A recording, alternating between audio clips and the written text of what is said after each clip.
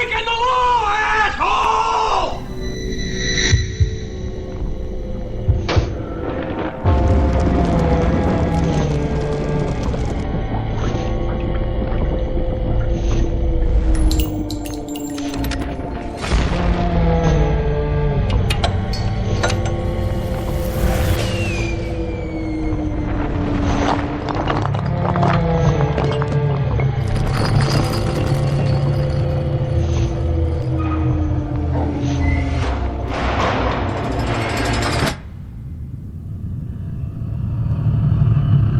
Torture you, take my hand through the flame. I torture you, I'm a slave to your games. I wanna chain you up, I wanna tie you down.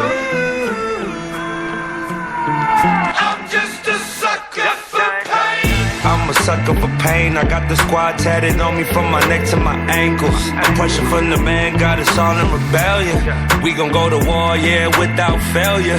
Do it for the fam, dog. 10 toes down, dog. Love and the loyalty, that's what we stand for. Alienated by society. All this pressure give me anxiety. Walk slow through the fire. Like who gon' try us? Feeling the world go against us, so we put the world on our shoulders. I torture you, take my hand through the flame. I torture you, I'm a slave to your games.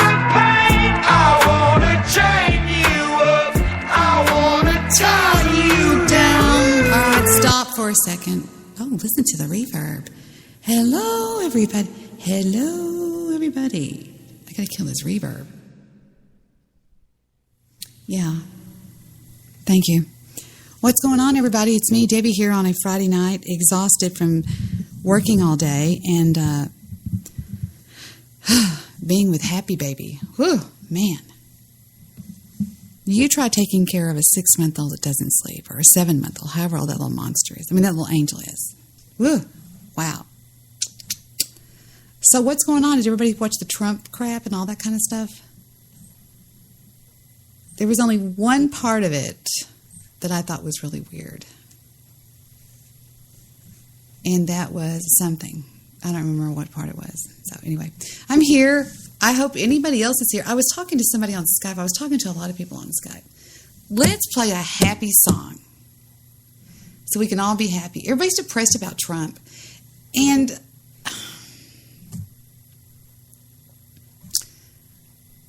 well, I'll give you my thoughts on that in a second. Let's do something that's going to make us feel good, right? Let's play a happy, happy song, all right? Something that we can dance to, something we can be happy about. This is a cute song. This is from Mr. Midnight Movies, one of his favorite songs.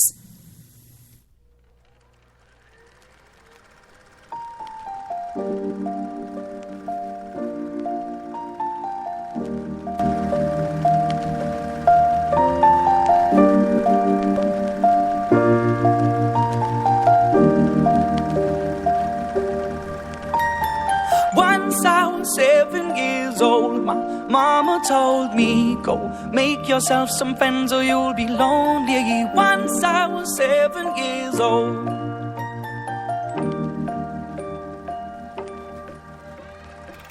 It was a big, big world, but we thought we were bigger, pushing each other to the limits. We were learning quicker. By 11, smoking herb and drinking burning liquor. Never rich, so we were out to make that steady figure. Once I was 11 years old, my daddy told me, go get yourself a wife or you'll be lonely. Once I was 11 years old.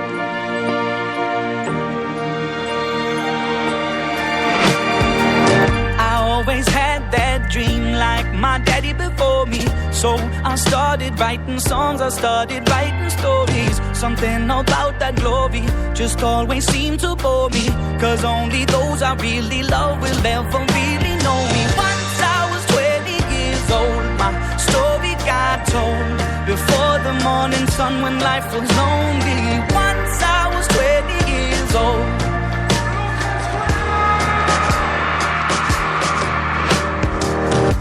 only see my goals. I don't believe in failure. All right, stop. Okay, I got to tell y'all a story. I almost committed the art of kidnapping today. I kid you not. I have to tell you this story. You see, if I stop this shit, if I stop that song, they're so stupid they won't realize that it's whatever. Whatever. I have a song to play for y'all that I did today. I haven't spoke probably in the last 8 hours. Yeah, I did. I talked all day. That's what it is. Remember I told you I was going to do this stupid song? I screwed it all up. I really did. It was kind of stupid. But anyway, I'm going to play it for you anyway, even though it sucks, and it really does suck. What is this? Wait a minute. You're fired. You're fired. You're fired. Okay, never mind. That was something else I was doing for somebody. Okay, here it goes. This is the big debut of the stupid song I did, so y'all just listen to it and not make fun of me, okay? Okay? My name is John Dacre. My name is John Dacre. Play! This is good. It's okay. I screwed it up a lot, so just be kind. Rewind, okay? I'm going to close some stuff out, and then I'm going to go see what's going on. Times are hard. You're afraid to something. Here we go. Don't laugh. Joe calls in. He is fun to have around. Stabby wants him to be cruel. He wants Joe to take her down. Joe is fun and full of laughter, never wants to stir the pot. This infuriates poor Stabby, so he calls him a sellout. Joe, I wanna do your dirty work, oh yeah. Joe, I wanna do your dirty work no more. Joe is not gonna do your dirty work, oh yeah. No one knows how he thinks or how he feels. He has said mean things to Debbie like 1,000 times before. He's a loner in... I know I fucked that up, so just let's keep going. Shut up, Jewish producer. He's gonna kill me. The chat room, but he wants Joe to say that Debbie's really crazy, and to this Joe has to say, Joe, I wanna do your dirty work. Oh yeah. And that's all I did. I couldn't sing, so I thought I would do it live on the broadcast here. I have to go find the lyrics I did. Where are the lyrics? I just deleted that. Oh, fuck. Okay. Now I'm recording. It's in my email. I email lyrics to me. Do you ever email yourself notes and stuff?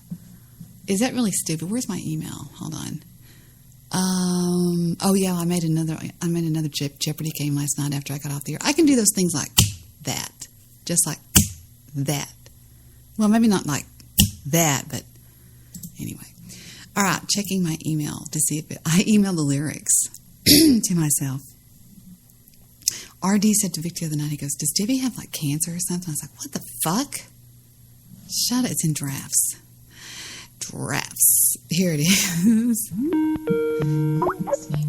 Hey, I'm going to sing this song. I don't care who the fuck's calling in. Y'all can just hang on a second. Wait. Wait a minute. I'm trying to get there. Don't hang up. Don't hang up, I said. God dang it. I'm calling you back. Doink. Save space for Savvy. He's going to go, hello?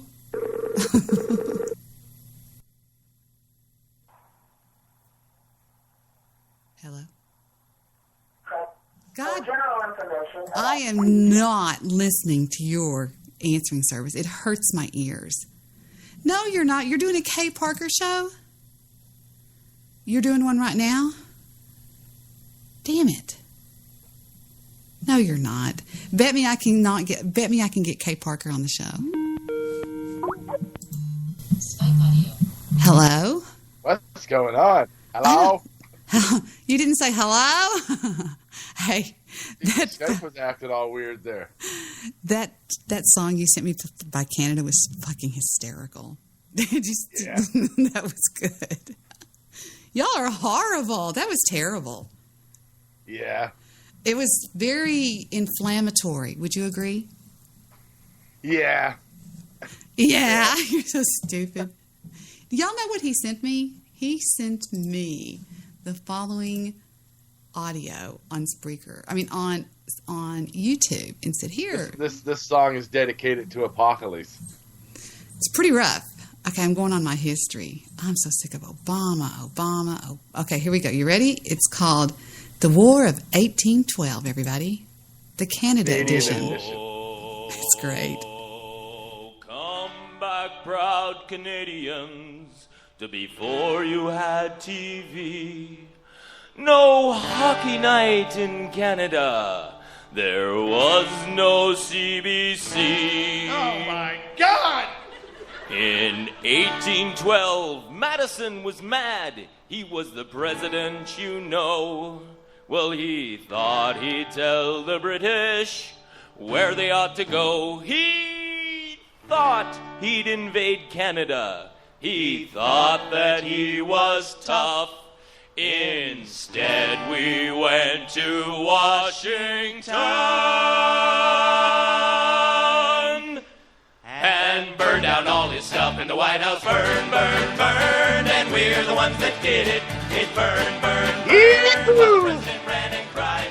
It burned, burned, burned, and things were very This is historical. horrible, Joe. Ran and cried like a bunch of little babies. Wah, wah, wah, in the War of 1812. Okay, wait. Is this true? Is all this true?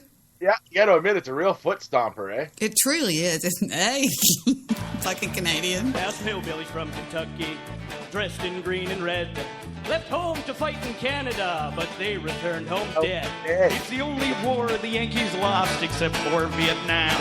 And also the Alamo. Right, and the Bay of Ham. The loser was America, the winner was ourselves. So join right in and gloat about The War of 1812 in the White House. Burn, burn, burn, and we're the ones that did it. It burned, burned, burned, while the president ran and cried. It burned, burned, burned, and things were very historical. And the Americans ran and cried like a bunch of little babies. Wah, wah, wah, in the War of 1812. Okay, here's where it gets a little dicey here. In 1812, we were just sitting around, minding our own business, putting crops into the ground.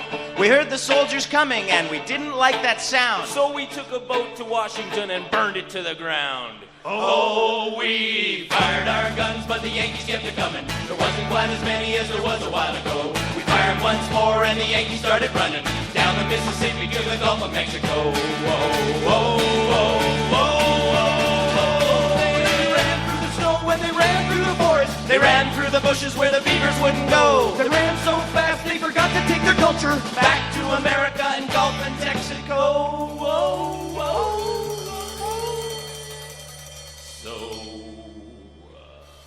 If you go to Washington, its buildings clean and nice.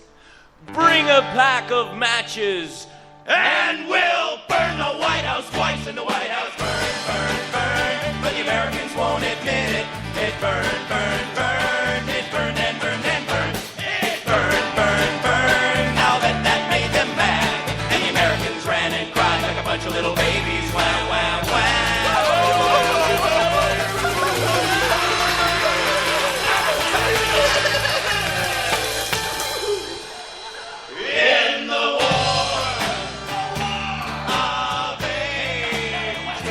Big finish. Yeah. It's a That was a little raunchy, I'll tell you. That was a little bit trollish. I loved it. It was tough. Did that really happen? I mean, I know it did, but Yep. that was mean, Joe. Yeah. Well, you know, it is. I love it. I love it to death. I was watching some videos on it today, some documentary stuff, and I didn't know this, but President Madison's wife. Yes. She was one of the last people to evacuate Washington. Really? And he was long gone. One of my friends She's that's the listening. one who saved the giant portrait of George Washington. Oh, she grabbed it. Oh, God, that's too bad. People didn't have cell phones back then. Recording all that. That'd be horrible. She's the one that had to take it out of the frame in order to get it out of there. So, I never knew that.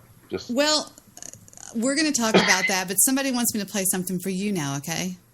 Oh, no. Yeah.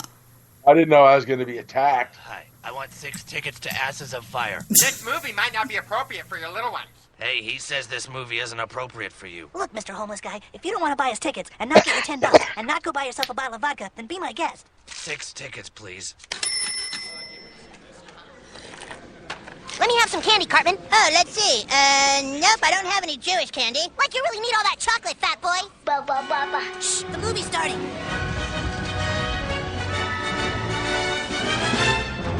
Hooray! Say, Tans, what did the Spanish priest say to the Iranian gynecologist? I don't know, Philip. What?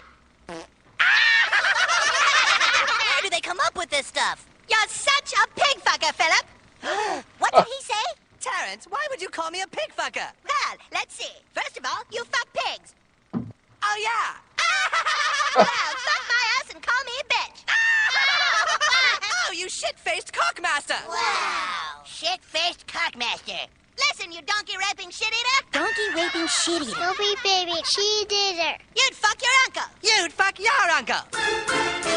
Shut your fucking face, Uncle Fucker. You're a cocksucking ass-licking Uncle Fucker. You're an Uncle Fucker. Yes, it's true. Nobody fucks uncles quite like you. Shut your fucking face, Uncle Fucker. You're the one that fucked your uncle, Uncle Fucker. You don't eat or sleep or mow the lawn. You know this is Canadians, right? Joe. Joe! Did I lose Joe? Joe, where did you go? No, I was doing a bong rip. Okay, I was going to say, what the fuck? Joe would never chimp out and leave. What, over Terrence and Phillip? Yes. They're Canadians. Look at the Canadian officer. What garbage? Well, what do you expect? They're Canadian.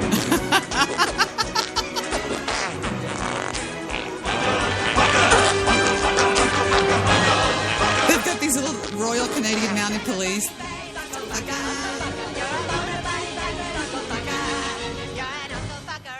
You fucked your uncle yesterday. Uncle Fucker. That's U-N-C-L-E. Fuck you, Uncle Fucker. There you go. Straight from us to you, Joe. Love you, want you, need you. But I was astonished that they used the song. Well, I got to say, Debbie, that you really put me in my place. I know. It was just a joke. Somebody sent it to me on Skype. Countering my song that was based on, actual historical facts with your cartoon song. That really showed me. I didn't do that, but I want to ask you something. Why did there had to be more to it than just Canadians came down on your Canada horses and you just burned down the White House? What happened? Why you guys attacked us first. But we were in the middle of the War of 1812, which was against us. Canada? Yeah. God, I know nothing about fucking history. What the fuck? Well, Britain, Canada, you want it. The rest of North America is what you want it. So you invaded Canada. But the difference between the War of 1812 and the Revolutionary War was England wasn't tied up in mainland Europe, so all the armies they had better troops. The British forces that were in Canada in the War of 1812 were veterans of the Napoleonic Wars and stuff, so hardened battle troops. So. Well, but the only reason they won, what? Right? No, but the only reason Canada won when you guys invaded Fort York, which is what is Toronto now, we're going to win, right? And the Canadians were bailing out of the fort, but back then they had the munition supplies. They always used to blow them up because you couldn't take them with you. Right. Well, when they blew it up in a way that it sent. No, this is true. You can look this all up. I'm not laughing at. I just think it blew up in a way that it sent like a shockwave out towards the American army and killed most of them. Oh my God! Yeah, and the British have always said that it was they didn't know, like it was going to do that. Like that was completely fluke, and there was always rumblings that it was done on purpose. But in order to have done it on purpose, you would have had to have built it in a way and had the army come in perfect. So it was just one of them things that lined up, to the British advantage. And it did it. It's destroyed killed most of the American army. Here's the United States versus Canada War Simulator. It's only 1 minute long.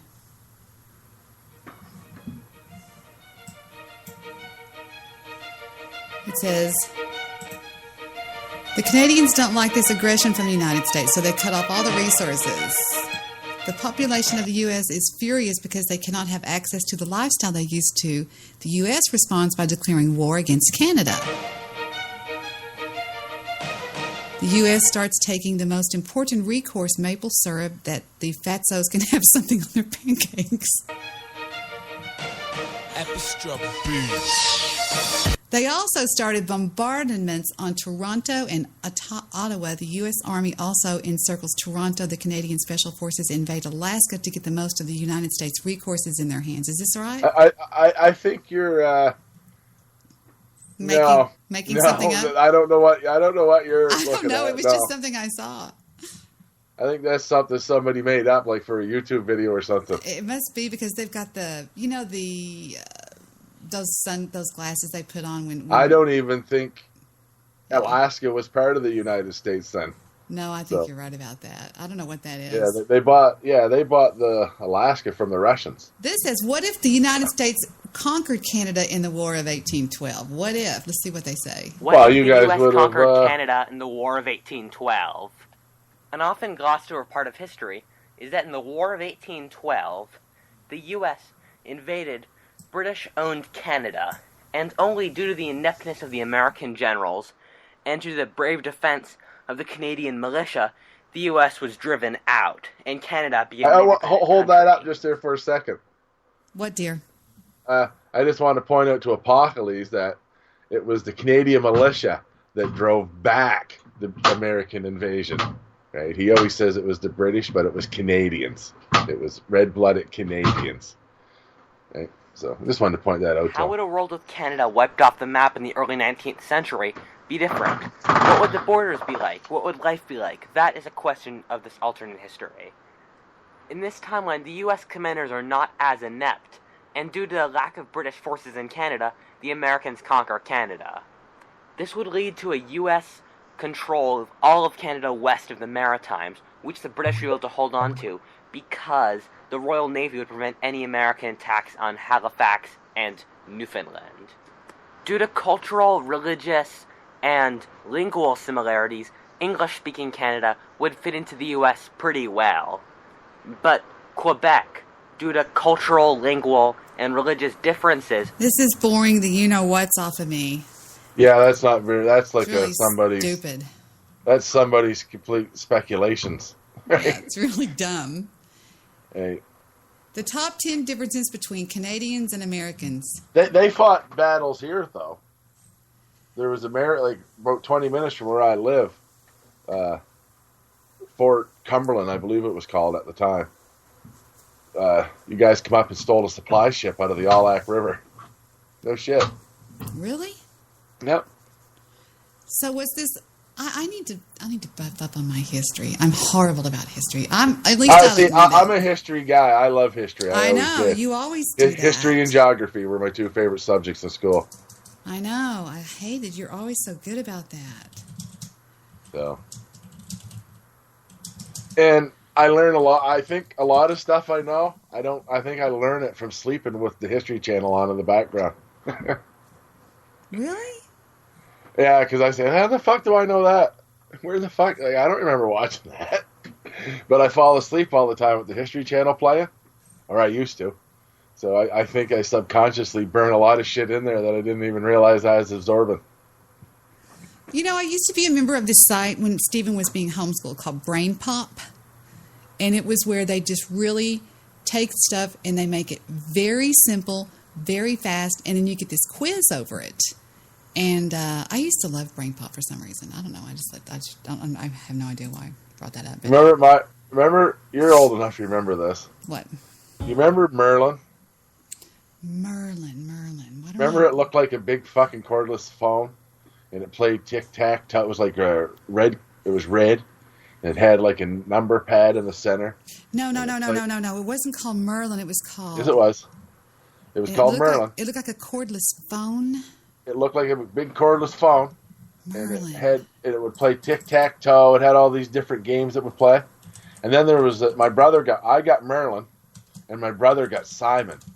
That's what I'm thinking of is Simon. And Simon was the one you had to follow the colors and then repeat it. Oh, it says Merlin the Electronic Wizard, by Parker Brothers. Yeah. See, that's what I got. My brother got the Simon. I've never seen this before in my life. Let's see what it says.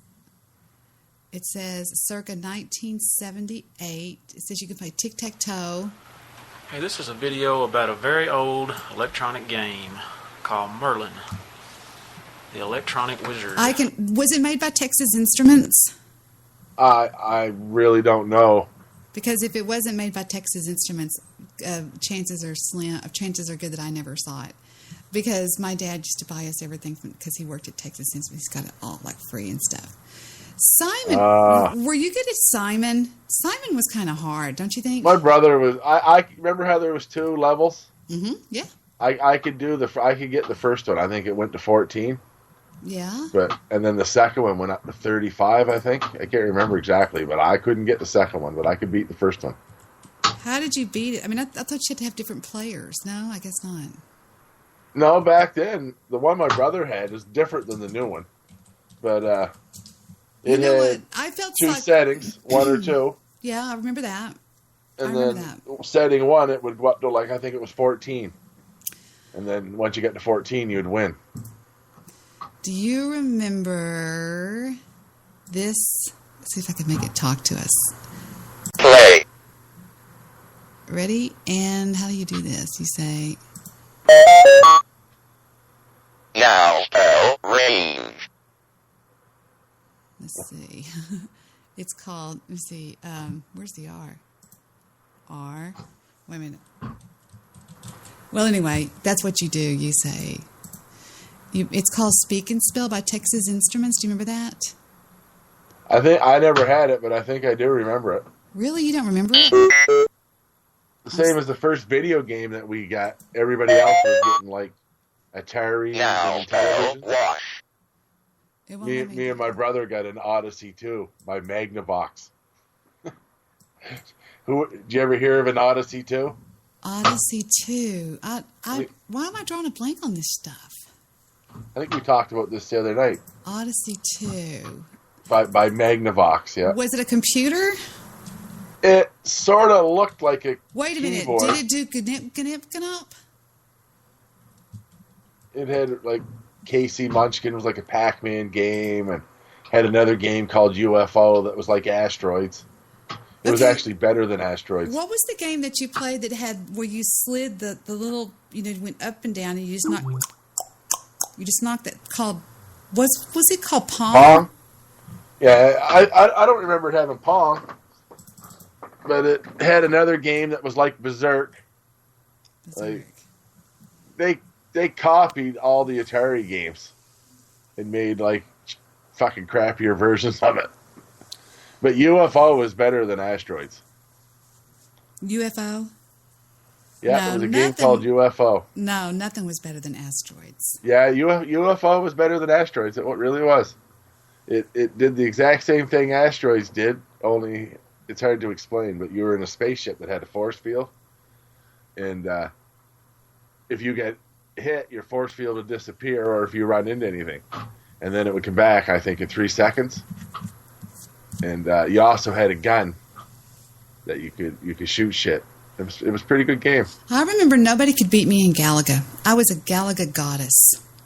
And I was pretty good at the Missile Command. And Stand-Up Tron, the discs of Tron. I'm not kidding. I would walk into a Dave & Buster's and start getting drunk. I'd have a some Coke in my pocket, and I'd have money to burn. I never took a bag in there. I just always had my money and my ID in my back pocket. And I would be like, let the games begin. And they go, oh, there she is. And you just start playing, and I couldn't be beat. I would picture you in roller skates. I used to roller skates. Yeah, I used to roller skate. You know, the very last time I roller skated, I went out with a guy named Randy. And Randy the roller skater. Randy the roller skater. And There's a soon-to-be sock account. Oh, fuck. And he owned a skating rink in Dallas, and his partner's name, I forgot his partner's name. Well, he met up with me and my wild girlfriend, Kim. I got a question. What? Did Randy stuff his crotch? No, Randy didn't have to. But... Okay. So I go out with Randy, and Kim tags along because she just broke up with her boyfriend. And we go and pick up his partner, his business partner. And what was his name? He was real tall. And they take us to the skating rink, and we start skating. And I'll never forget, he says, you know, when I have a girl that I really like a lot, Debbie, and they're out there on the rink, and me and Kim are out just by ourselves skating, he says, I talk to her through the music that I put on. And I said, you do? Well, that's really interesting. And he goes, so just go skate. So he comes out there, and he goes, I'm going to put on a song, and I'm going to come out here and skate with you. So we had this entire skating ring all to ourselves. And he puts on this song that was, now I'm drawing a blank. Oh, you know what's crazy about this? What? The exact same thing happened to Apocalypse and Alan Wayne in Vegas. They had a skating rink all by themselves? Yeah, they had a beautiful moment there. It was awesome, I guess. Are you serious? Well, yeah, I just go by the pictures. And you know what happened? So I was dating Randy, and Randy was like the catch of the county. He was like this guy that everybody wanted to go out with. And he owned a roller skating rink and had a big cock, so he had a lot of things going for him. I was okay with dating Randy, but he was a little bit too flashy for me. He was like, "Hey, I'm flat." He owned a roller skating rink. Well, he was just very flashy. He was like, "Hey, I'm flashy, Randy." Oh, I meant to ask you something. I'm going to change the subject. You know, have you ever seen the movie City Slickers? Yes. Okay. Do you remember the scene that I was showing y'all the other day where did I show it? Was it y'all I were talking to? You and Stabby or whoever? And I showed y'all a scene from City Slickers or something like that, didn't I? Yeah, and I said Joe goes to school. Okay. I saw there was another scene from City Slickers when they first get to the ranch, and he goes, "Hi, we're doctors." He goes, "Yes, we're doctors, and we're black. Don't make an issue out of it." Well, he says to the little guy, the main character says to the little guy, he goes, "I can't believe you wore that jacket." And he's got on a black silk jacket. Is that the jacket that you're talking about when you talked about silk jackets?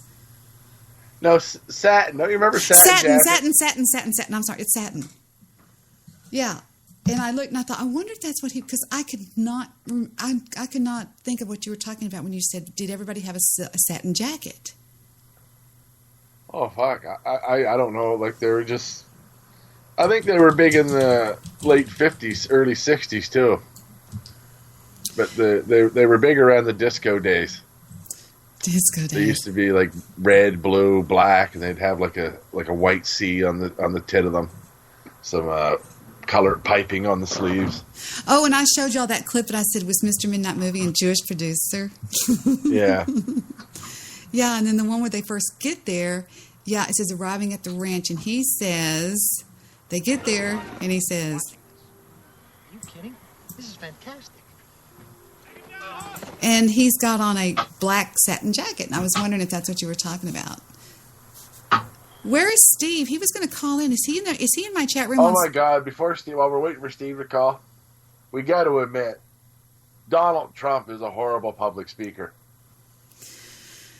He's good at playing off the crowd and talking and do you think he's like some madman that's gone in there and he's just going to go crazy and do all this crazy stuff? I'm beginning to wonder. No, I don't know. I would like to give the guy the benefit of the doubt and think that he's in control, but he went in there and did the exact opposite of everything he said he was going to do, really. Meaning what? Well, He claimed that Wall Street no longer would control Washington, and he made 5 appointments from Goldman Sachs. How many campaign speeches did he give about Hillary Clinton and her ties to Goldman Sachs? That's all I'm saying. Like, you know, in the end of the day, this is the part I find the funniest, is the end of the day, Donald Trump won, right? Mm-hmm. The Republican Party didn't, right? Right. So he just used them. He just used what the I'm ticket. getting at is, if you truly believe, like if you're a lifelong Republican, and you truly are saying today that Trump, right, and everything that Trump ran on and everything that he done, then you're saying that all your life up until this election you were wrong. That everybody else you ever voted for was part of the problem. Because that is the speech he gave today. That everybody before him was the problem and got America in a hole, and only he can get it out. He says, for too long, a small group in our nation's capital has reaped the rewards of government while the people have borne the cost. Washington has flourished, but the people did not share in its wealth. The establishment protected itself, but not the citizens of our country. Their victories have not been your victories. Their triumphs have not been your triumphs. There was little to celebrate for struggling families all across the land. That all changes starting right here, right now. This moment is your moment. It belongs to you. It belongs to everyone gathered here today and everyone watching across America. Yeah. This is your country. What matters is not which party controls the government, but whether our government is controlled by the people. Today will be remembered as the day the people became the rulers of this nation again. The forgotten men and women of our country will be forgotten no longer. Everyone... But the people didn't take control of the nation today because Hillary Clinton had more votes. So the system, right, the Electoral College took control of the country today. If the people truly had the say, Hillary Clinton would be the president because she had 8 million more votes than he did. Okay. So only because of the system, okay, in which he claims is broken, right, is he the president. But still, he won. I mean... Oh, he did. He won because of the system. But not because more people voted for him than Hillary. I understand. Voted because, right? So, But Joe, I'm going to interrupt you and say there's a lot of stupid fucking people in this country.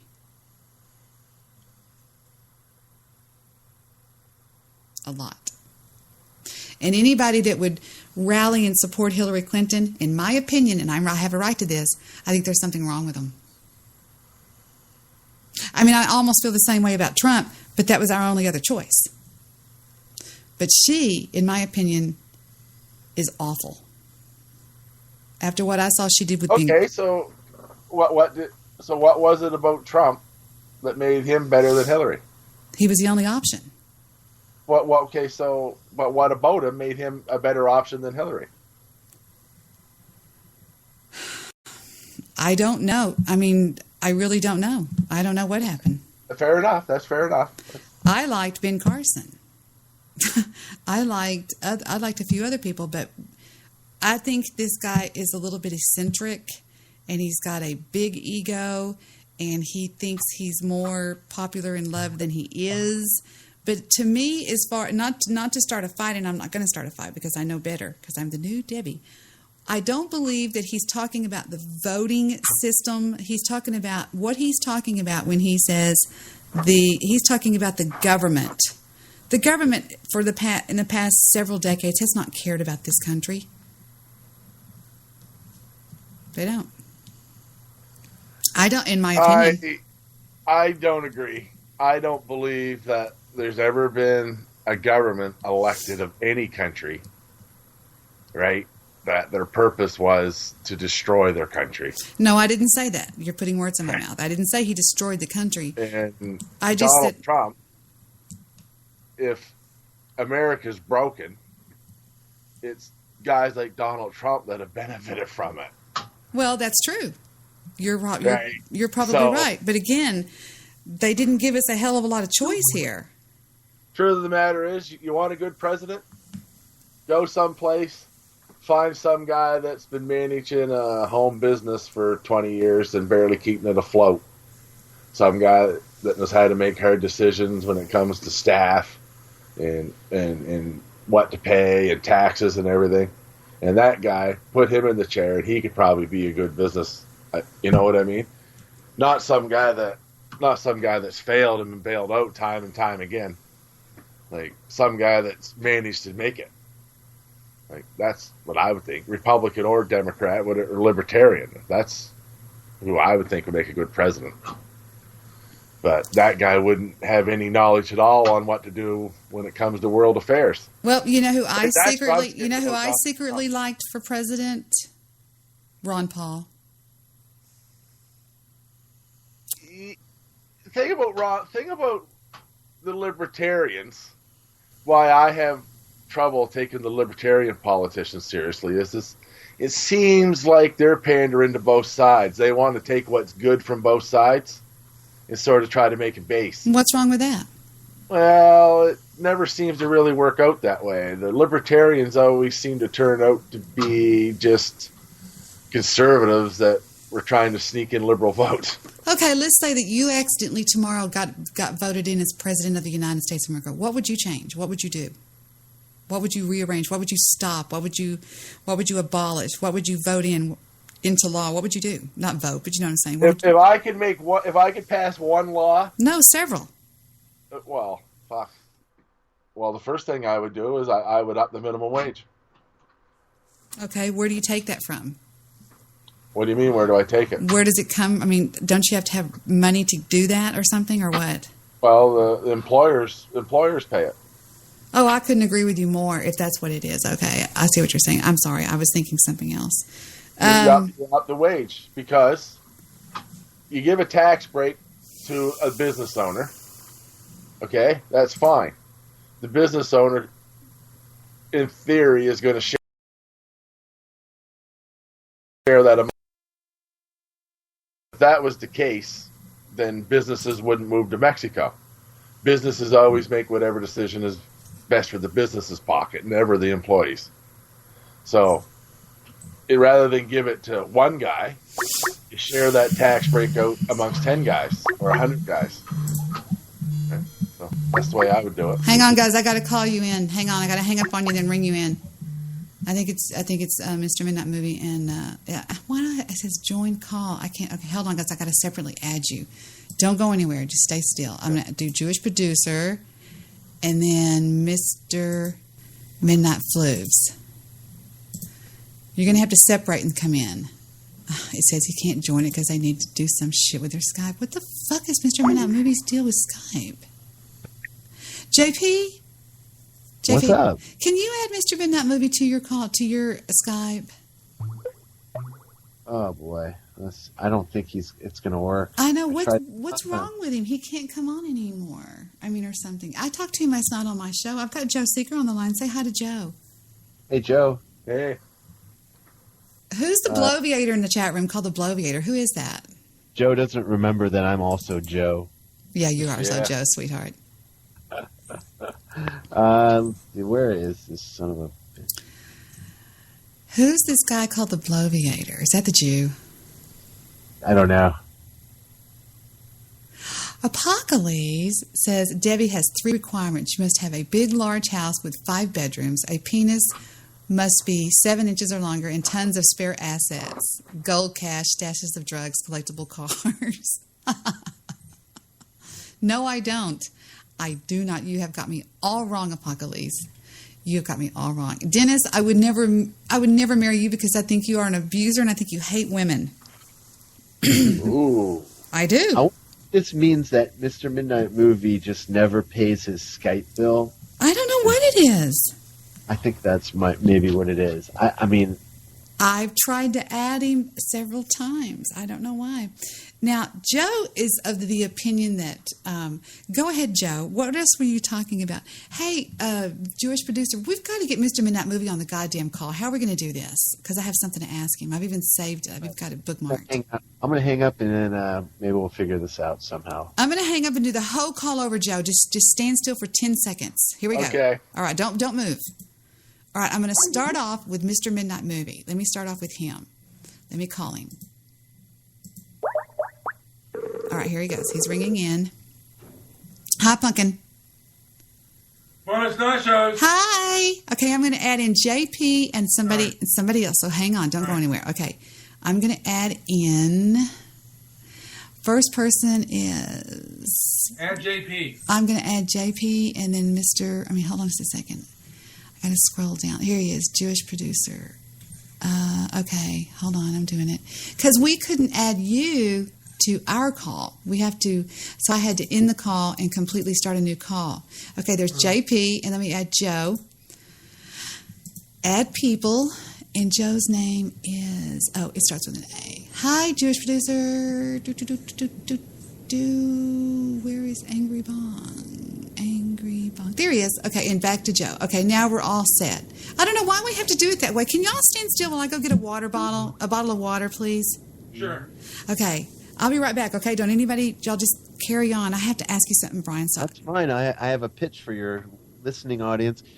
Do yourselves a favor. If you don't know who Kay Parker is, go to our show, Jewish Producer page, and go listen to our new episode called Kay Parker. Yes. Is it up at all, though? For not being there live. Shame on all of you. Shame. Yes. I was at one of your live shows the other day. Oh. Yes. I got pink eye. Well, you gotta wear sunglasses sometimes. It's in 3D.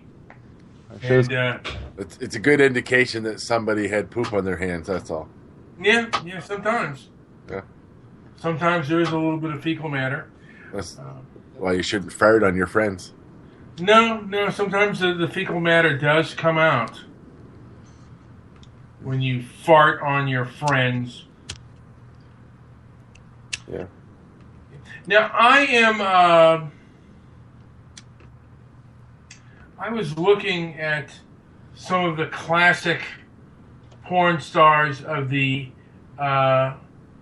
later age, and they seem a little bit less jaded than the women the women of the 70s and the 80s seem like they were less hurt, with the exception of Linda Lovelace, than the women of the late Cocaine. 80s and 90s. Yeah, cocaine might have done it. You're probably right. I think it was a lot of cocaine and stuff. Yeah. Now, and I think the bush too. I think it added some cushion or something. I don't know. Now, do you know why? You know why crack cocaine was invented in the first place? Why it took off? A way to sell cocaine to poorer people. The cheaper. Well, if cocaine or drugs had been legal, the price wouldn't have been as drastically high because cocaine was very expensive.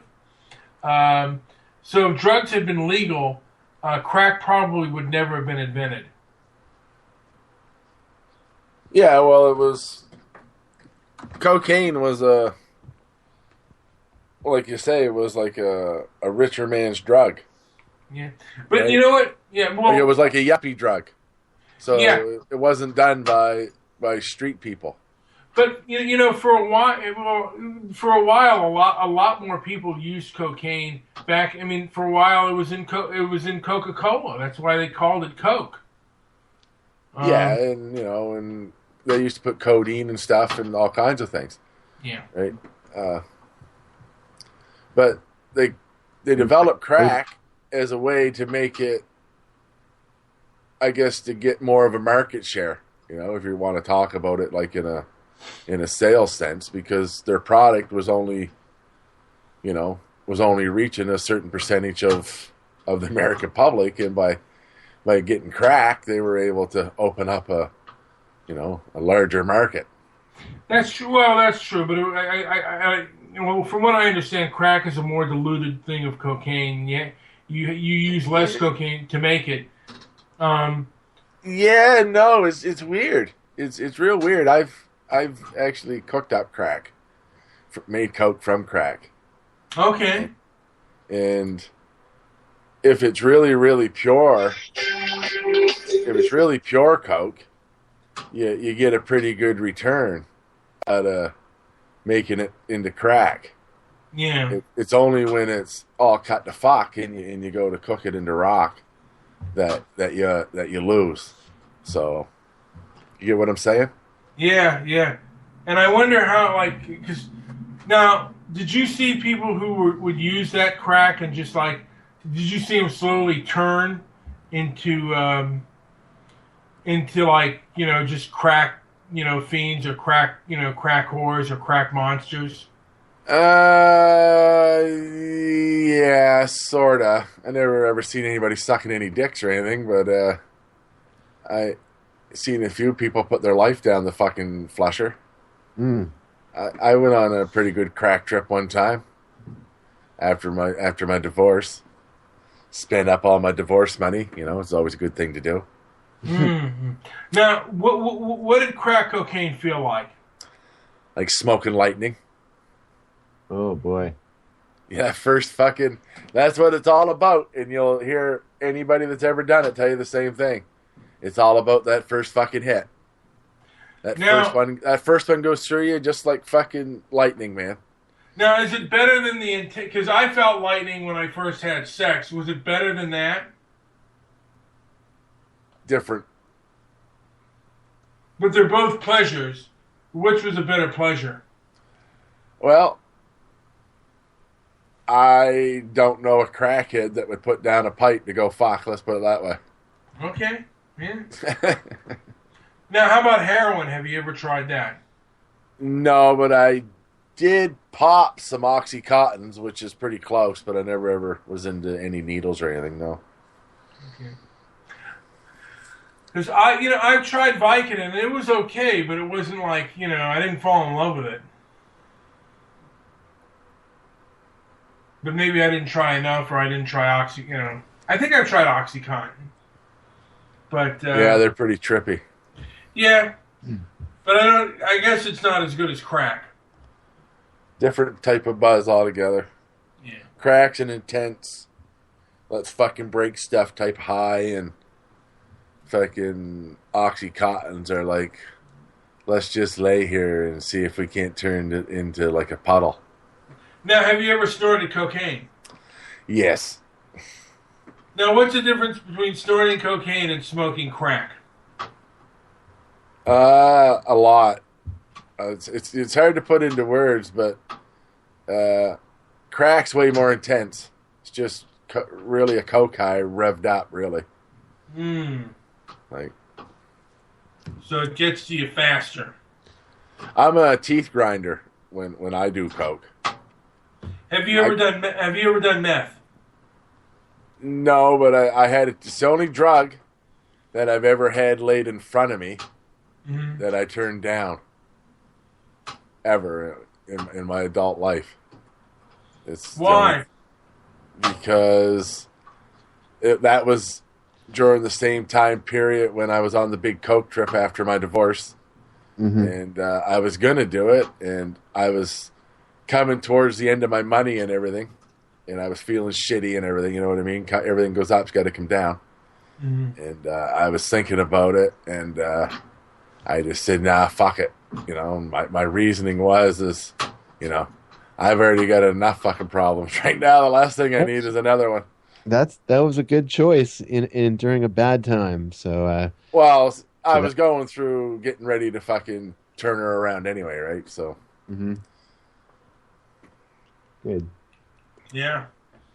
Hey, I'm back. If y'all stand by, I'm going to turn on my webcam if I can get it working. Hold on just a second. My big addiction is sugar, though. Yeah, that's a bad one. JP, can you believe he's doing Bragg's apple cider vinegar? Isn't that the greatest thing in the world? Yeah, I've seen it. I've seen the huge jugs at his house. Have you felt anything from it yet, Brian? Anything at all? Not really. You just take some time, sweetie. Yeah, give it time. I'm so excited about it. But I still have that addiction to I mean, I would love to go to the donut shop right now and just load up. Well, that's the worst thing about eating. Like, I've quit smoking. Like, I've quit cocaine. You know what I mean? Yeah. And those are things that, you know, they just seem easy when it comes to eating, because you can do good all day with eating, and then you can fuck your whole day up in 2 minutes at night. Yeah, I'm telling you. And I get sometimes, man, I'm salivating, and the only thing I want is a fucking either a candy bar or a fucking donut. You're craving the sugar. Oh yeah, yeah. I'm craving the flour, the sugar, all that shit, man. And it's like a drug, and I want it so bad I could almost murder for it. I could, I get that way with I get cravings for fucking, if I don't eat any deep fried food stuff like for a while, I get fucking real bad cravings for that. Very salty. Oh yeah, I love salty shit. Yeah. Fish and chips. You guys just got me all hungry. What the hell, man? Yeah. I love Chinese, I love fried pork. And then I love the fried pork with the sweet and sour dip. Okay, I got to ask you guys. You guys are living. Have you guys ever had that Thai soup, that pho or pho, whatever it's called, the PHO stuff? Oh yeah. Yeah. Is that as good as it looks? It's amazing, man. There's a place I go to once a week over where I live, and pho is amazing. Amazing. Oh, the broth looks so fucking good. I want a cup of it. It's so good. Yeah. Now, do they not have Thai restaurants where you're at, or the Thai soups? They do about an hour away, and when I get up there, I'm gonna try it. But I wanna. It's one of them things. I don't want to go in there and buy it and then end up not liking it. So I keep asking people. Oh, you'll like it. Is it very gingery? It looks like it'd be real gingery flavored. No, it's depends, I guess, on the place. But, and you can get it super spicy, and oh my god, it's so fucking delicious. It's so yeah, good. I'd get it spicy. I'm a spicy. I like things spicy. You get it. They give you vegetables that you put into it before you eat it. Make sure you take them up on that. You eat all those vegetables and just throw it all in there. And they have chicken. They have chicken soup. Their chicken soups are their fish soups. And one time I went there. I went to my man. Yeah. I went to the Thai restaurant, the Golden Emerald, and I got the Thai soup, and then I got a side order of duck. I don't know if you guys like duck, but it was crispy duck. Yes. Yeah. No. It was crispy. Yeah. It was amazing. Yeah, they do duck right. I like the curry, the duck curry, and then I also like there's I think it's Tom Kha. It's a coconut milk. Yeah. Spicy coconut milk with chicken and some vegetable. That I think it's Tom Kha Ra or something. It's amazing. It's such a good soup. Oh, and they put lemongrass in it. It's just damn. Yeah. I'm fucking, my mouth's just watering, man. Yeah, that's good stuff right there. It is amazing. Oh, we got a Chinese restaurant here in town, and it's run by Korean people. So take it from there. There you go. Yeah. No shit. Yeah. The Chinese family sold their restaurant a couple years ago to a Korean family.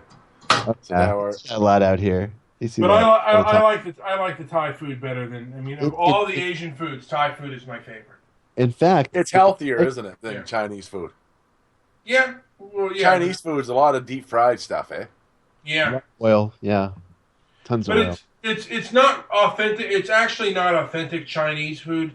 It's pretty American. I mean, a lot of the stuff was actually invented either in the late 1900s or the 1920s. Things like orange chicken and G. Yeah, all that stuff was invented here in America. Well, the food we get here is called is not really Chinese food. It's Cantonese. It's a Cantonese menu. You might It's saucier than like Chinese food. Because Yeah. if you get down to Halifax, you'll find like a Cantonese restaurant or a Chinese restaurant, and they're quite similar. Only the Cantonese put more sauces on their stuff than Oh yeah. shit. Yep. Like everything comes with a fucking gravy or a sauce on it. Like, and it's the weirdest mix of foods. Because you like the chicken balls come with that sweet and sour cherry sauce on it, and then you'll have like other stuff that has this brown spicy gravy, and like it's like a mix of foods that you would never ever dream of putting together. What about poutine? Do you get poutine? Yeah. One thing Oh, yeah. we don't have that out here, and I bet you Mr. Midnight Movie would go ape shit over. Do you know what poutine is? No. Tell him. Well, I'll tell you how to make it real easy at home. Oh my god, it's amazing. Get yourself So good. your favorite gravy that you put on French fries, Mm-hmm. and get yourself a block of mozzarella cheese, and put the cheese in the freezer, and then bring it out of the freezer and let it thaw out, and then crumble it, and it'll crumble into these big chunks. Mm-hmm.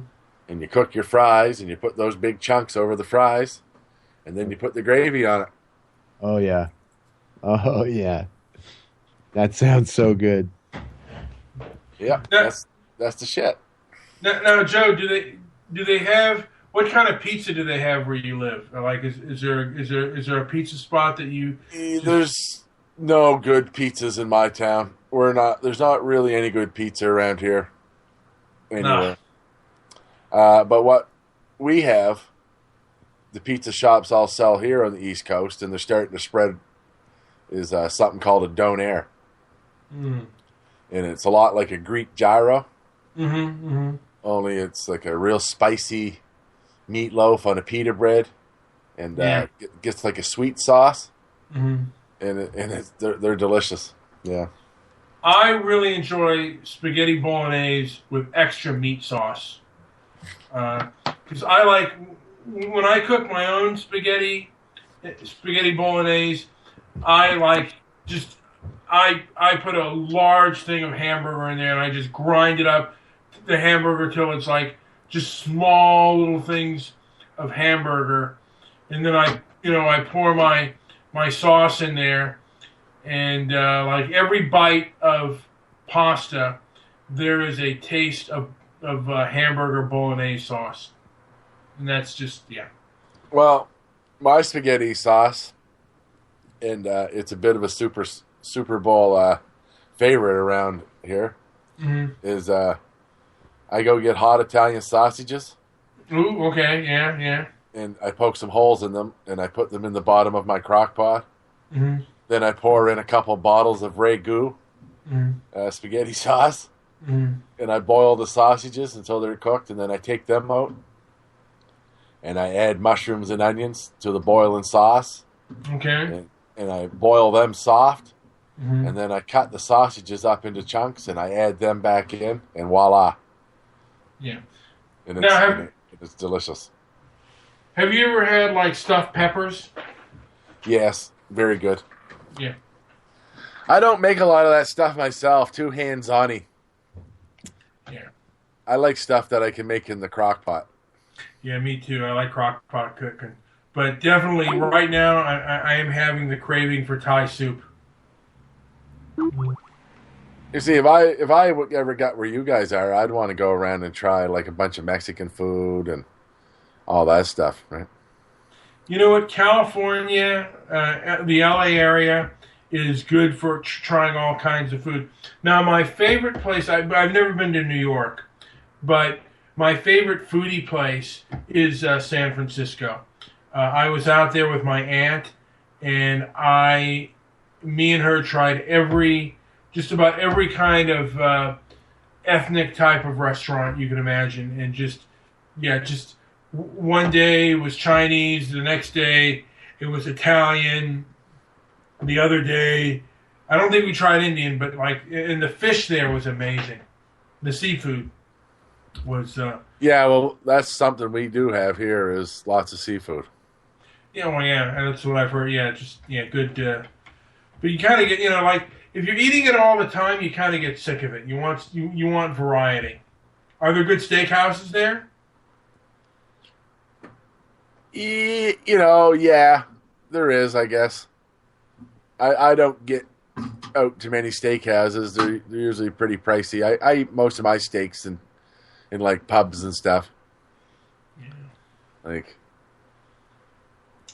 Yeah, I'm not. I don't know. Not much of a. Honestly, when I go, we have a place up here called the Keg. It's a pretty nice steakhouse.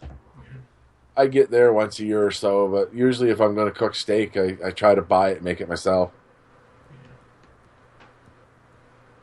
Yeah. Sometimes because the way you season it and stuff, the way you like it and off your grill. I mean, my brother's wife's father cooks they cook it on the grill and they season it special. It is some of the most tasty steaks I've ever had.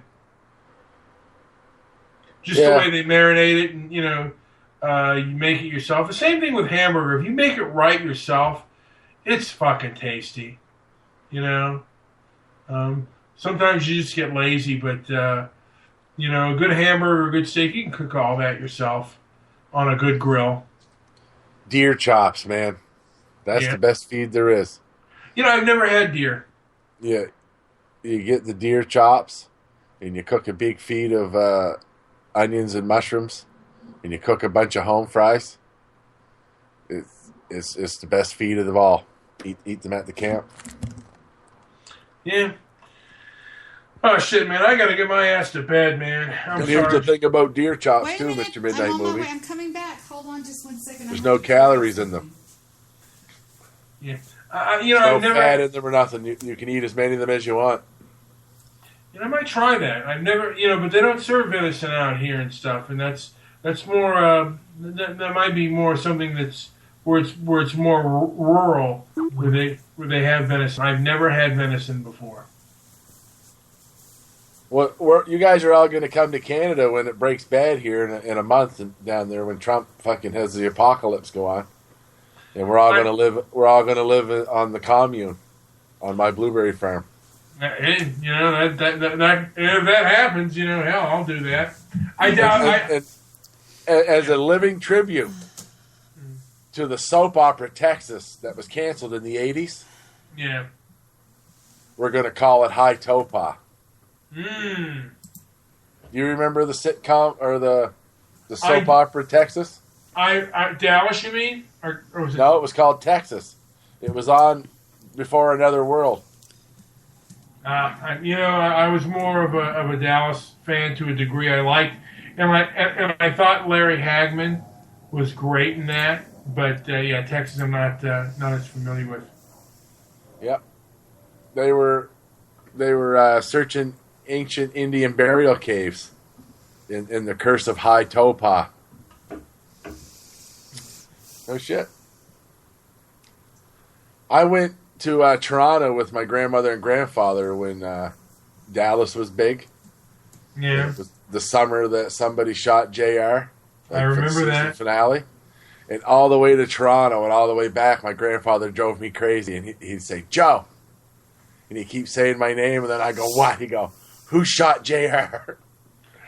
I remember what a big deal that was. And I never really watched. I watched. That was all over the news. I never really was that big. My mom started to become a fan of that show, but I never really watched much of it. Now, Debbie, were you a fan of the show Dallas? No, I wasn't. I thought it was dumb.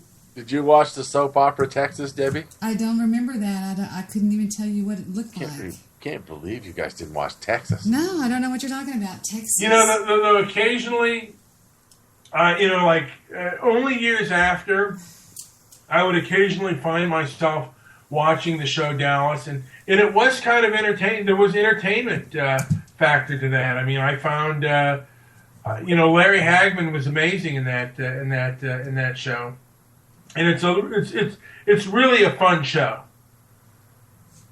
Anyway, guys. Wait a minute. I was going to turn my webcam on. I think I unplugged it. Did I unplug it? I hate this freaking webcam. Debbie's It's so turning her webcam on, It's and so Dennis isn't here. stupid. I was going to show y'all something, but I can't get the damn thing to turn on. Hold on. It's like, it's really. You're going to show us something. No, well, I guess that came out wrong. Okay, now what is it doing? It's saying something like. Where'd Jewish producer go? Jewish producer left the building. I think there's something wrong with his computer. Now, Debbie, we're holding you to your promise to perhaps get Kay Parker. She is a medium, by the way. What do you mean she's a medium? She talks to people that are dead? Is that what you're saying? Kind of something like that. And that, I mean, she's, you'd have to look her up. And, but she does, I think she does readings, and she talks about past lives and shit like that. And I don't know. I think you'd hit it off better than JP and I, because we tried to contact her, and she told y'all to get fucked or something, or what? So she didn't know. She didn't. I wish she didn't say anything. She just gave us the goddamn cold shoulder. So she never answered you, is what you're saying? The cold shoulder, yes. Well, if she's a psychic, she probably knew that you read your thoughts and knew you had malicious intentions. No, I mean, actually, I'm a big fan of hers. No, I don't believe in all the psychic phenomenon. I don't subscribe to her beliefs, but I find her interesting. And I don't find all porn stars interesting. She's just one that I find particularly interesting. There are a few that I find like just intellectually stimulating. That was the one I thought on the show was intellectually stimulating. She was all right, but was her name Sierra something or Sienna?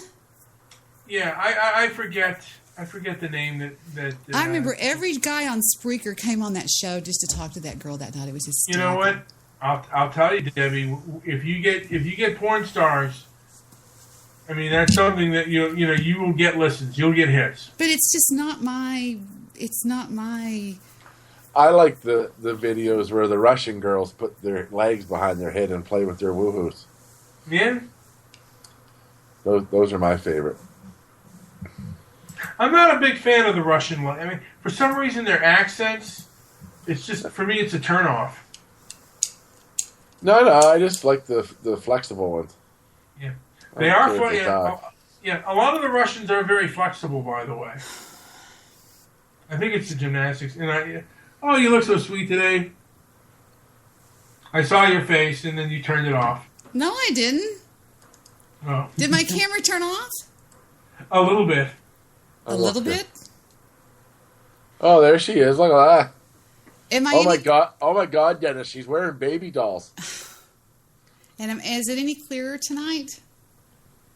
A little. It's not as cloudy in front of you, but it's still cloudy by the light. Should I turn the light off? That is a very dim light. That's like a night light almost. This thing is so sensitive to light, I think, or something. It's weird. But what was I going to do? I was going to show y'all something. How come you don't wear baby dolls when Dennis is on the call? I don't have baby dolls on, Joe. Don't say that. Yes, you do. No, I don't. Pink and lacy. Poor Dennis. Listen out. No, I have on a shirt that I wore. It's just a big shirt that I wear that's got a lot of room in it. And it's like enormous. And I've got on enough room in leggings. That Can you see Dennis. my leg? I've got on leggings with it.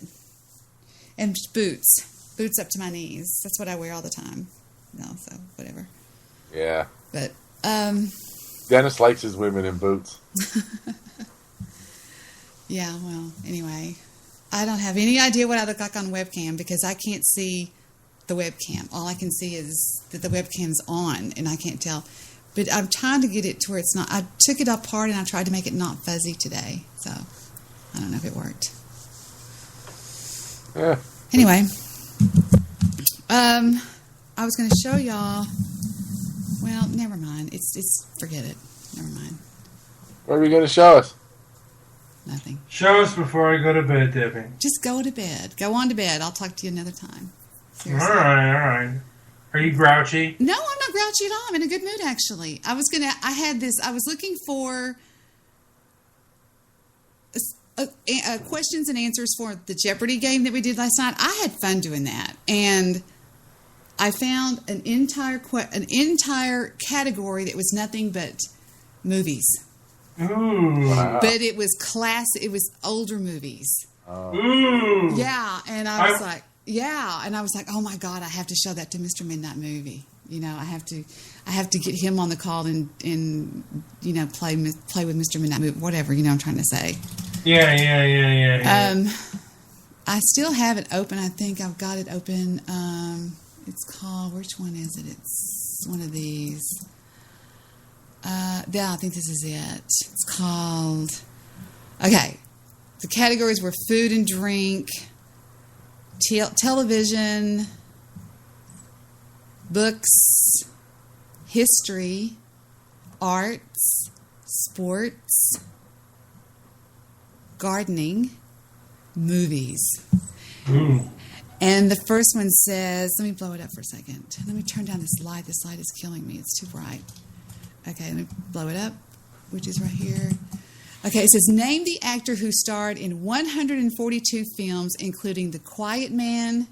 John Wayne. I know. See, I know you're going to know this. Yeah. I know you're going to know this because you're just crazy.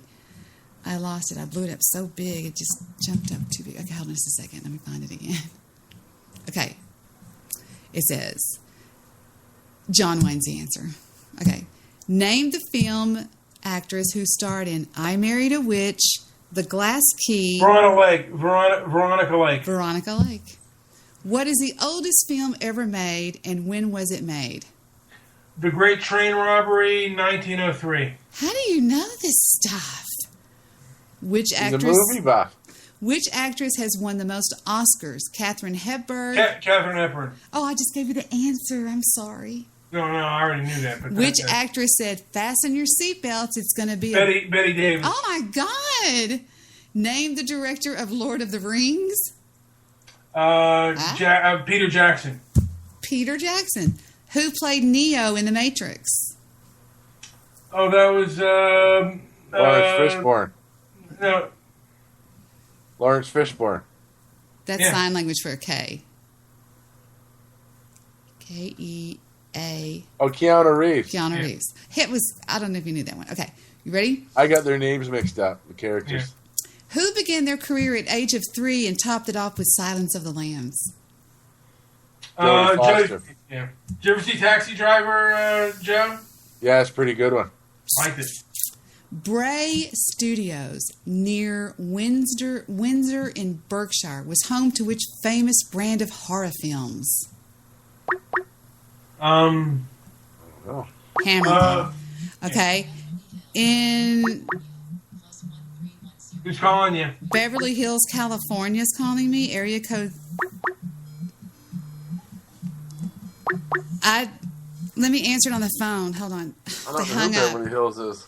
Should I call him back? I don't know. Yeah, why not? Wayne, maybe. Let's see who it is. Alan Wayne. Let's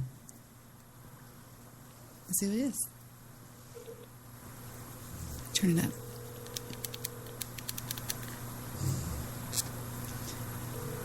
In which film did Humphrey Bogart say, "We'll always have Paris"? Oh, that's Casablanca. Hello? Hello? Who's this? Who are you? Who is this? You're calling me with the private number. You're not telling me who you are. I know who you are. This is a mistake. Have a nice day. It was Brown Beasley. It was Brown. No. Yes, it was. Did you hear the voice? No, that was One Angry. No, it was Brown Beasley. That was one. We listened to the tape again. It was One Angry. All right, here, we're going to replay it because I'm recording accidentally because I was going to record that song for Stabby. Listen, it was Brown. No. Yes, it was. Okay, wait, let me go back a little bit further. You're calling me with the private number. You're not telling me who you are. I know who you are. This is a mistake. Have a nice day. That was One Angry. No, it wasn't, darling. No. It wasn't you. No. That was One Angry. No, Just it as that was wasn't. Mr. Solution. No, it wasn't. Let's play it Brian one more time. Coleman. Listen, here we go. Ready? Starting the call again. Hello? Who's this?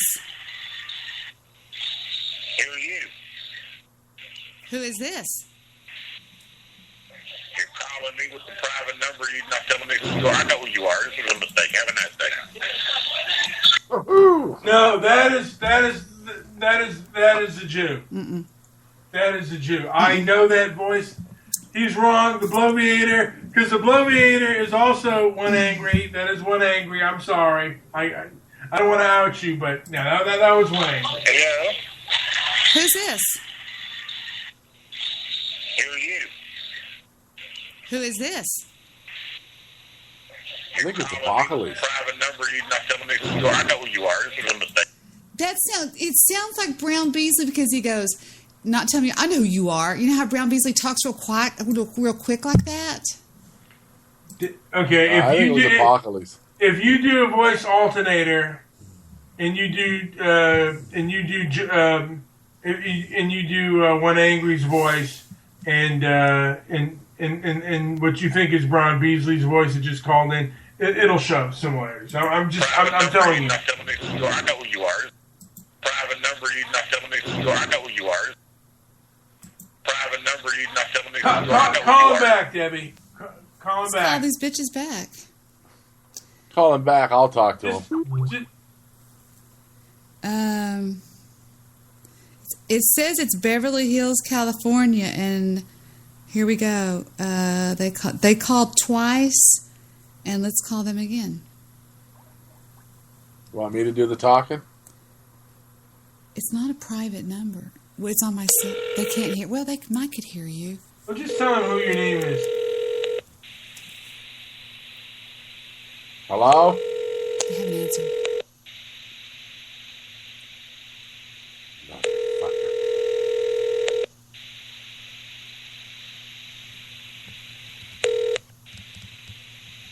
This person cannot be reached at the moment. Please leave a message after the tone. After you leave a message, you can modify it by pressing pound. Any message? Hello? Hello? Tell us who you are. I'm sorry. I've seen your ad on the Craigslist. I'm looking to buy the used vibrating bed. If you could call me back, be greatly appreciated. I'm looking to get that this weekend. Thank you. Bring bananas. To re-record, press 1. To listen again, press 2. To cancel... Hello? Hello? Tell us who you are. I'm sorry. I've seen your ad on the Craigslist. I'm looking to buy the used vibrating bed. To mark your message as urgent, press 2. To mark your message as private, your message has been marked as urgent. There you go. That was weird. Because they called on Skype. Debbie, it was one angry. It wasn't. Yes, One it angry was. Jew playing his Skype games. It was him. So what? I mean, That means. You know it was him? You know what? That voice sounded like him. Be honest. Did you know he was going to... I don't care if he called. No. I don't. You know, I don't know that he had plans on calling. He's not, addressing me that way. But I know. I mean, Brown Beasley has no reason to call You're right. But why would he give out... You want me to tell y'all the number that he gave me? I mean, the number he called from? And why did he say I called from a private number? Because you called me from a private number. Yeah, he's joking you. Okay, that's cool. I know a lot of people on Skype. Let's see, it was area code 310. He was joking you. Okay, I'm cool. I mean, he knows how to play those games, and I understand. That's fine. I don't care. It doesn't bother me. You know something that's been on my mind for over a year? When Al and Apocalypse were in Las Vegas together, who do you think was the top? I don't think they're gay. No, listen, just because you spend a weekend in a hotel with a guy doesn't make you gay. Okay?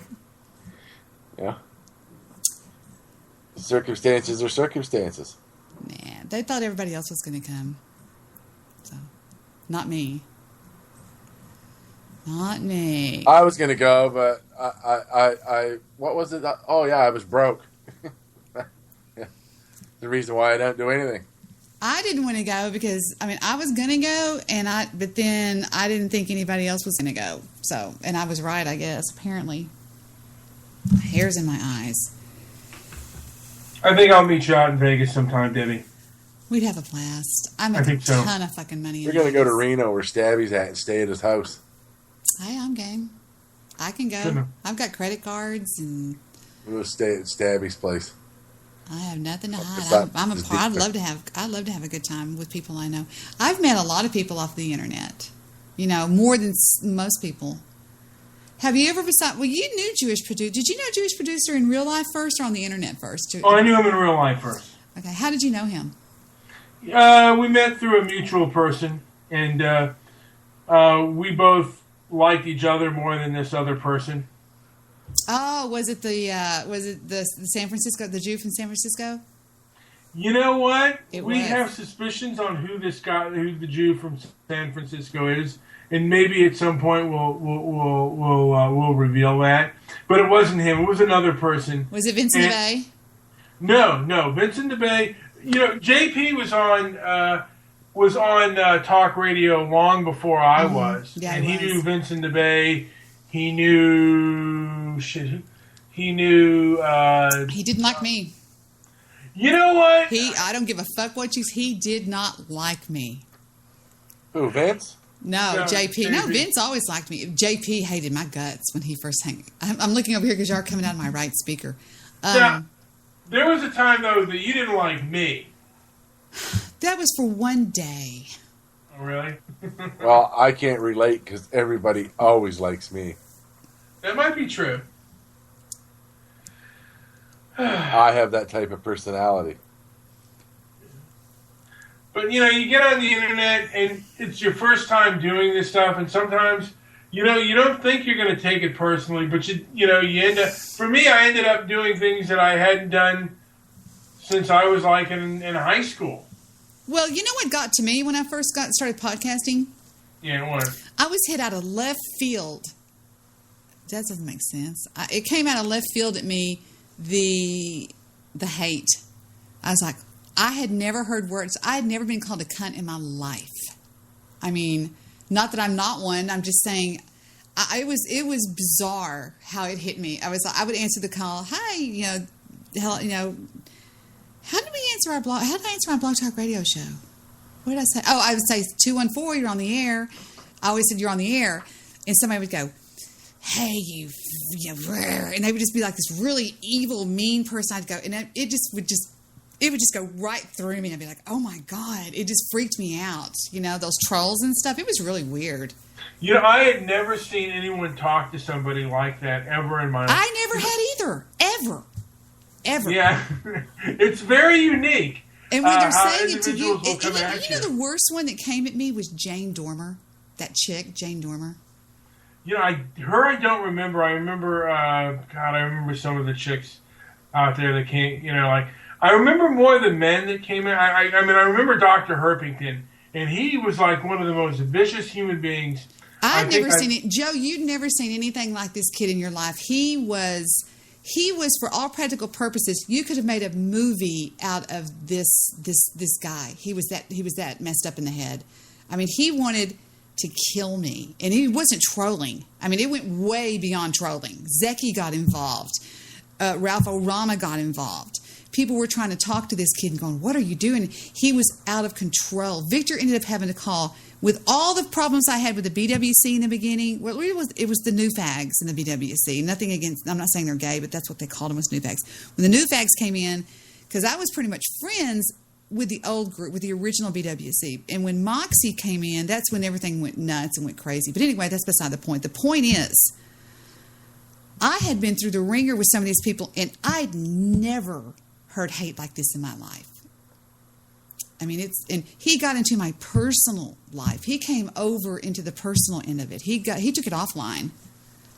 So anyway, yeah, it was pretty brutal how he would behave and act. I mean, I've never seen anything like that, like, you know, in my life. Joe. He was obsessed with me. Obsessed. Wow. I mean, it was a sickness. He was so obsessed with me. And when his psychiatrist said, what is it about her? Why don't you like her? And he goes, I don't know. I just don't. Yeah. They're like, what? He should, you know what? I mean, in my opinion, he should have spent some time. I mean, he should have spent some time in jail for that.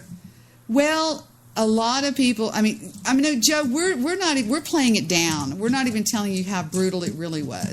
It really was that brutal. I mean, it was unbelievable. And I'm not talking about just kind of going, you're a nigger. I'm not talking about phone calls. I'm talking about this went way offline. You know what I'm saying? Yeah, I don't like it when it gets offline too much. I'm not talking about pizza bombs. I'm not talking about box bombs. I'm talking about this went deep. So, how do they do the pizza bomb? Don't you have to pay for the pizza before they deliver it? Nope. Have you ever paid for a pizza before, or do you just call and ask for it to be delivered? Well, see, they don't do it like when they deliver it here. They deliver it by taxi. So. Taxi? Why? They don't have cars? Well, there's not enough delivery business for them to have their own delivery guys. Found it, my chapstick stuff. My lips are so chapped from being out in the wind. My face is chapped. My lips are chapped. Do they have Uber and Lyft where you live, Joe? Not in my town, but they do in Halifax and Moncton and stuff. How prominent is it where you live, Debbie? I have my own car, so I would never use Uber, but I know Uber's very popular. I mean, I seen a thing today. They said that Uber is actually starting to cut into car sales and stuff. Is that a lot of people are not even... Uber's cutting into everything. Taxis, buses. I know in Dallas they offer, if you will join to drive for Uber, they will furnish you with a new car. Yeah. Yeah. Pick of the litter. You can get like a Nissan Altima or a whatever, and they will hand it to you, hand you the keys, and they take out the payment from your Uber stuff, your Uber money, so whatever. Yeah.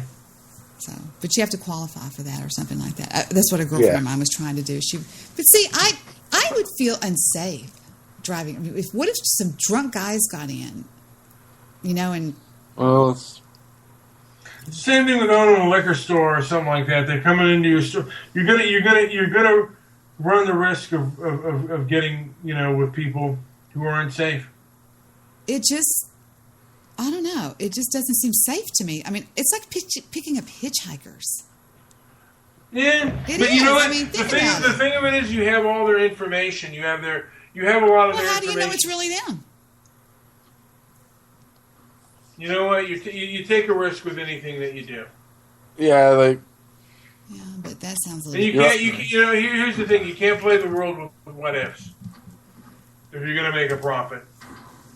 People say they make a lot of money at Uber. I don't. Not anymore. Yeah, I think the market got flooded, didn't it? Yeah. I think it's a lot like taxi driving. I think you can have good days and you can have bad days. But all the good spots, like... I'm not a good driver. All the good taxi drivers in their city know where to hang out. You know what I mean? At the airport. Where you pick up your fares. At the airport. So the same thing happened with Uber. If you knew where to hang around and wait in your car, you would get the good fares, but that information gets out, right? So now there's all kinds of people sitting around waiting all the time for that call to come in, right? For that Uber. Yeah. I guess I'm not a good driver. I'm not patient. I run red lights. I run stop signs. I speed like a bitch. I mean, I'm safe, but. You sound it. Yeah. When's the last time you have been in an accident? Never. Really? Everything she ever hit, she hit on purpose. Yeah. It wasn't an accident. She wasn't an accident. She meant to hit that. No, the only time I was in an accident, I was fucked up, and I was going out to my boyfriend's house by the lake, and I went straight into a telephone pole. Ooh. Yeah, pretty bad. And How Yeah. How much did that cost you? I don't know. He paid for everything. The cops picked me up and drove me over to his house. I was like, I need to go to my boyfriend Ronnie's house. They're like, I just passed out behind the wheel. And they were like, and they all go. And that was, Victor was his best friend. I started dating this guy. Victor was his best friend. I just fell in love with Victor. And the cops took me home. One of the cops drove my car. Wow. Well, I think they towed my car. I don't remember. Did the telephone pole, did it fall over? I don't remember. I honestly don't. I have an unbelievable total recall memory, and I don't. Now, had you been drinking? Yeah, I was fucked up. I was at a happy hour, and he said, "Come out here right now." And I was like, "No, fuck it." I was like, "I don't want to come out there right now." And he says, "You come out here right now." And I said, "No, yes." And the last thing I remember doing was exiting Dow Rock Road. I remember that. And then I just phased out. I'm surprised I didn't fall off a gigantic cliff and die or something. But yeah, I couldn't believe it. And they said I had all this weed in my car and stuff like that. And a cop got in and drove my car, and there was weed, and they didn't bust me or anything, because the guy that's the guy that I went out with on the second date. He asked me to move in with him. Wow. And yeah, he was like, "You're not going home." I was like, "What?" He said, "You're staying here." He had a big house, and he was nice, but he liked dating Dallas Cowboy cheerleaders. What's that number? Gosh.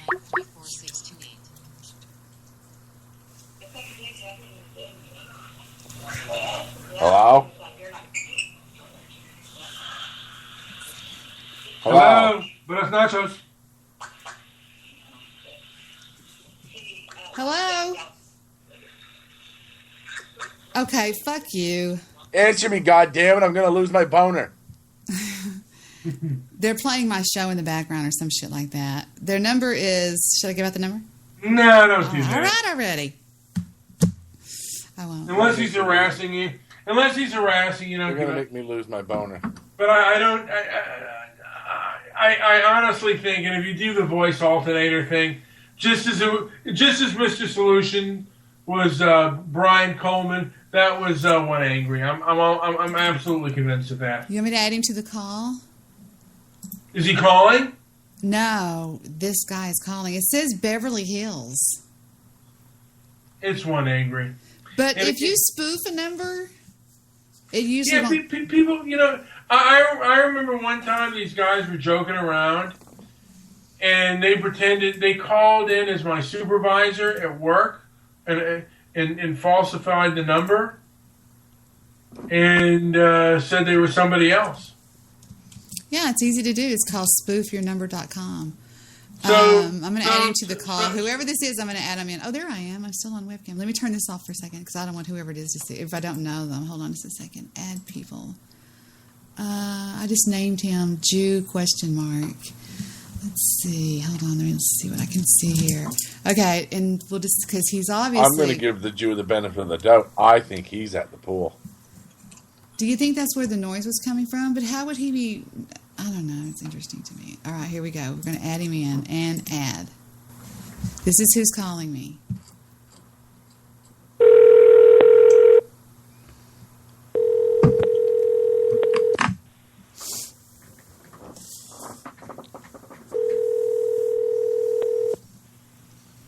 Ringy dingy.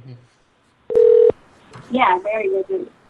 And people don't really know. And, like, a couple people have been like, "What? You got a man?" Because this time I've been super, not secretive about him, but I'm keeping him safe in my pocket. And my thing is, it took me my whole life to finally learn, like, the world doesn't want to see you happy. They don't. So when you love somebody, it's like, keep him tucked away safely. And it's not about no secret shit. It's not like I'm trying to fuck up my game with somebody else. It's not...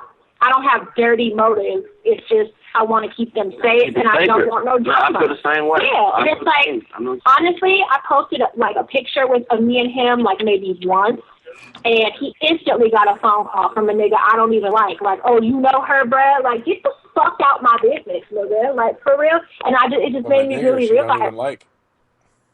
Yeah. Well, Debbie, I have to go to Betty. Bye. Good night, sweetest prince. Good night, Debbie Pooh. Good night, love, love, love.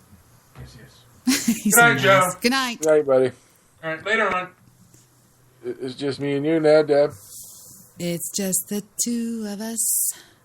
Not even no Stabby in the chat. I know it's only 12:30. If I get off the air, what am I going to do? I know. What show was that? It sounded like a podcast, didn't it? Didn't sound like a very good one. Is anybody talking about it in the chat room or anything? Hey, man, I've been hitting it out of the ballpark. You guys have been hitting it out of the ballpark lately on this show. So, Friday nights on Spreaker are always dead. Always. Well, it's date night for Stabby. Yeah. I guess him and his mom go to the movie. No, he has a date on Fridays. I hope so.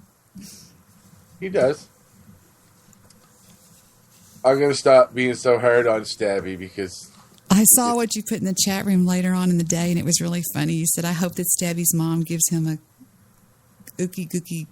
Made him the fucking... Whatever the fuck. It was funny. Fucking pookie kookie fucking breakfast. That was good. Surprise. That was really good. Yeah, he gets mad at me. I don't know what he wants from me. He gets all frustrated. He says, it was Brown Beasley, Apocalypse. It was Brown Beasley. I know y'all probably are just gaming or something, and that's fine. You don't have to chat in the chat room. I know you can hear me, but I think that it was Brown Beasley. And I'm good with voices. I think it was him, too. There you go. There you go. It was Brown. Because it sounds like... Because, Mr. Midnight Movie was wrong. Listen to how he says this right here. I'm going to play it again. Listen.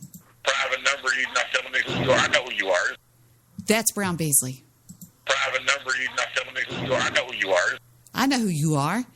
That's Brown Beasley because he says like, Joe, don't call me on the private number. I know who you call me from. I know who you call me from, Joe. That's the way he talks. He'll go like, da-da-da-da-da, like that right after a sentence. And that's what he does right here. Private number, you're not telling me who you are. I know who you are. That's Brown Beasley. Yeah, I think so, too.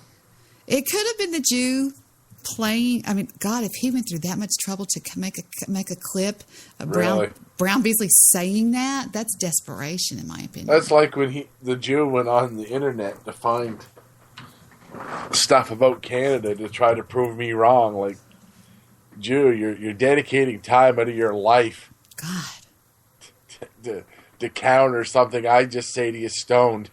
Yeah, some people have so much time on their hands. Yeah.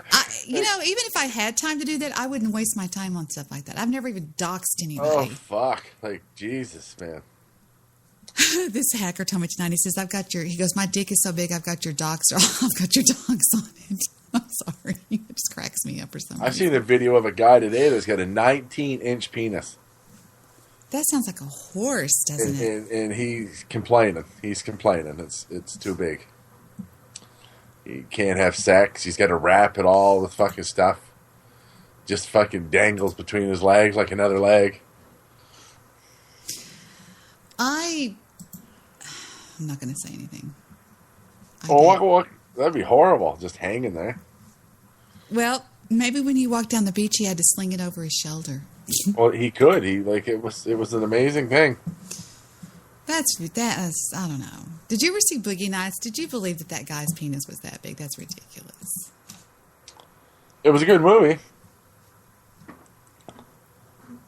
Was there ever a movie that you watched that was bothersome to you? I mean, not bothersome, but it was almost uncomfortable. It was so bad. Like Natural Born Killers, when you first saw that. Were you ever stoned? Well, when you say bad, you mean like the movie was bad or just like the... Okay, I'm going to be honest. I saw a movie that to me, it had Phillips... I wrote it in my chat room. I said, if you want to feel better about your life, watch this movie. It had Philip Seymour Hoffman, Marissa Tomei, who is hot, and somebody else named something... And it had a lot of good actors in it, but it was the most messed up plot about a family. It was about these two brothers who need money because they're doing coke, and one of them's seeing a a male hooker behind his wife's back, who's Marissa Tomei, who's fucking his brother behind his back, and they decide to rob their parents' liquor store, and they accidentally kill their mother, and it's Holy fuck! It is like so messed up, and it's real bloody, and it's real, and they snort. It's like they shoot heroin. It's just like one of those movies. It's got everything bad in life in it. You know what I'm saying? So it's quite real then. It was very real, and it made me think, I wonder if things like this really go on in families. And I thought I had problems just because I accidentally dropped something on somebody's floor today or something. You know what I mean? It was just weird. But I have to tell y'all my story about how I almost was involved in a kidnapping today. Wow. All right? Now, follow me closely. It's a real short story. I'm out running errands around the town, and I get a call from Jet. Okay? Mika. I said, hi, baby. He goes, can you come get me? I said, sure. Because I'm thinking, because he called from Heather's phone, right? So I'm thinking Heather said, if you want to go, call Mika and have her come get you, right? I go over there and I go, beep, beep. Jet comes running out of the house, gets in the car. We have a blast. We go here, we go there, we go here, we go there. We go to the post office. He gets to look at all the stuff that they sell that's Native American. He likes to do this. The guy lets him come behind the counter and play with the machines. It's really fun, okay? Heather was asleep. Uh-oh. She wakes up.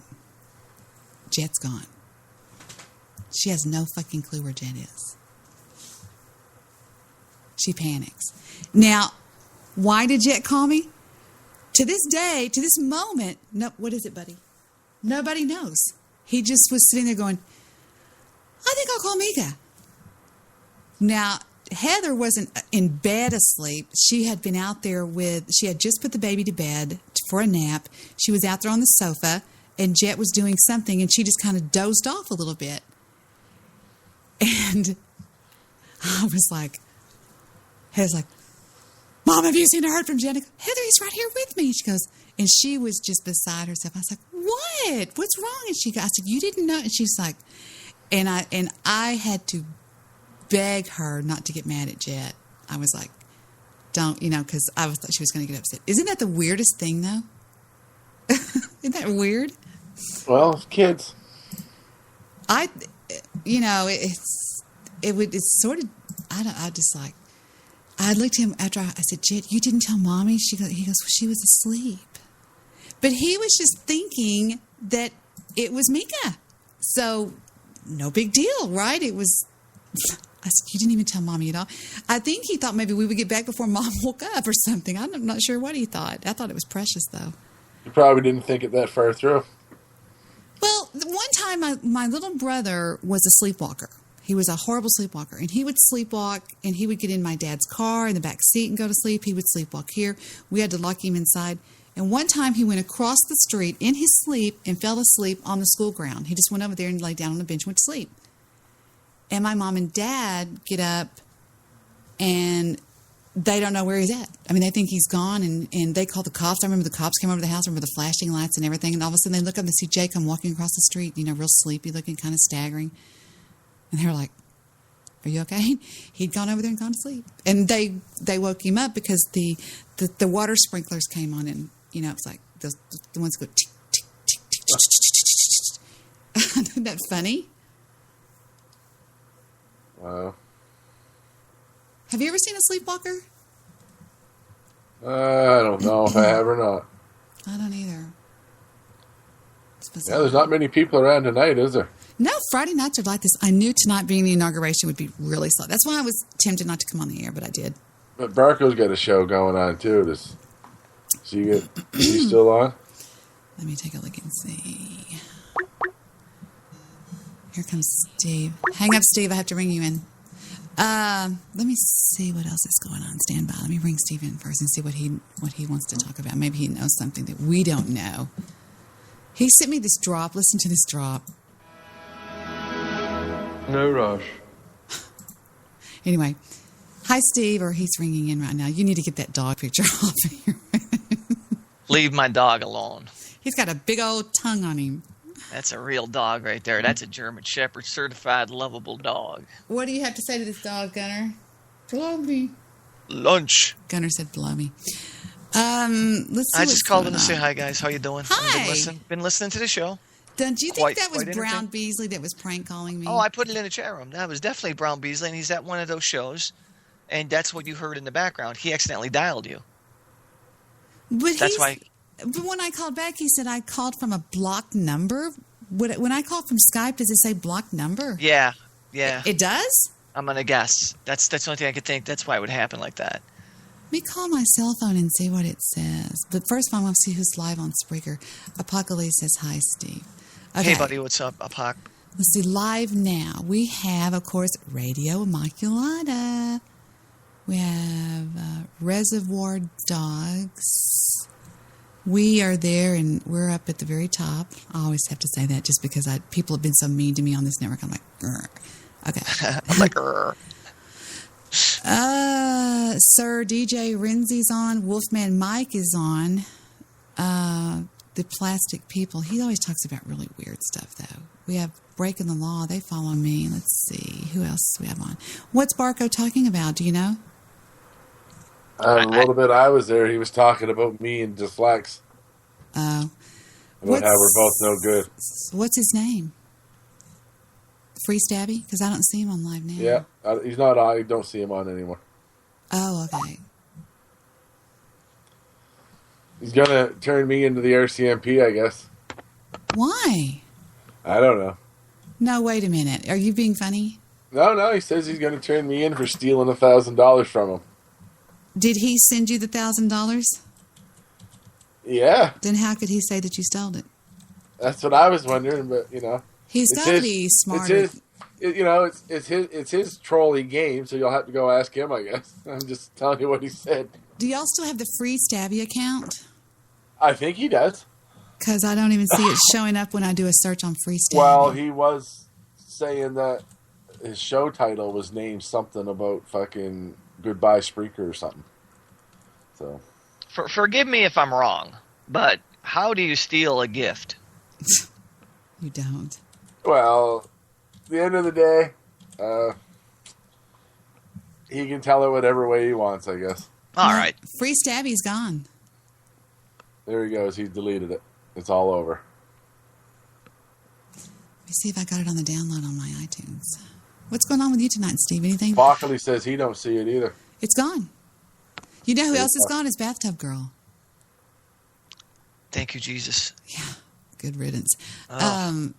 The dumpster. Don't go by the dumpster. No, her Truth Talks radio is gone, and I'm not sure if her political Woodstock is gone. But... Mentally, she's been gone for years. Really? Yeah, it's true. So. This is Joe, true. how you doing, buddy? Not too bad. All right. Just want to touch base with you. Always making me laugh over here. Steve and I were talking earlier. He said that he was blaming some of Dennis's weirdness on the fact that he's drunk. I said, Dennis isn't always drunk. Dennis is just weird. Dennis is odd. Dennis has always been odd. He has. I'll tell him straight to his face, Dennis, you're odd. I'm not going to talk behind his back. He's odd. You can tell when he's drunk. That's what I'm saying. He gets a little bit more obnoxious. The F word flies out. Yeah. Does the F word fly out like every other word when he's really drunk? That's how I know. The other night he talked for fucking a minute straight and he never said anything. He was like he was in a loop. I remember those shows. I used to do them. He was like fucking. That's what I'm saying, man. The fucking shit. You can't fucking. You know what I'm saying? The fucking shit. Yeah. And that's what I'm He always saying. goes, fuck that man. Shit, man. Fuck It that fucking man. Just Fuck shit. that man. Fuck that man. I don't have time for it, man. Fucking. The only thing I show for Barco is Thunderbolt Gramscaping. Rest in peace, everyone's favorite grandmama. That was January the 10th. That's the last thing I have. But I have all of his shows. No, I don't know. I guess I deleted it. I love the new Debbie Daly. What? I love the persona. I love that you're relaxed. I think you're chill. I know you like the beginning of this. I thought was going to get pretty heated when Joe was giving his take on Donald Trump. And the old you, I'm telling you, bullshit. The old you. No, I know. The old me would have fought him tooth and nail. It would have got ugly, I thought. I'm like thinking, oh shit, Joe, you're going down the rabbit hole there, buddy. Do y'all think I don't care anymore? What is it? I think that you've gotten to a point in your life when you realize that it's no longer worth it. Not with Joe. Joe's a great guy. Joe's a phenomenal person to talk to. I'll talk to Joe 24 hours off this fucking thing. Joe's great. That's good because when I come to live with you, it'll give us something to do. Well, just make sure you're wearing 2 towels. But you Not know, when your daughter's home. That might be a little stretch. Who has a Barco account that did the Shilly Bong thing 7 days ago with 6 That's listens? Barco. That's Barco? There was only 6 listens and 0 comments on it? I got more listens when I put it on my account. Yeah, I don't get listens. I get crickets. I don't like and I'm Barco. back out quiet. Barco's a cheese lick. I don't like That's how ashamed of it I am that I went and downloaded it and put it on my show. Yeah, it was pretty stupid. Not too hurt, are you? Yeah, there you go. You're really showing me. I gotta tell you something funny that Apocalypse did. He went onto my page, and he comes out there every now and again and looks at stuff. And I had this picture that I had my car at work anyway, and I put it in the garage. And it was like foggy out and shit's humid. And then when I brought the car inside, it was all the windows were steamed up. And one of my buddies at work, put Rush on the window in the steam, and it's a mirrored glass. And I took a picture of it and I put Rushville. Hang up, Illinois. buddy. I got to add you. Hang up. And I thought it wasn't a real place. He looked it up, and it is a real place. So, anyway. Cool. It does exist. Hello, hello, hello. Ah, there's the guy. There's my babe. Hey, buddy, how are you? The game's all here. Everything's going to be all right now. Everything's better now. It's like fucking Christmas time. Sonny, There did you you go. see those guys in that parade? Yeah.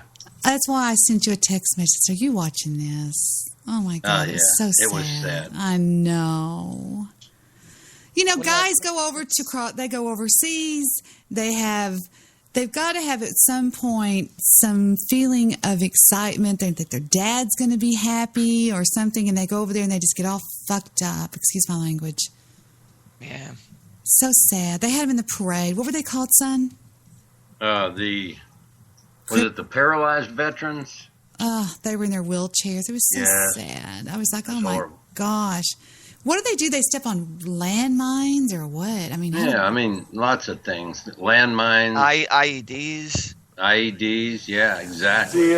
See, in an insurgent war, it ties up more personnel if you wound a soldier. Well, see, If you kill him. True. When I was in the military, the Chinese were really good at teaching the North Vietnamese all about punji sticks. And the theory there was, they'd take these bamboo and they'd shape them out and put an arrowhead type of shape on that so that you couldn't just pull it on through or pull it back through, and they would bell it out at the bottom. But the whole idea is if you stepped on that and it would go right through your jungle boots, whatever, is that once you became disabled, it took 2 more guys to tote you around. Yeah.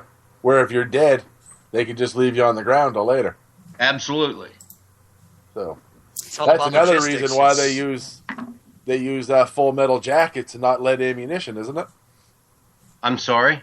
Isn't that why they use metal jackets and not lead ammunition for the same reason? Absolutely. Correct. They don't want the bullets expanding on impact. They want them going through. So, doesn't a full metal jacket do more damage? No, it like when a lead bullet hits you, when it comes out the other side, it's expanded. Right. Like when a full metal jacket comes out the other side, it's just a little bit bigger because the bullet, unless it hits a bone or something, doesn't really lose its shape. Sonny, is that what they shot in they called it like Guadalcanal? What is Guadalcanal? Guadalcanal was the first battle between the Marines. I shouldn't say the first battle. I don't know how you would word it. I guess it was the battle for Australia. It was. Well, my uncle was in Guadalcanal, and I told Sonny one time that he had tattoos that on the front of his body it said bullet entered here, in the back it said bullet exited here. Would that be a full metal jacket? I imagine the Japs use full metal jackets too. Yeah. Yeah, and and that was the subject of that big controversy when they were saying that all law enforcement in the United States was preparing to kill the citizens because they were now dressing them up with hollow points. Well, hollow points is the safest fucking ammo that they can use. I mean, it's certainly going to do a number on their intended target, but you have less of a situation like of ricochets, through and throughs, things of that nature. And so, but all of these conspiracy theorists, oh my God, they bought 600 million rounds of hollow points. And it was like, this big Alex Jones conspiracy.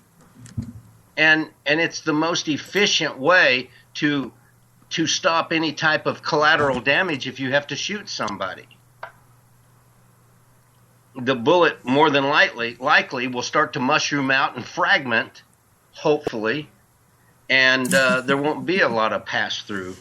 Bathtub Girl did a show yesterday called Fire in My Soul. Absolutely. Is that what she's calling her twat now? I wonder what that means. I wonder if it's about the dumpster. Wait a minute. It was called what? Fire in My Soul. Fire in My Soul. Either that or she's pissed off because she didn't get any more... maybe they cut her off of her crazy check. I'm guessing crazy it's chick. Torrent love affair with No, Fire. it looks like whenever she's being ignored, she'll either become pregnant. This is what her ex-best friend told me. She'll say she's pregnant. She'll say she has cancer. And I'm seeing a burned down building. You want to bet she's going to say that she had a fire in her house or something like that, or she lives in Section 8 apartments. I'm guessing she's had a love affair with a Fireball bottle. No, the picture. Fireball. It's possible, Apocalypse. man. Look at the picture. It looks like a picture of an apartment, but why would only one apartment burn upstairs and downstairs? You want to bet? God didn't live there. Let's see what she says. God didn't live there. Just thinking of the next 4 years. Fuck. Under the influence. Now things may change. They may not. He may decide that leave it as it is, because he really doesn't care what you and I think. He cares what he thinks. Why don't you speak for yourself? I don't know. Let's see what the fire in the soul means. That's what I think. So let me go over here to this computer. There was something I wanted to talk. She must be at Mission Control. All she ever does is say, let's see here. Let's look over here. It's all she ever does. Do I do that shit? No. She that's her segueing, Deb. She doesn't know how to segue. Oh, sorry. Are you as stoned as you were the other night, Sonny? No, I was. I wanted to apologize for being so ripped up. You were awesome. What the fuck are you talking? Don't ever apologize for being good. Oh, it was horrible. It was funny. I think I'm not. It's not that I think. I did find a lot of stuff crazy funny that night. It was funny. What's wrong with that? But it was funny. I know. I'm just saying. I did find it crazy funny, and but I see what's transpiring with me and my smoking. You know, I'm really working on, if I am high, not to just totally shut the fuck up, and that's turned out better so far. Sort of, if you call that nonsense better, but you know. Well, it is what it is. Yeah, exactly. Yeah, well. Well, I didn't notice anything different. I thought you were funny as hell. I thought I had a good time. Joe was good. You were good. It was a good show. Debbie, of course, you know. Thank you. So, did Dennis finally ask for your hand or anything after I left? I don't know. Did he put something in the chat earlier about love? I don't know. I haven't paid Debbie, attention. I haven't read it. He loves your voice. I don't take to trolling. I know you're full of shit. Y'all know I would have nothing to do with that guy. I have nothing to do with that guy. That guy's nuts. Debbie. I know. Don't push away love. You never know. Don't push away love. He might be a really good kisser. Debbie, just give it a shot. Steve, don't say Debbie like that. You know that's stupid. that almost that's sounds just like fucking creepy, Debbie. Continue. Yeah, he has to give me my permission to continue. He's really. I got no time, man. No, you guys have got the man wrong. It's Mon. Mon. I got no time, Mon. He sounds like he's from Jamaica. Fucking shit, Mon. Jamaica. That's what I'm talking about. This fucking shit, man. You're fucking right. I'd go down Well, there, man. what I think is stupid is way the testosterone comes out and he'll start going, okay, here's the way it is, Mon. Here's the way it goes, Mon, okay? This is the way it's going to you up, Stabby. This is the way it's going to go down. And I hate the way he calls in just to bitch at the guys in the chat room. Yeah, he's easy. Fuck. He's easy. Isn't that what he would always say about people? He could be Nick Larson. I like people like him because it just makes it a little bit different. That's what I love about the show. There's always something different going on. I think he's probably a pretty good guy, though. No, he's not. Oh, he's not? No.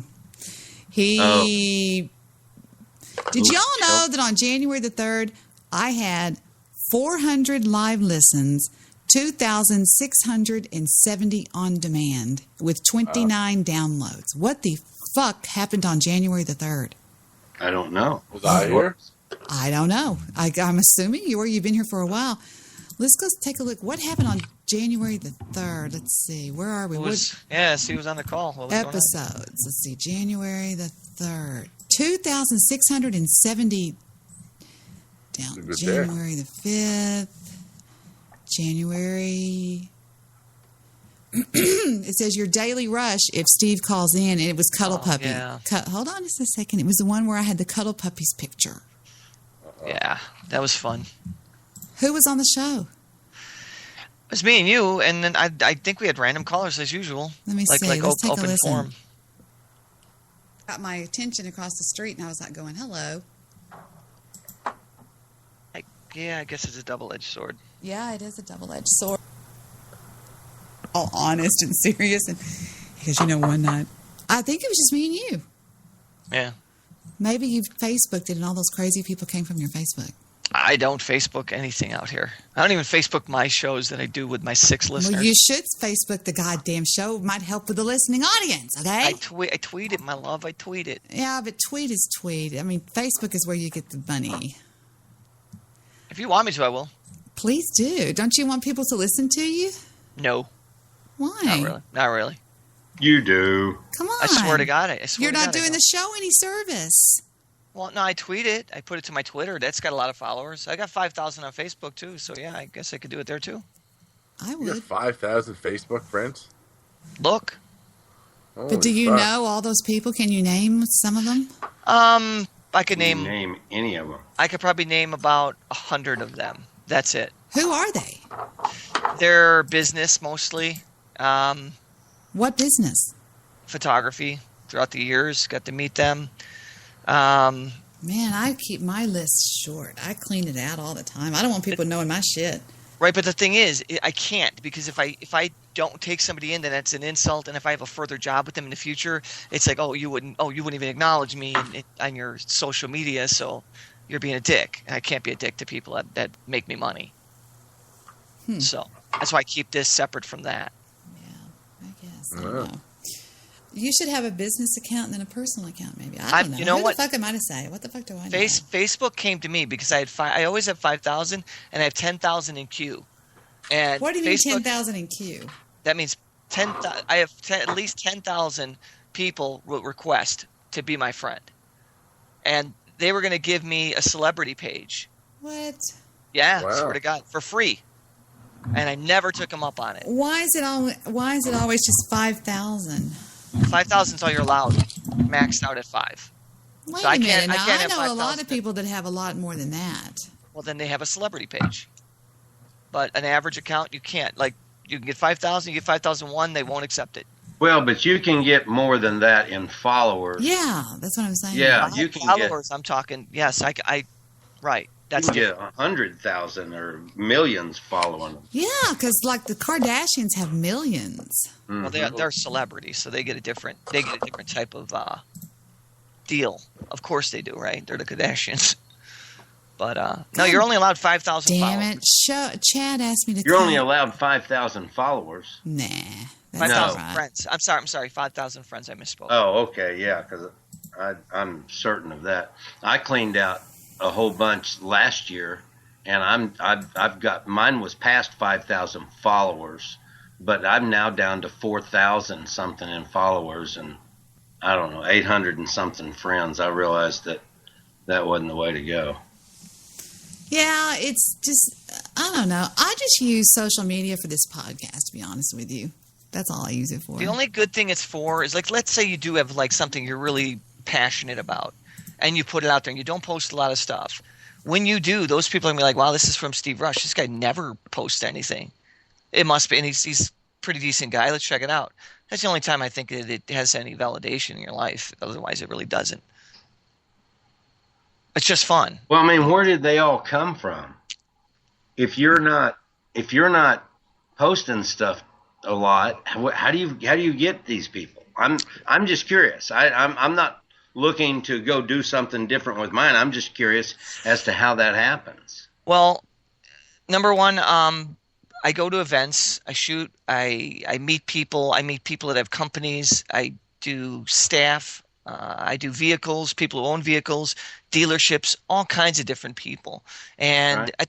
I sent you a link, Debbie, in your in the Skype chat, actually, of some vehicle I shot this week. And so those people say, well, I want to follow you on Facebook and see if you're going to be in a certain area or doing an event so I could be part of it.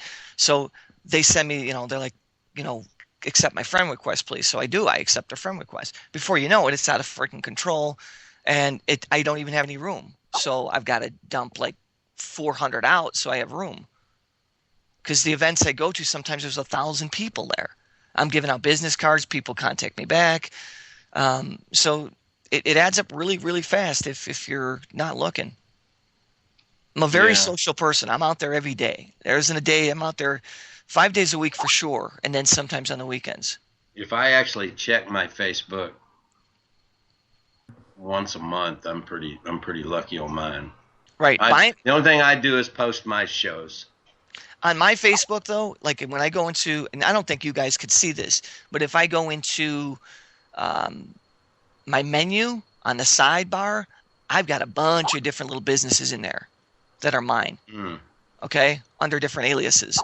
And those are the ones I actually can go in as an administrator, change photo fonts, change their pages for them, fix things. So there's a lot of correlation there as well. Gotcha. So it's all business. It's just, I'm utilizing it the way it should be utilized. It's a social media. No, I agree. Yeah. I just never really paid a lot of attention to that. In fact, I resisted even putting a Facebook page up for several years. Yeah. Well, we just didn't do that, given my background and stuff, So. Well, God bless my little girl. She won't do it. My daughter, she's like, Dad, I will not give out my personal information. I'm like, you don't have to. She's like, she says, I think it's kind of creepy. It's intrusive. I'm like, it doesn't have to be. Don't go out there. And she's like, and she's never done it.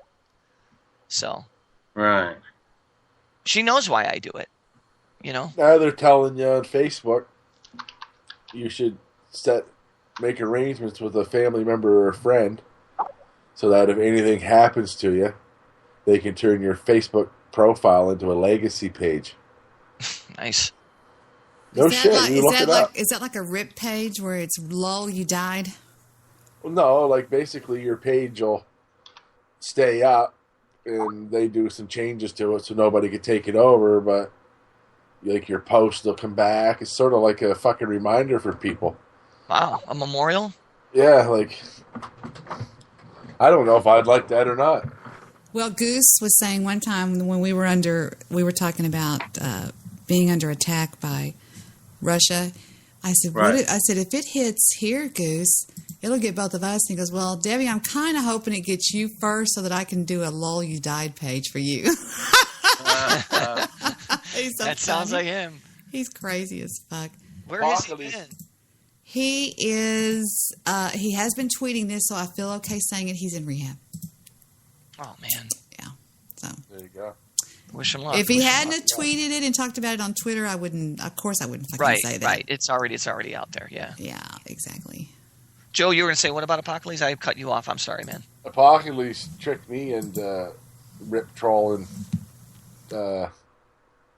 Baby Boy one time. What do you mean? DJ Baby Boy? He's not dead. He was doing a show for a friend of his, a memorial show, and I didn't know what it was, so I called in and pretended I was a co-worker of this guy. Oh, shit.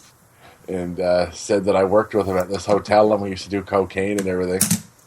And they hung up on me, and Baby Boy went all chimpy like you think he would. And then it gets worse. It gets worse. Then guess what happens? What? The dead guy's mother calls in. She was listening. No way. Fuck. Oh, yeah. She goes off on a big tirade about how I need church and fucking... So... I hate to one-up you on that, baby, but the BWC trolled Sarah Burke one time, the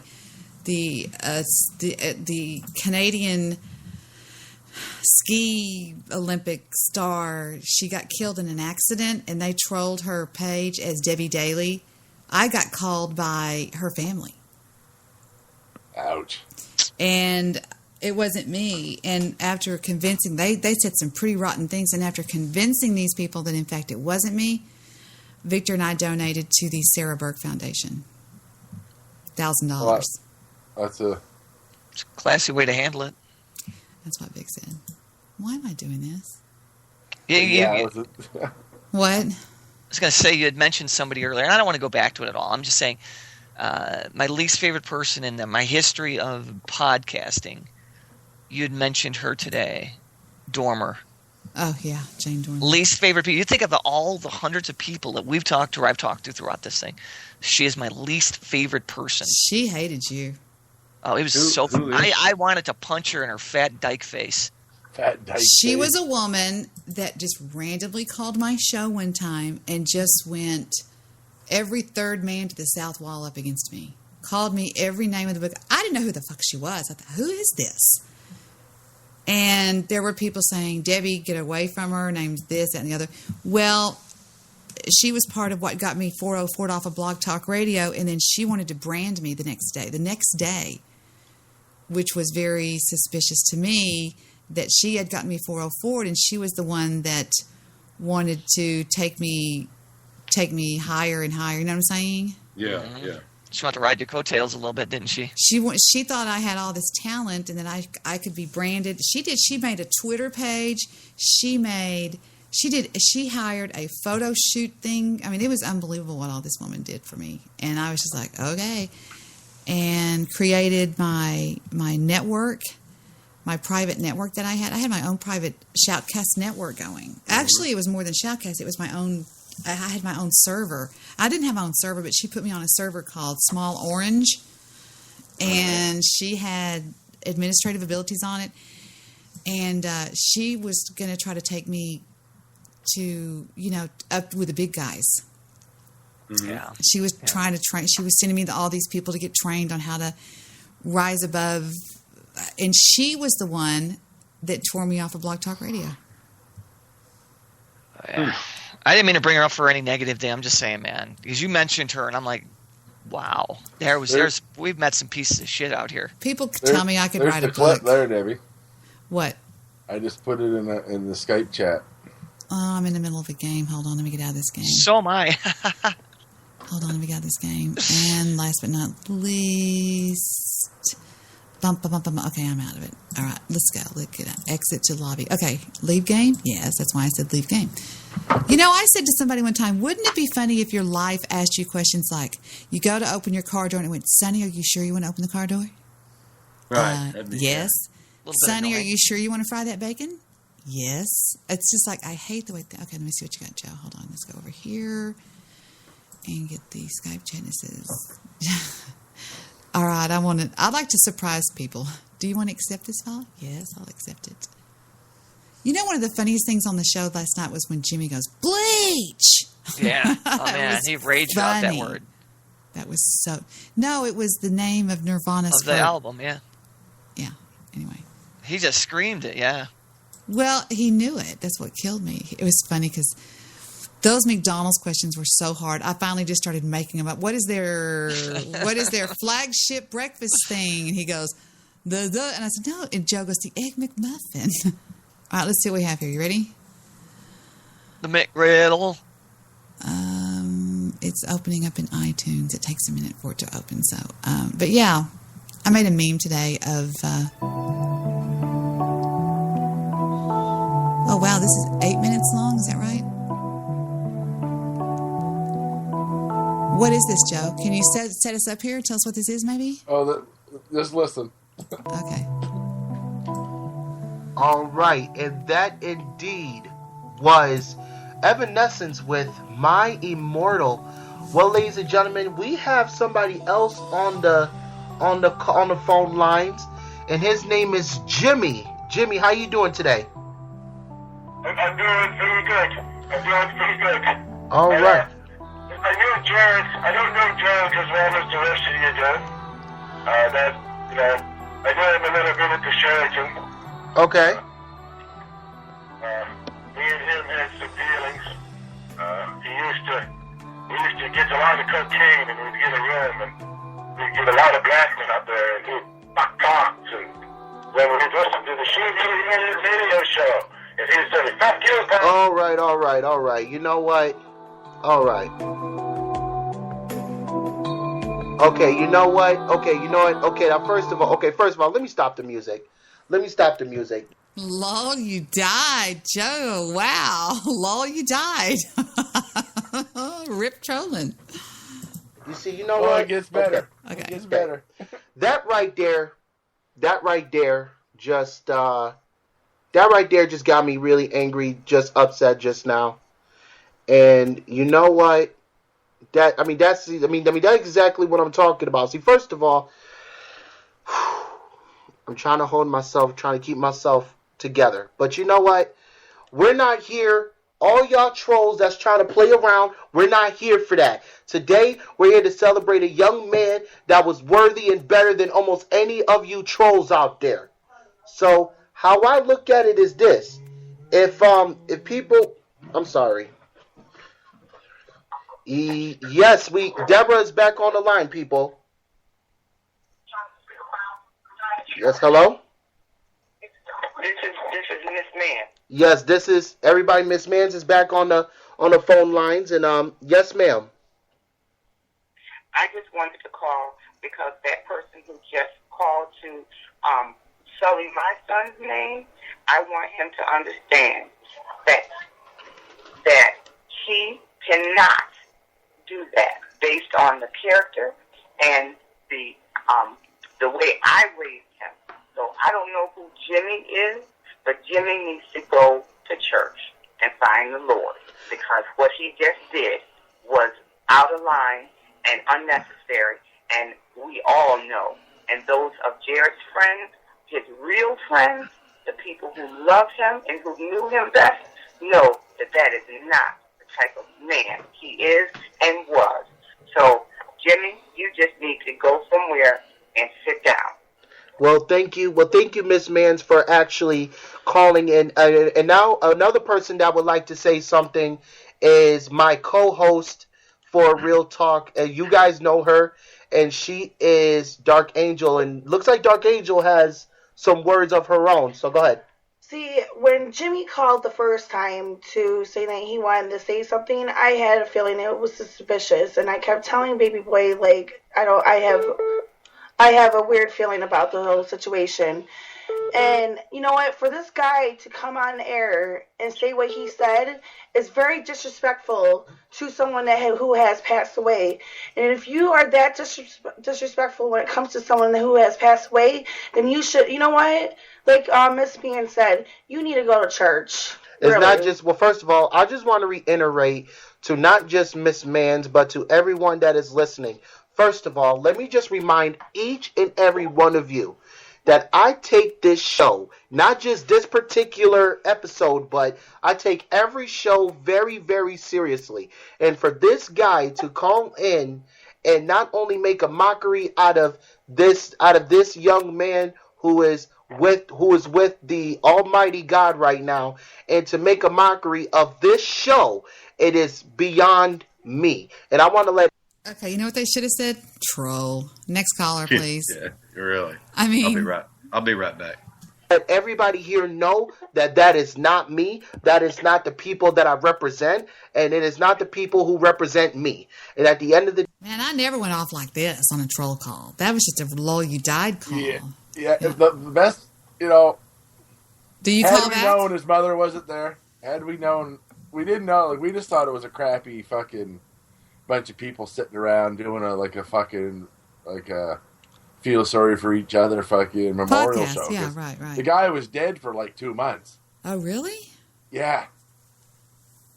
You know what I mean? And when the old girl called in, my heart sunk. I was like, oh, fuck. Who told you to do that? Apocalypse? Well, Apocalypse didn't know either because. Oh yeah, I can understand that. Because we were in communication through text, and he, like when the old girl started talking, we were both like, "Oh fuck!" Like this just went south. Right? Did you find church after this? No, actually, all right.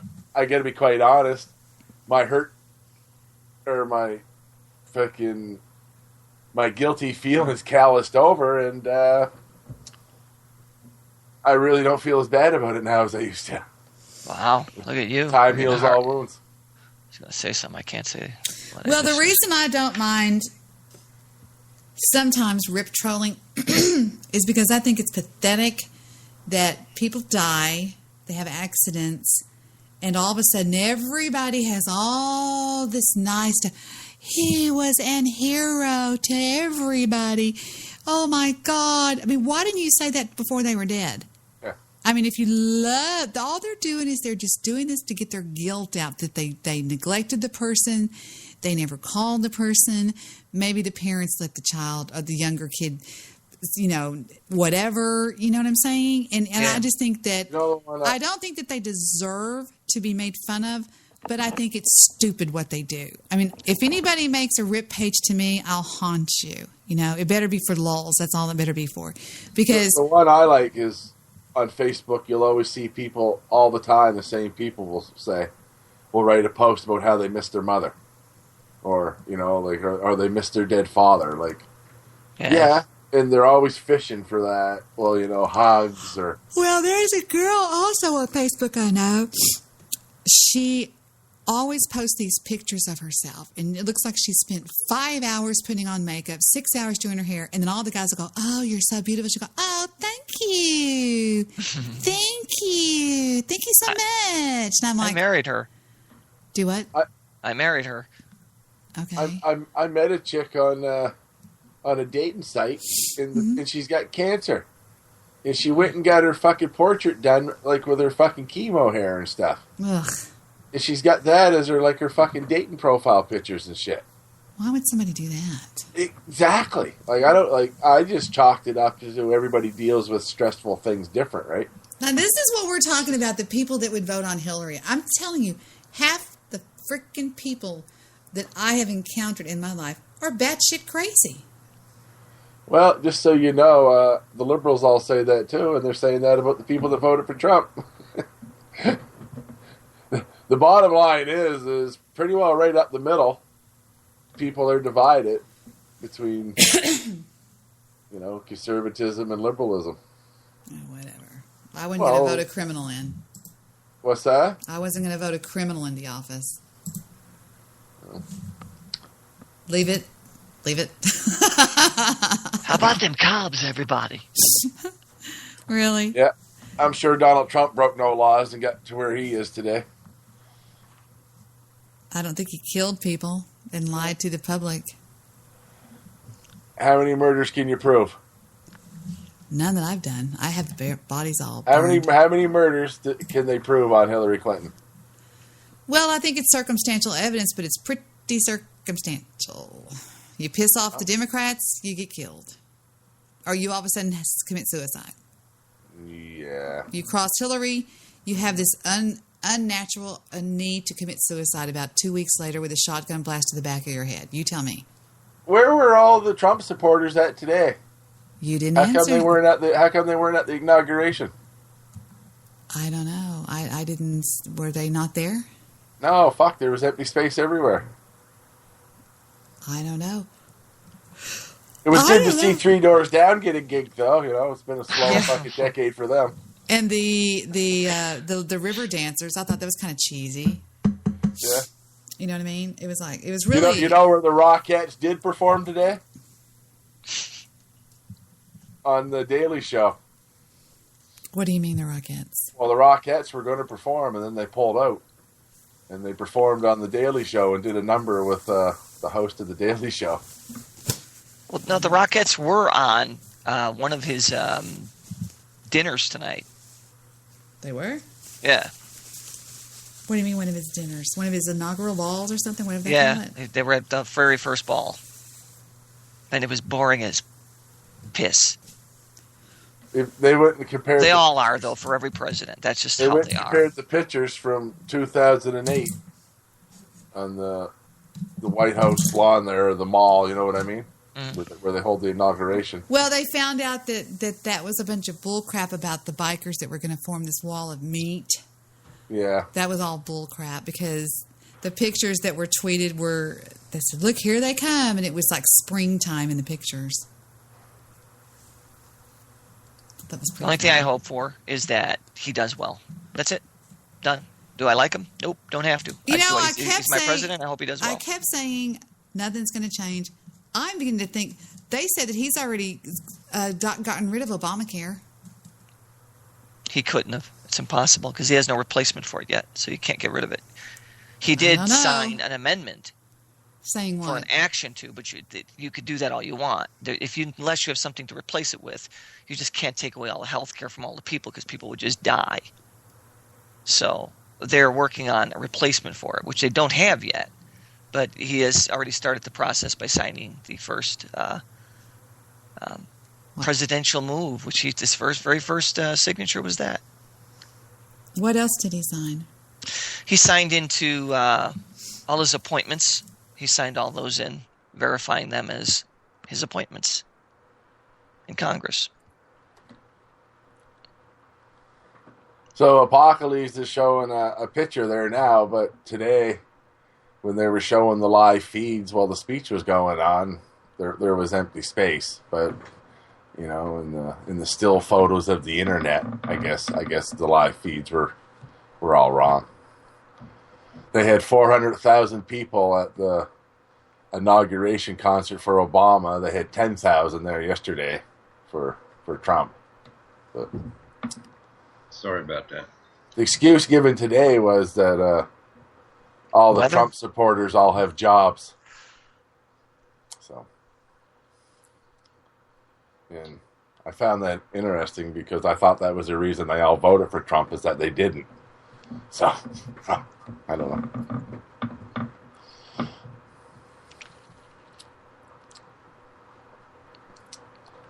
It's going to be an interesting 4 years either way. Yeah. They won't bother you. You're in Canada. You're in Canada. Every time I hear that statement about why do I care or whatever, Well, it does make I some sort of rational sense, Angel. I mean, if you think about it. Well, does America... it is his neighbor. Hold on, Does Steve. Let him America talk, baby. Hold on. only meddle in their affairs inside America's borders? I'm sorry. Can you repeat that, please? I'm sorry. I was turned around the other way. Does America only meddle in affairs inside their own borders? Because I'm pretty sure I don't America know. has bases in over 100 countries around the world, don't they? Sonny, what does he say? What did he say? He's saying that we have bases in over 100 countries, which is true. So what does that have to do with us talking about their Well, government? he was their saying that that a lot of times our I'm decisions- really trying here, guys. I'm really trying to not be just a fucking bitch the way I used to be. So Sonny can help me out because he's like helps me understand stuff. So that's okay. Sorry. So, I guess what I'm saying is you're telling me, why do I care? I'm from Canada, and I'm saying, well, United States just doesn't stay in the United States. You guys inflict your influence all over the world, so that's why people from around the world care. Oh, okay. Eh? Well, I guess I don't know. So I guess what I'm saying is, and the rest of the people of the world would probably agree, if America don't want us to have opinions about them, then maybe they should stay home. Well, the only thing I can say is, you know, your candidate, the luscious and beautiful and talented and sweet, loving Hillary Clinton, should have ran her campaign a little bit different, huh? Instead of killing people. Well, again, something you can't prove. You can't prove that he did. Okay, we're going to get in a fight. Never I can't mind. prove what? I can't prove what? No, I'm not doing it. I love you too much. Not doing it. Well, I'm not doing it. Like you proving that Hillary Clinton murdered somebody is, strictly speculation. Well, I'm not saying she went out with a gun and murdered somebody, but it's just very suspicious. Come on, guys, y'all can back me up a little bit here. I mean, come on, we talked about this for weeks on this show. What about the guy that quit the DNC and said he was responsible for doing that? What about Vince Foster? Come on, help me out here. Vince Foster, one of my shining examples of wonderful law enforcement and detective work and stuff. So they concluded that Vince Foster, after he went sideways with the Clintons, he died in one area of town. And then after he died, he walked all the way across town and sat on a bench in a park, and then that's where he was found. And I will say that the Clintons have been under suspicion for a lot of bad stuff way before Bill was ever president. Bill's brother. What was his name? What was Roger? What about? Okay, I have the list here. Okay, all right. I'll accept that the Clintons have suspicious ties. Yes. Nothing can be proven, but there's this gray area of suspicion. All right. So if we accept that, then let's flip to the other candidate. No, we're talking about death. Okay. So let me finish. We're talking about Donald Trump. Donald Trump built how many buildings in New York and New Jersey? How many in people the 70s died? and How 80s? many people had to die?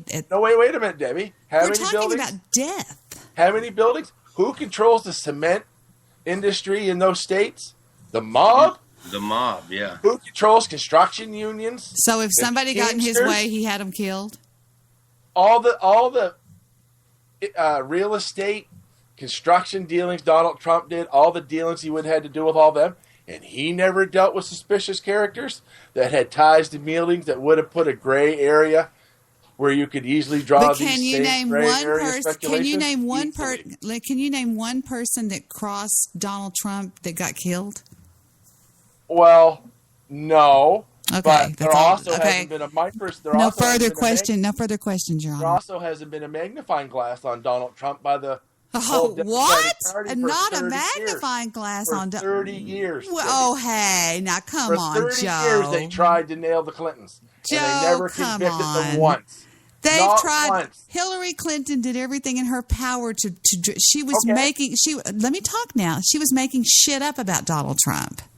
Okay, all right. So if the Clintons are as guilty as you say, and I've made this point before, here's something you have to accept. Either they are so much smarter than the whole Republican Party that the Republican Party couldn't make one thing stick to them for 30 years, or it's all bullshit.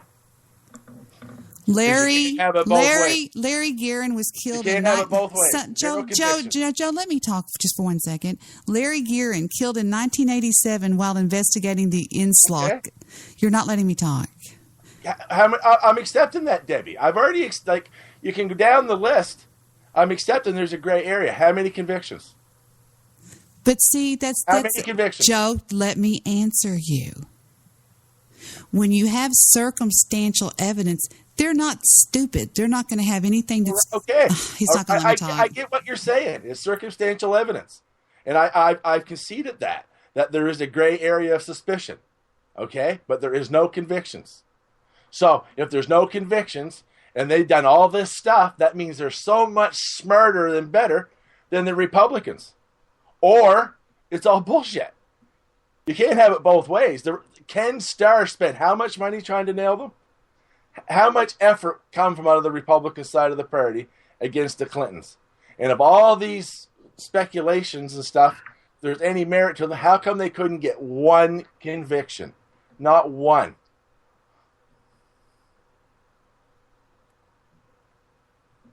Just for the record, I'm on mute. I know. There's two other people on the call, and I'm not going to argue with you, JoJo. I'm not going to do it. I'm not going to do politics. You know that. I don't understand. I just don't understand that gray area. I don't either. I'm conceding that what you're saying, I'm acknowledging your information. I'm saying fine. I want to ask you something, Joe. Joe, can I ask you a question? Yeah. Does this have anything to do with what's been going on with Stabby? No, it's got nothing to do with what's going on. Stabby's been trying to push Joe to stand up. Nothing to do with what's going on with Joe, Stabby. you're going to have to let me talk, Angel. You're going to have to. Stand up to Debbie when she's acting crazy.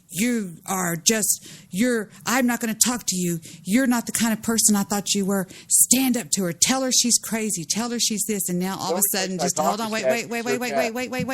Just all of a sudden, boom, tonight, this has happened now throughout the show. Well, I think it's pretty consistent to the stance I've always had on the murder convictions of the Clintons, is that even if you say, well, I suspect, then you have to ask, well, why was there never a conviction, is what I'm saying. So even if you take your information you're presenting, Debbie, you have to say, why was there never a conviction? What do you mean the information that I'm presenting? This is what the world... Never mind, I'm going on mute. The information the world's presenting. Why was there never a conviction? Well, I think I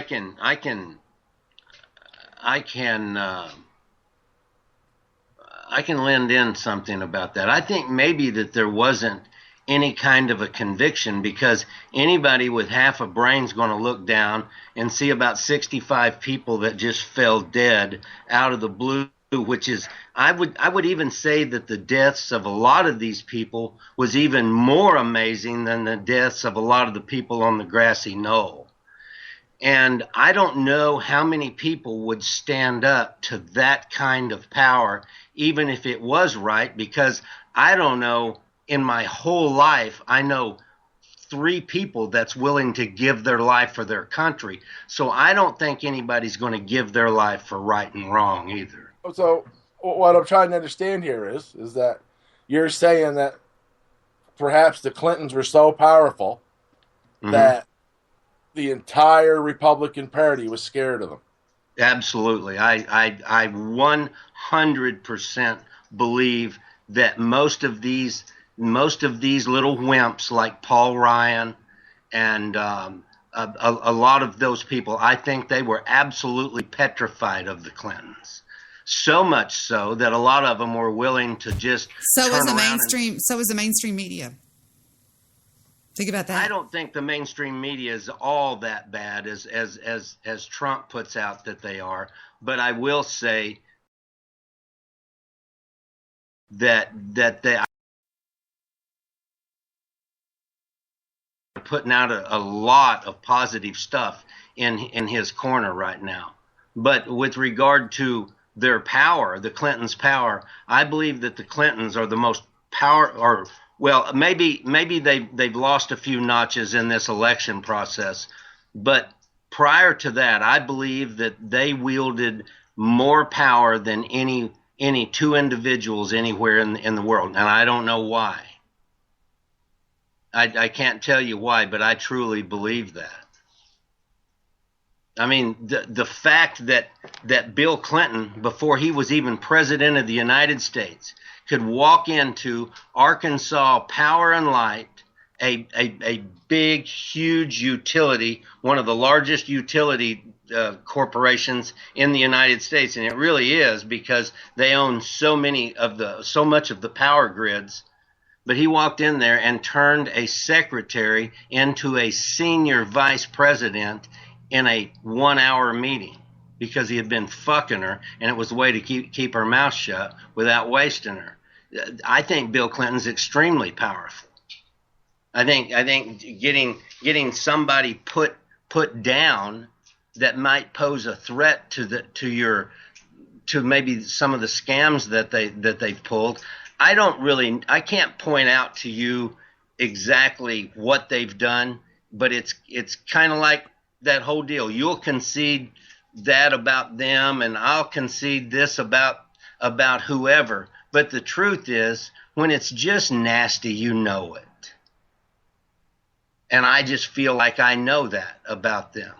I don't think they're any better or worse than anybody else that we put out there.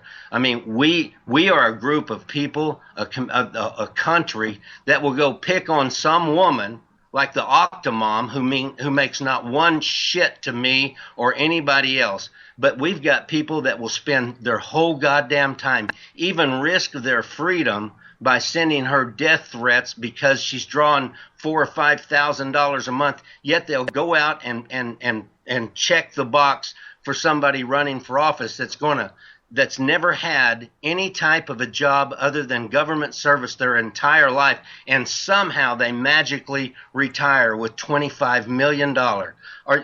This is just amazing. So we have problems in our country and the way that we look at all of this sort of stuff. The big picture we ignore. We always pay attention to the little stuff. But I think there's a trail of bodies behind the Clintons.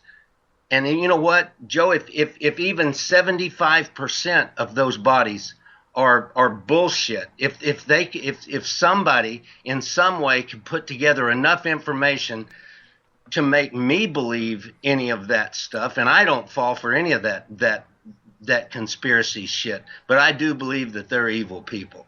Well, I don't think anybody of pure heart makes it to the top of the political game. But again, I myself find it hard to believe that if there was any evidence at all that they would have been able to escape all these investigations and get to where they are today without one conviction or without even seeing a courtroom. Right. You know, and I just can't accept that. And yeah. No, and I see that. I see what you're saying. I mean, it makes sense to me.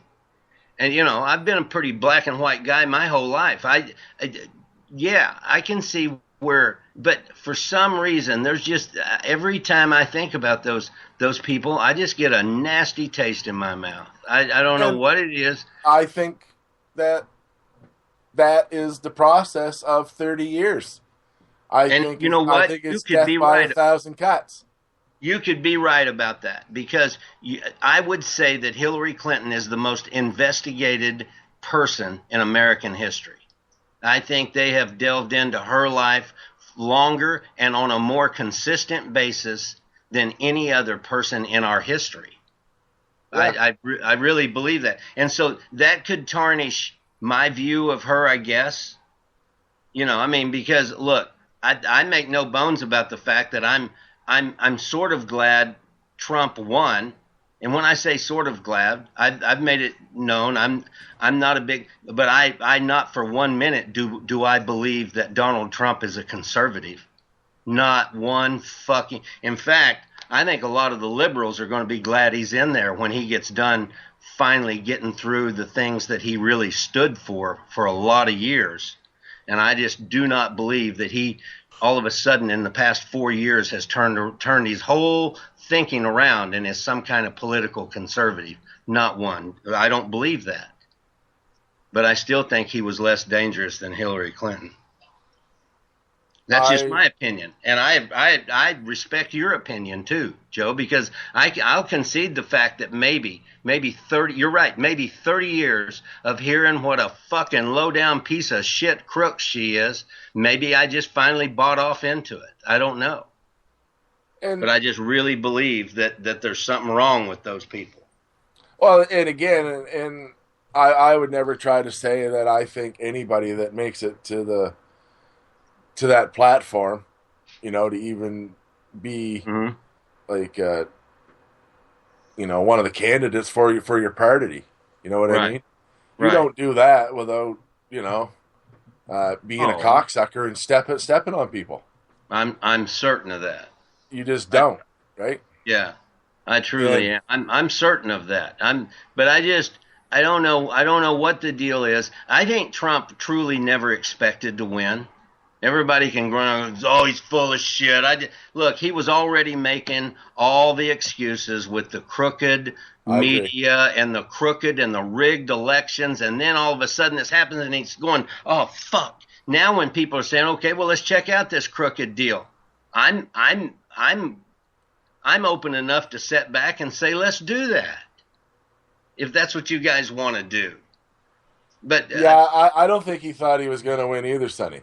Oh, I think he was looking at a big book deal, and he, just like he got to go around for a couple of years looking for the birth certificate, he was going to make a lot of money traveling around talking about how they stole the election from him. Oh, yeah, that could be. I really do believe that. I do. Right.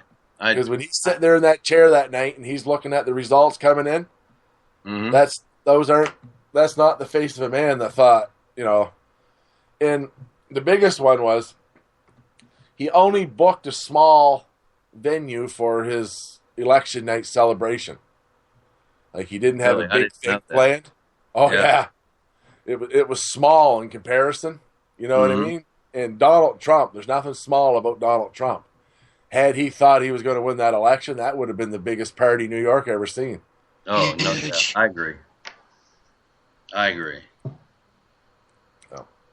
Well, I don't know. I just think that there really are a lot of coincidences, and you know what? Some of the people in that body count really may be coincidences, but man, there was a lot of stuff. And then when they were able to tie Roger Clinton to this drug distributorship in Mena, Arkansas, then I heard about that way before Bill ever even thought about running as president of the United States. Yeah, but, up here, and I'm going to use this as an example, up here in Canada, Rob Ford there, the crack-smoking mayor, them guys were a big conservative family out of the Toronto area. Their father was a provincial politician, like on the state level down in the States, and everything, and they were known. Like, there was always rumors about them being drug dealers and stuff, you know what I mean? Before they get in, the two brothers, Rob and his brother, get into politics. And when all that Rob Ford controversy was going on, I was working at home on the phone then. Right. And I sold a phone to a lady one night, and while we were putting it through the process, it used to take about 20 minutes. We were small talking, and she was watching the Rob Ford stuff on the news, and she was from Toronto. And she told me that she went to school with the Fords, right? And when they were in school, everybody knew that if you needed hooked up, they were the two to see. Well, see, there you go. They were both on the football team. Right? And they had this little football mafia thing going on. And then it all come out back then. When I was talking to her, he was denying it, and the video hadn't surfaced yet and all that, you know what I mean? Yeah. So there was still people saying that it wasn't true. And she was saying, oh, no, that's true. I can guarantee you that's true. And then a couple weeks later, the video come out, and, oh, yeah, there he is on the sidewalk smoking crack. And there he is, look. So. Well, I want you to think about something. Bill Clinton became governor in Arkansas. And Bill was a lawyer, so was Hillary. Yeah. Hillary had made a big score on the Whitewater thing.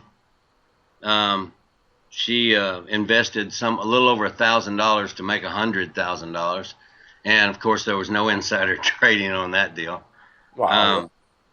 Right, but but let's be honest, Sonny. That's what rich people and people in power do. No, I agree, because that's why there is an SEC, right, or whatever. That's right, but what I'm fixing to say is it just kind of lends to that. So why would a guy? He's got a wife that is apparently a pretty amazing lawyer, and then he's an attorney, and he's got the golden gift of gab. I mean, I would think this guy would make a great trial lawyer, just for his closing arguments, if nothing else. But anyway, so he takes a job as governor of the state of Arkansas, making less than $50,000 a year. That was the most money he had ever made at that time. $40 some odd thousand. a year. Now, why would he give up? His wife was she was with that Rose Law Firm or whatever it was. She was a well-respected, highly paid attorney.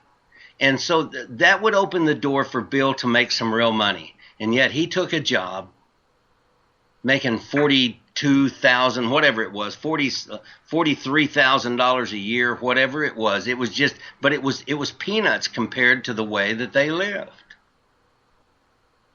And I'm just trying to, why would you do that? I mean, I'm sure that he would have some reason that would sound so eloquent when he spelled it out. But I just can't. I mean, does that make sense to you, Joe? What, that he didn't? You're a Rhodes Scholar. You're a Rhodes Scholar. You've got this super brilliant career, possibly as an attorney or some kind of huge government official. I get what you're saying, and I think what it comes to some of these guys is that some of these guys see themselves as changers, right? Right. They believe that, and they know full well along the way they'll get rich. Yeah. Right. But they see themselves as a changer on some level, and to some guys, just like some guys want to see the world burn, right? Some people want to see their name in stone. You know what I mean? Yeah. Well, years ago, Jim Wright from Fort Worth was Speaker of the House. Jim Wright had never ever held any position other than public service his whole life. And that was back in the days when the most money he ever made was like $140 some odd $1,000 a year. And that, I know that sounds like a lot of money, but how do you make $140,000 a year for your whole career and die with an estimated net worth estate of over $25 million in liquid assets? How do you do that? That's the glaring hole. Yeah. No, but this is the glaring hole in the system that you guys have and that we have in Canada, and it's called the lobbyist. It's called what? The lobbyist. Oh yeah. Of course. These guys can basically be paid, for their can be influenced, and that is the greatest crime of all. That is where all the problems are and everything. Right? And that there goes out both sides. And I've made this point today to Debbie already. Donald Trump campaigned on Hillary Clinton's ties to Goldman Sachs. There was no big secrets about her, you know what I mean? Yeah. And he made the claims that he's going to drain the swamp, right? Right. He gets elected, and then he appoints 5 people from Goldman Sachs. Yeah, I was a little bit taken aback with that. So they're both parties are mired in the same fucking shit, right? Yeah, no, I get that. But see, I never really had a problem with Hillary Clinton and her affiliation with the people at Goldman Sachs and all of that. Look, Goldman Sachs has always been, well, not always, but for the past 20 years has been our Treasury Department. I mean, that's where you get all the people that run the Treasury Department is usually from Goldman Sachs. And I just think it's all crazy. When everything was melting down in 2008, there was a huge decision that these legislators, and I heard this from somebody that actually worked for Lehman Brothers. And he was a big-time vice president with about somewhere in the neighborhood of $12 million in reserves that he had for himself. That was his money in Lehman Brothers stock. But it came to a point that Lehman Brothers was really the company, the investment firm that was it had the most money and the most assets. But Goldman Sachs had all the government influence and power. and it was really almost a flip of the coin. I don't even know how they decided it, other than the fact that you got to remember who was running the Treasury Department that time was Paulson, who was a former Treasury Department, Goldman Sachs big time person. So I don't even understand anybody's problem with that, because they're all going to hire these people to run our Treasury Department. And these people enforce laws that put people in jail. And you're talking about these guys that live on their whole career, if they stay in Wall Street stuff, is spent right on that line, almost going to jail, but just not quite getting there, almost a little bit of insider trading, but just not quite there. And it's all about what somebody can prove, and that's what they call right and wrong. And yeah. I got a problem with all of that. So, I agree. Look, Donald's I don't think he's going to be the best shining star, but then again, he may turn around and we may have a Ronald Reagan on our hands. Boy, nothing would please me more. I could agree with that. The thing that I don't get and I'm weary about is Donald Trump embarrassed the Republican Party as much as he embarrassed the Democratic Party. Yeah. The Democrat Party. Yeah. Right? And right. I don't believe that he has the support of his party. Oh, I think you're right. I think today was all big, hugs, kisses on the cheek, and pats on the ass, and it's all gonna. But I think tomorrow or tomorrow. I think Monday or Tuesday. It's going to be. Now he's going to be facing all the things that are really going to be challenges for him. I agree. And people didn't vote for the Republican Party. People voted for Donald Trump. Right. You know what I mean? Because no, I do know. Nobody embraced anybody else in the party, right? You know what I mean? Right. So it's this weird conundrum that's never been seen before, ever. As a president, you have a president that won without the support of his party. You know what I mean? Yep. And it's hard to know what way it's going to go. I agree with everything you just said, but if you look at that, you have to look and just believe that his rise, look, he's always been a really influential guy. He craves attention. We know that. He tries to put himself in the media limelight his whole life, really. He craved that stuff. But no matter what you think of Donald Trump, what he accomplished in a year and a half that people like Hillary couldn't do in 30 years. And people it took Ronald Reagan, 3 times before he could ever get elected. Yeah, but he got $1 billion in free air I absolutely agree nobody else with you. Got. That's right. No, I agree. And he got away it was weird. It was weird, but at the end of the day, he did exactly as good as they projected he was going to do. It was Hillary's vote that didn't show up. Right. She dropped the ball, no doubt.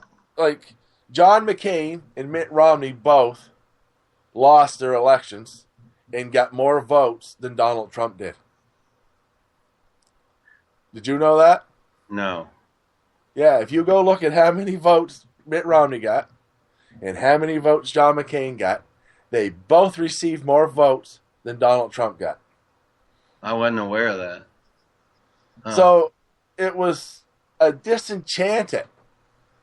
America just didn't show up to vote. Right.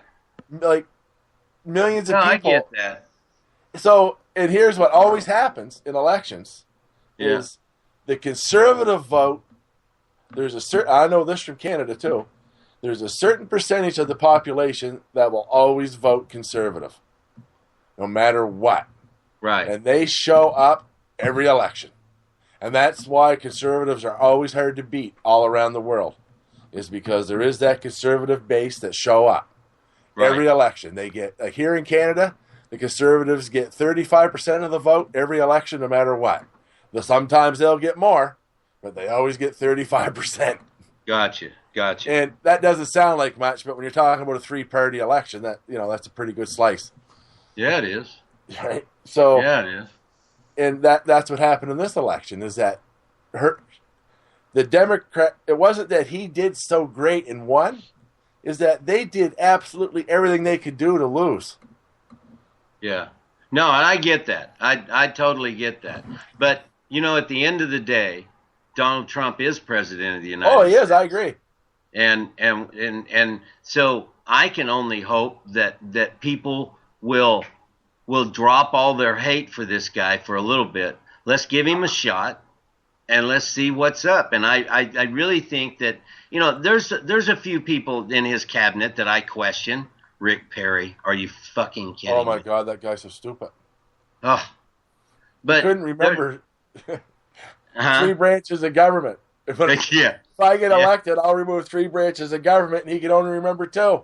Yeah, and he wanted to get rid of the Department of Energy. Yeah, and now he's the head of it. Yeah. the head of the education department wants guns in schools to protect against grizzly bears. Well, but I really what is it, Ben Carson? Yeah, I saw that tonight. He's the head of the home fucking. Did you see that when the limos were taking off, he missed his and he was walking down the fucking road? Oh, that fucking guy. That's great. He's always he missed his, and he was walking and he had his arms crossed, and he was kind of just looking around like who, me? A kid that missed the school bus. The one black guy in the Republican Party's got to walk. The best thing that could have happened for Ben Carson though, or for a comedic outside to this, is like a short bus pull up and ask him if he needs a ride. Exactly. Okay, so I guess we can look at it that way, Sonny. Like you were asking about Bill Clinton, about why he would do that for $40,000 a year rather than go be a lawyer. Why would Ben Carson stop being, a neurosurgeon, making probably buku bucks every year to run for office and take a pay cut? I was under the impression he had already retired, and I may be wrong. I don't know. He could have. I'm just saying that. Yeah, I don't. No, I agree. I know what you're saying. I just don't get any of that. But like I said, I just think that Donald Trump is he's looking. I wouldn't want to face what he's got to face now.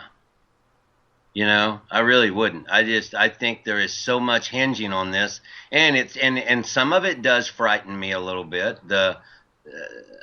His being so thin-skinned and that's a worrisome. That is very worrisome. Yeah. That stuff. But I really think if he will listen to his people, because you see from what I've been reading, a lot of his appointees and him don't see eye to eye, and that might be a good thing. Yeah, I'm getting that. I'm seeing that too. That he's right. I think they'll hang him out. I really do. I think that if he doesn't toe the party line, that I think the party will impeach him, and I think he'll be easy to impeach because of his business dealings and the fact that he is. Because all they have to do in order to impeach him is prove that he's getting money from, that he has contact with any foreign, you know what I mean? Right. But I'm gonna tell you what though. When I saw his whole family show up there, I don't know, man. I just had a whole newfound respect for him. All of those people, it looked like a small town showed up. I mean, it was just all of those. He's got to be really one proud guy to have all of that family. I mean, they're all staying in the White House tonight, all of them. that's also a result of having 3 wives. Well, that's true. Yeah. That's what happens when you keep leaving your wife for a younger one. Yeah. Well, I did a show about what men will do for pussy. So. Yeah. I'm not saying. No, I'm saying though that I agree. I agree. But I got to tell you though, that's got to be a pretty proud moment though, that they can all, as wild and crazy as people want to say that he is, that's just got to be a proud moment that they can all look around and say that's my dad or my granddad. Well, I would think, Yeah.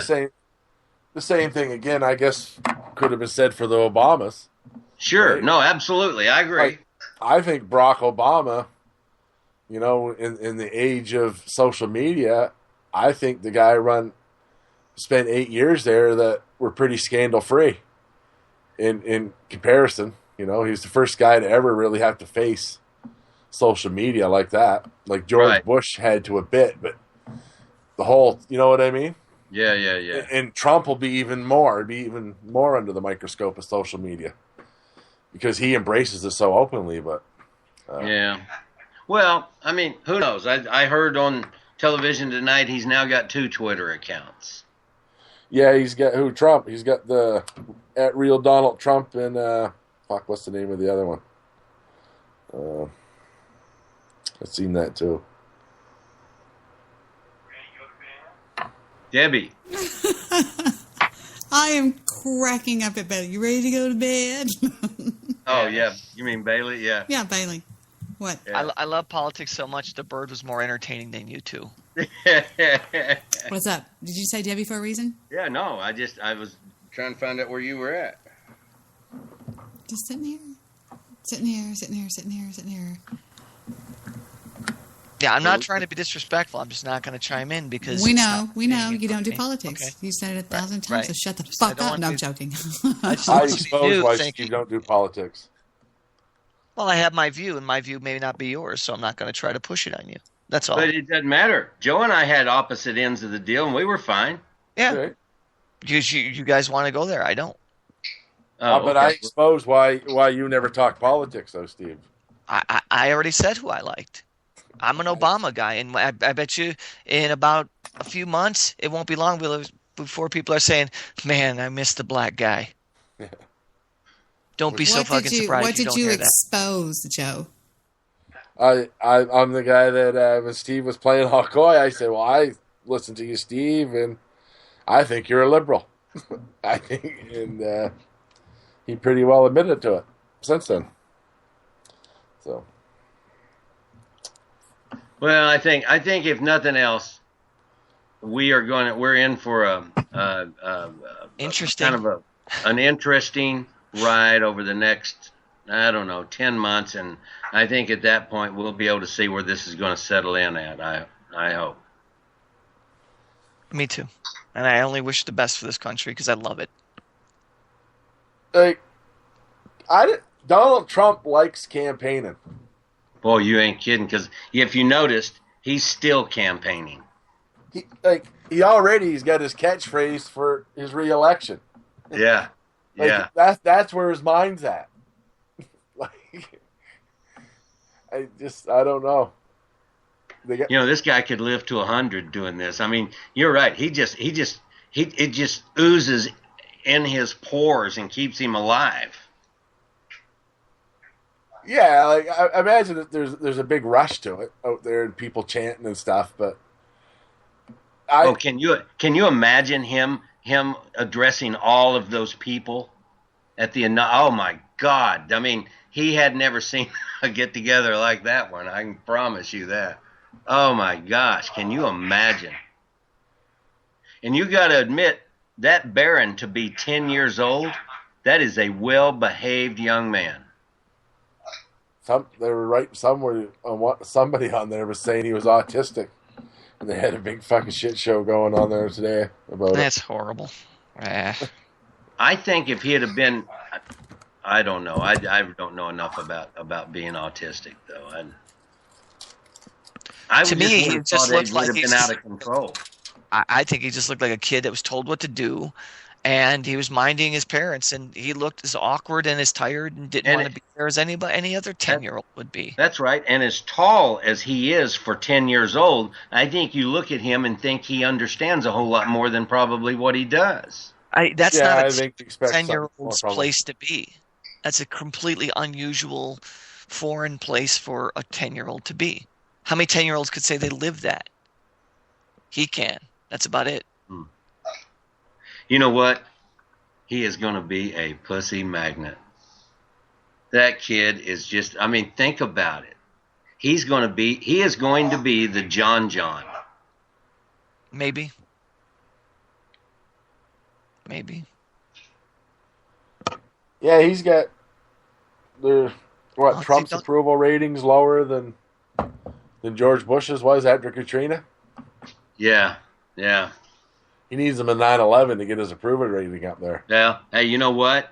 That's not unthinkable. You know what I'm saying? Oh, I know.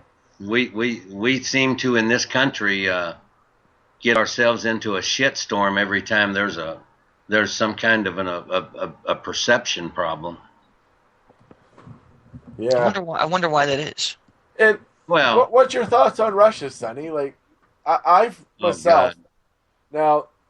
I've been programmed my whole life, or the first half of my life, to basically not trust Russia, to hate them, through hockey, through you know what I mean? Like you were there through the Cold War, you know what I mean?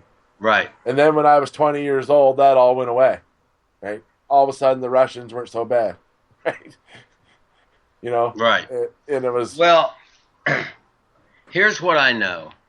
Putin was a KGB guy. He sure was. And he had the favor of Boris Yeltsin. And Boris had a problem. And his problem was his number 2 man. And so, now this is what I gather in my own terms. So Yeltsin goes to Putin and says, I got this problem with number 2, and he's just not... Things are not going well, and we need to kind of get him out of his position. Putin says, "Let me handle this."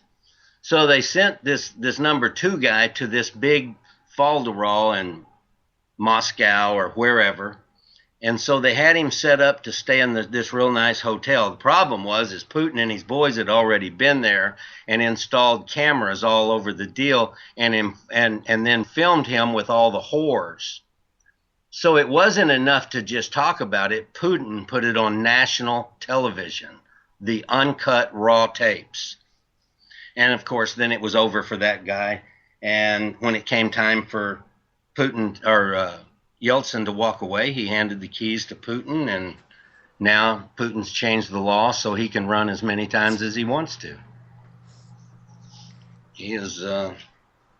I don't care for him, and I can't believe that there's anything in Vladimir Putin that wants anything good for the United States, for anybody in the United States or Canada.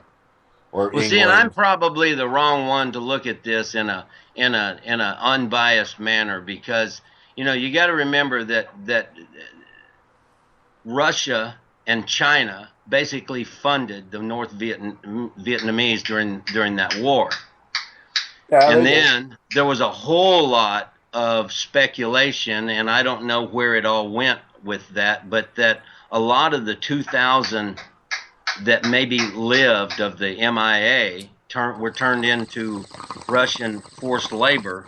And they have some kind of, I think you can look it up on the internet, they have some kind of satellite footage that they were able to actually identify several of these MIA guys in Russia working slave jobs. So I just got a problem with that. And then if anybody ever wants to compare Putin to Clinton, Putin's got a body count of hundreds and hundreds. So, and I just can't imagine that they want anything good for the United States, and that's just me. So, but maybe I've got such a biased opinion of that. I don't know. I don't I've got that same thing. I don't believe that they want anything good. What they want, to me, what Russia wants is control of Eurasia. And not necessarily government-wise, but they want to be the gas man for the mainland, right? Right. And they want instability in the Middle East because that's good for them, right? Absolutely. And I just don't know this whole deal with them in Syria and see, there's a pocket of gas underneath the Persian Gulf.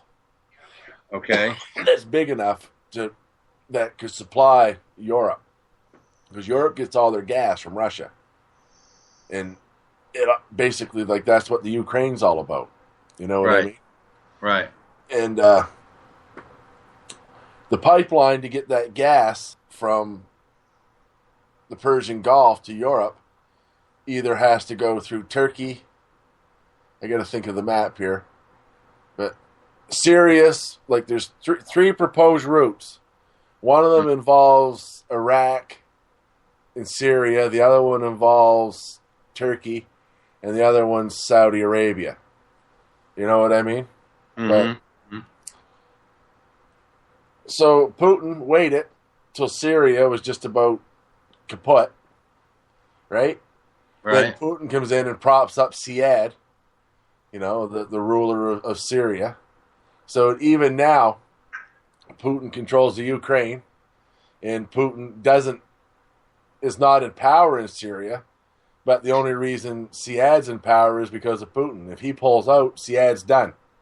Right. You know what I mean? Right. So yes, I do. Putin has his finger on the gas nozzle from both directions now. See, I wasn't aware of that. I just and like I said, my opinion of Putin probably results from a long time ago, but I just don't see that a lot of things have changed. You know, I remember when Putin gave some kind of a message to the American people that our government was lying to us or something to that nature. I don't even really remember that. Why would he be so worried about the American people? Why would he worry about whether, you know, the only reason that you would tell or direct a comment to the population of a country and to say that basically their government or their media or whatever was lying to them and that's just to create discord. That's right.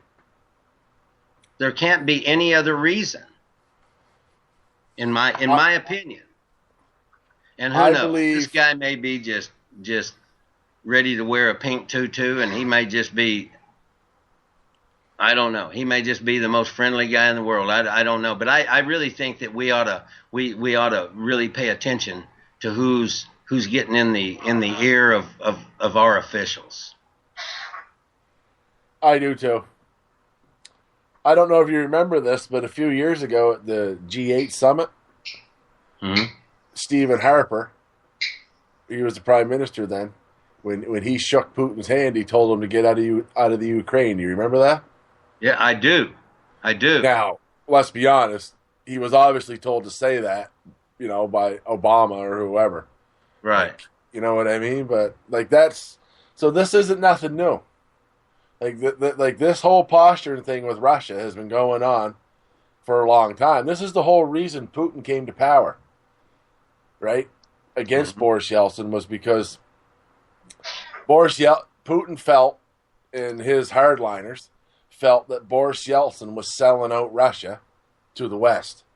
Oh, see, I wasn't aware of that. I thought he really did Yeltsin a favor. In his hatred for Bill Clinton in NATO comes from after the collapse of Russia. NATO kept adding countries and getting closer to the former, you know, like to Russia itself. You know what I mean? Right. And if you think back to the Bosnian conflict, right? when the Serbs and the Croats and all them were all over there fighting in Bosnia, Bill Clinton ordered airstrikes on former Russian soil. Right. Right? So this hatred from Putin again towards the Clintons and NATO comes from the 90s. Like this is a long, you know what I mean? This has been going on. But Yeltsin, after the collapse of communism, there was nothing in Russia, and the West rushed in there to carpetbag, basically. You know what I mean?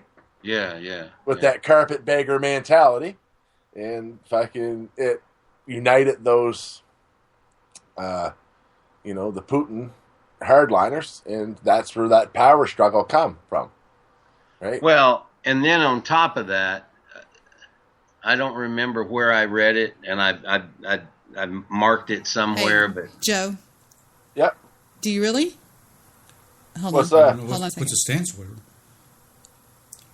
That Hillary is an angel and Trump is an idiot.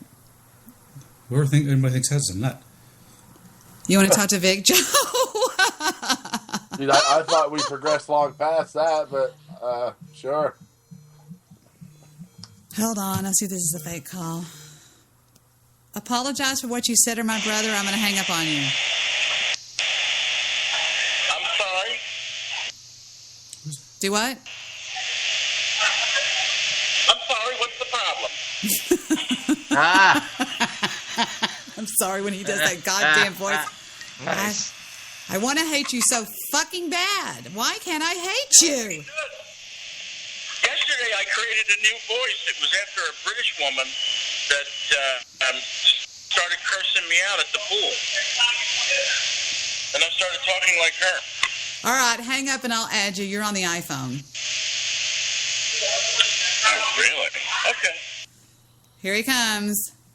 I thought this was never happening, Deb, no matter what. Yeah, well, I changed my mind a little bit here. Okay. I do that sometimes. The new Deb.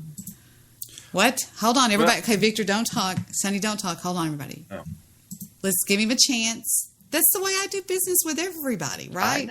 I know. I'm just saying. That's cool. If he apologizes for the way he acted about my little brother, then it's okay. If he doesn't, and I don't think that he means it, then what the fuck? That's not going to work with me. Can't add you to the call, Jew. You had me blocked. Bitch in the ass, didn't it? I can't add you. You're not addable because you're not a contact of mine for some reason. Don't get an attaboy there. You'll have to resend your contact request like you do every 3 weeks when we get in a fight. Don't you know the procedure? There's a protocol to this. Anyway. Is he kind of like a hairdresser that you go to, and then all of a sudden he screws up your hair, and you get pissed off and say you're never going to see him again? Yeah. What was the name of your hairdresser, Victor, back in the 90s? Come on, you can do it. What was it? He had a real famous name. Hold on just a second. Y'all won't believe this guy's name. What was his name? Fairbanks. Douglas Fairbanks. His name was Douglas Fairbanks. Douglas Fairbanks? Yeah, he was in North Park Center. What's wrong with that? By Doug, though. Yeah, but he cut the shit out of Victor's hair really good. And he wasn't fag. But don't you get it? That's a famous actor, Douglas. Yeah, Fairbanks. no, Okay. I got that. It's pretty funny. Hey, Victor, was he? And he wasn't. Hang up just a second. Hang up. I became gotta a fix hairdresser this. to get women. Yeah, he was good looking. But was he from another country? I'd always go there and listen to his stories about chicks. They can't hear you. He doesn't have the. I don't have the cell. I have the speaker on. I mean, I don't have. Okay, say it again, Sonny. I was just wondering if he was from another country at some point. No. Mm-mm. Okay. I thought I knew who that guy might be, but I don't. Jew, look at your Skype, you idiot! And if you're just going to call in to be mean to Joe or whatever, it's not going to work. I'll bounce you off the call as fast as I bounce you on, and your You can sound be mean is to me horrible. if it changes the subject. Why do I want to be mean to you? Because I'm mean to you. It's what we do. You know what I'm saying? All right. No, don't start anything, please, Steve. Just I'm so happy. I am so happy and so proud to be an American today. Last night it was. I can't even describe the feeling. The big people came back to Washington. Yes, they did, didn't they? And it was done with class and with honor. And I'll tell you, some of the best acting I saw last night were those poker faces that those cocksuckers were wearing. Hey, All did you those see? Democrats. Did you see Howard? Did you see Hillary's poker face, where she was I having did. to take, where she was having to take deep breaths before she was called out? Wait. I have to say something. Did y'all see when Hillary and Bill entered, Bill grabbed her hand to hold her hand and she let go. She pulled her hand away from him. Did y'all see that? I tweeted. No, I didn't see that. But Go to my Facebook page, and I actually Facebooked it, and I said at 1 minute and 24 seconds, Bill reaches to like gentlemen, and when you're coming in, you hold hands, and she pulls her hand out of his as if to say, "Don't touch me." I mean, it's so blatantly there. It's on my Facebook. So anyway, Listen, the mental illness that goes between all those people, and look at the face with Obama. He had his eyes closed half the time. I bet you that was his worst nightmare. And I'm so glad he's gone. I don't know where he went, but I'm so glad he's gone. Florida. But I wrote on my Facebook. He went to go play in his presidential library. Oh, hi, Joe. How are you? How you doing, Joe? Didn't you say that Trump would never win, Joe? Oh, geez, you're living 2 months ago, Joe. I already did a show, Eating Crow, Joe, so it's not my fault you were on the bad boy list. Well, I wasn't really paying attention, but that's all right. Well, it's not my fault you're on the bad boy list, Joe. You got to keep up with the Joneses. You've been busy at the pool. I've been busy keeping up with the pornopings. There you go. Well, I'll tell you, the beef here in Thailand is not exactly what it's like in America. Does it taste like dog? No. I've had dog. Dog is delicious, but no, the dog is better than the beef. Dog is kind of like that's pretty horrible. Dog is kind of like pork. no way. Is it kind of a greasy meat? No. But people eat. Wait a minute. You eat a pig. You don't have any problem about eating pig. I don't eat much pork. People keep them as pets. Yeah. I have one right next to me. You're right. He's breakfast, though. I understand. I keep my food close to me. So is everybody upset over? Listen, I put on my Facebook page that I have never been prouder to be an American than today, which was really last night, but it was today. And how many comments do you think I've gotten on that comment? 35. 2. If I had written that my cornflakes were soggy, I would have gotten 40 comments about my soggy cornflakes. But everybody that I know is crying about Trump. You should have posted about your cornflakes. You would have got more response. Mm-hmm. My soggy cornflakes. Soggy, even better. So I got yelled at by a British woman who I then told her I voted for Trump, and then she went apoplectic. I remember. Is this the same one you were telling me about, where you had the two fights? No. The same day? No. I'm fighting with every European I can find. There's a bunch of Swedish guys that seem to put up with me. They seem to find me amusing, although none of them agree with me. They're all socialists. But the British woman, she was apoplectic. She was not happy. And so I started imitating her right in front of her and her husband, which I don't think made anybody happy. The husband didn't say anything. He was a total cuck.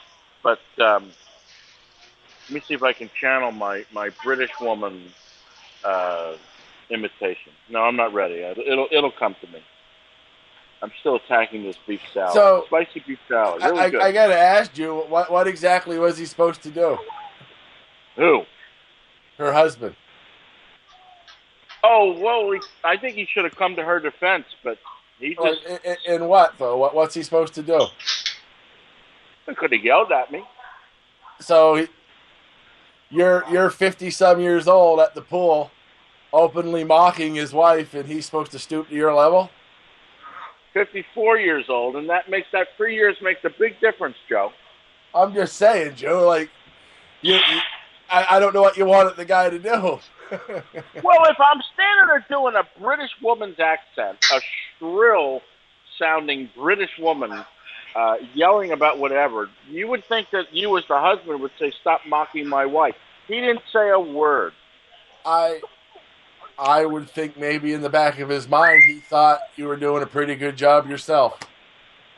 Well, I think in the back of his mind, he probably wanted to do that himself, but he didn't have the balls, and he was probably happy with somebody doing it.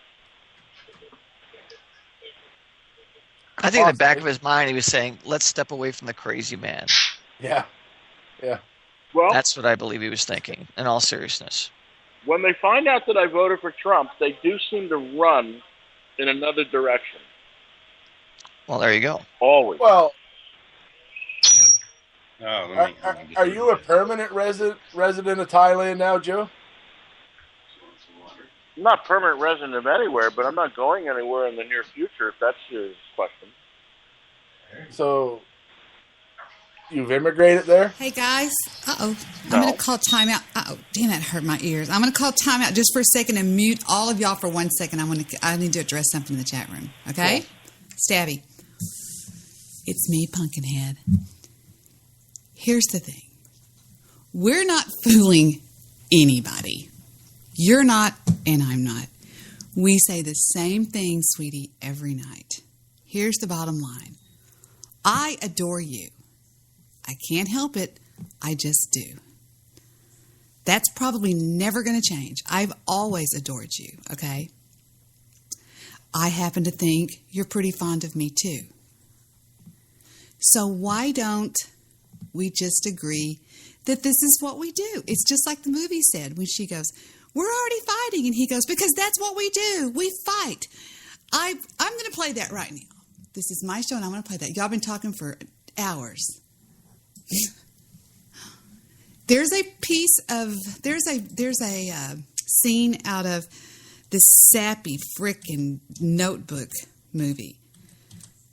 And it speaks volumes of me and Stabby, okay? Take a listen. Oops, I'm going to have to unmute y'all. Be quiet. I almost gagged on my beef salad. Hold on, you got to be quiet. I'm going to play some audio. Jew, can you mute? Jew, can you mute yourself? I can. Please do. Once you mute. All righty.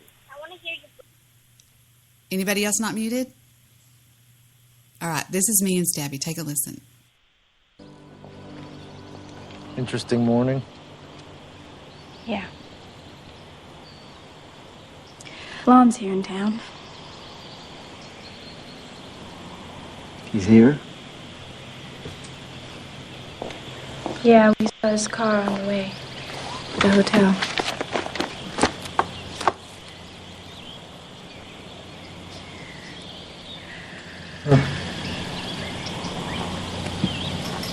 I see you got my letter. Finally.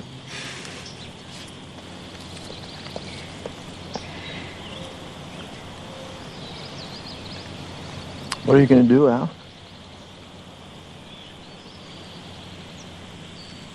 I don't know.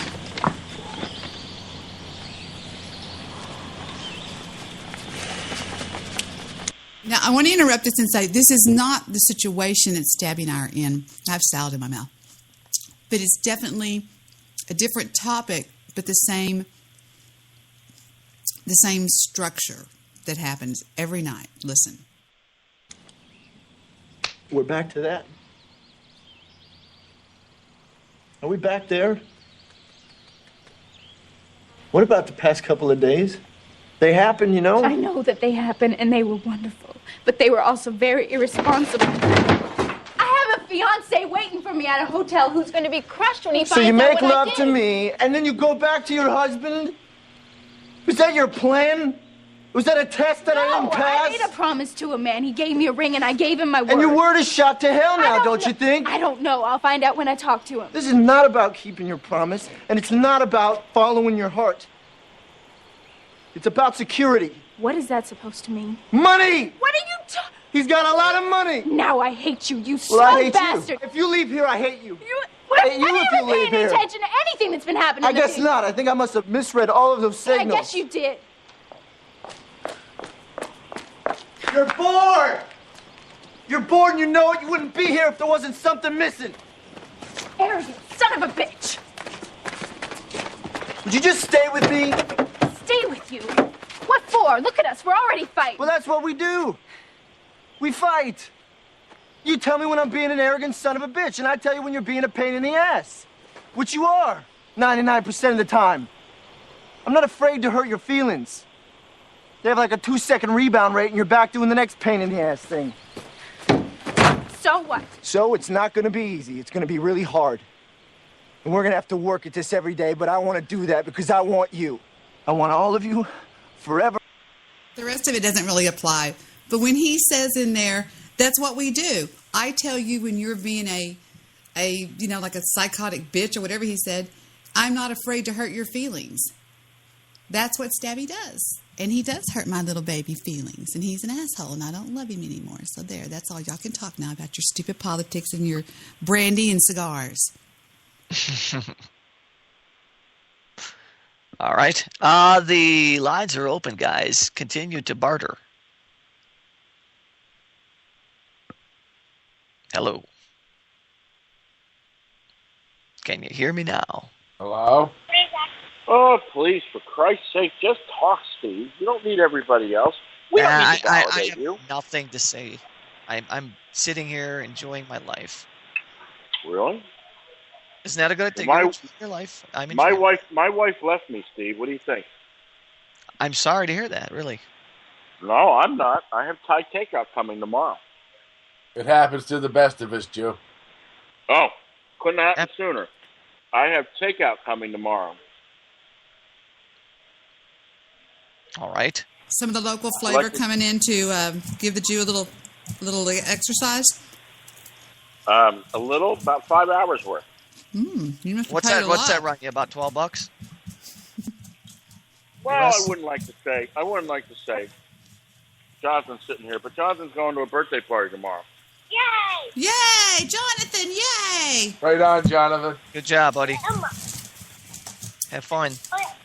What? Joe. Joe. Thai takeout? Joe, listen. Practice food. I'm going to call a restaurant. Joe, have can you some hear me? takeout. I can hear you. Jet wanted to have his birthday party at the ice skating rink.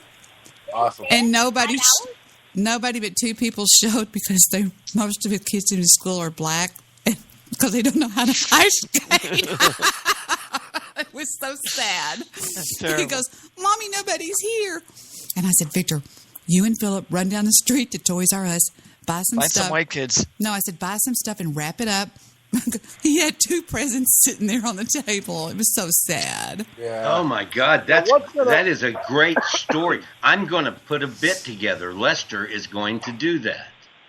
I think that's a good idea. What? My young fella's birthday is Yeah. close to his school. That's out in the summer. And when we used to have his parties, he used to get a low turnout because everybody'd be gone, because that first weekend. Fucking. Yeah, those summer birthdays suck. I mean, no, I know what you're saying. Never mind. Forget it. Scratch that. I'm wrong. You know what I mean, though. Heather and Steven both have summer birthdays, so they never got to have. They had huge parties, but it wasn't their school. You know what I'm saying? Never mind. Right. Yeah. Well, there's less people around. Heather had all these places at these 2 banquet tables with all the little plates and the things, and it was like tweet, tweet, tweet, and I was like, oh. It's like my old show when I did Dab with the Crickets. It's terrible. We more than made up. Johnson, shut up when Mommy's on the phone. Anyway. And Deb's on the phone. Be nice. We more than made up for it. We took him to, Philip and Heather took him to a Stars game that night. It was like, I think it was about 2 weeks ago. Anyway, it was so sad. I don't know what made me think of that. Because Jonathan. What should I get? Spicy hot and sour mixed seafood soup with What from coconut from milk? the Yeah, from that's the what I girl want. from the girl tomorrow? Is that what they're calling it? Number 11. Well, that's a different kind of takeout, Steve. Okay, I just want to clarify. I will I will be eating, I think, fish tomorrow. Fish. And I like fish. I'm sure you do. Sonny, your little explanation on how to do women was a big hit that night. There were men staying up till 4 a.m. to listen to that, and I couldn't listen to it. I was like, oh, my God, this is horrible. Oh, did you play it? I tried, and every time I stopped it, I said, I can't do this. They would go, Debbie, hit play.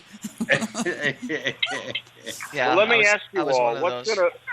what's gonna happen with the Black Lives Matter and the Muslims and everything else now? They're gonna bomb us. Who's gonna bomb us? The Muslims? Jew, I will not Where? have a 9-year-old on this X-rated program. He's not on the program. He can't listen. Who's gonna bomb us? Here in Thailand or in America? Oh, don't worry about that. We're not in America anymore. There you go. Oh, boy. Yeah. So, Joe, to answer your question, I don't have any plans on leaving. I have such a nice life here. Well, Why good. would I Let's leave? go. I'm not telling you to leave. I just, I think he's hoping you stay. I don't Well, care I don't where he's have at. to. I don't have to I don't leave. care where That's- he's at. Well, I guess what I'm saying is I don't have to leave. I do have to leave the country, fly out and fly back in again, and I get another year on my visa. But other than that, I'm not going anywhere. We might go to Vietnam. Yeah. I want to go eat. I want to go eat that'd real be a real Vietnamese fucking food. treat. I want to go eat real Vietnamese food in Ho Chi Minh City. Oh, yeah. There you go. And I truly want to eat Vietnamese. Wow. You want a what? I want to eat Vietnamese. At the Yeah. at the YMCA there. Oh, no. I want to eat myself some Vietnamese. I love Vietnamese. I don't think I've ever had Vietnamese. Well, I have had Vietnamese food. It's pretty good. He's an interesting fella. Uh, You're interesting. I got to give you that, man. Hold on a second, John. Now, but hold on a second, Joe. Wouldn't you? I know you probably never traveled outside of Nova Scotia, but wouldn't you want to come here and have a little bit of fun? what the Thailand? Yeah. Yeah, it's way down on my bucket list. I got an offer. Check this out. I got an offer for some African takeout as well. No. Yeah, from Kenya. Oh, yeah. What? From Kenya. Oh, yeah, there you go. Yeah, you know what it stands for? Kenya survived this disease.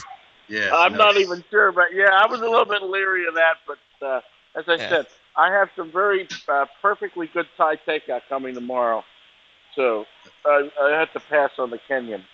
I think that was a really, really smart move. Well, it wasn't even That's a right real. up there with- It wasn't that's even a not- big. It wasn't even a really big decision. But Yeah. listen, That's- it was that's- entertaining while it was entertaining while it lasted. I would say that those are right up there with Ethiopian distance runners. I don't know.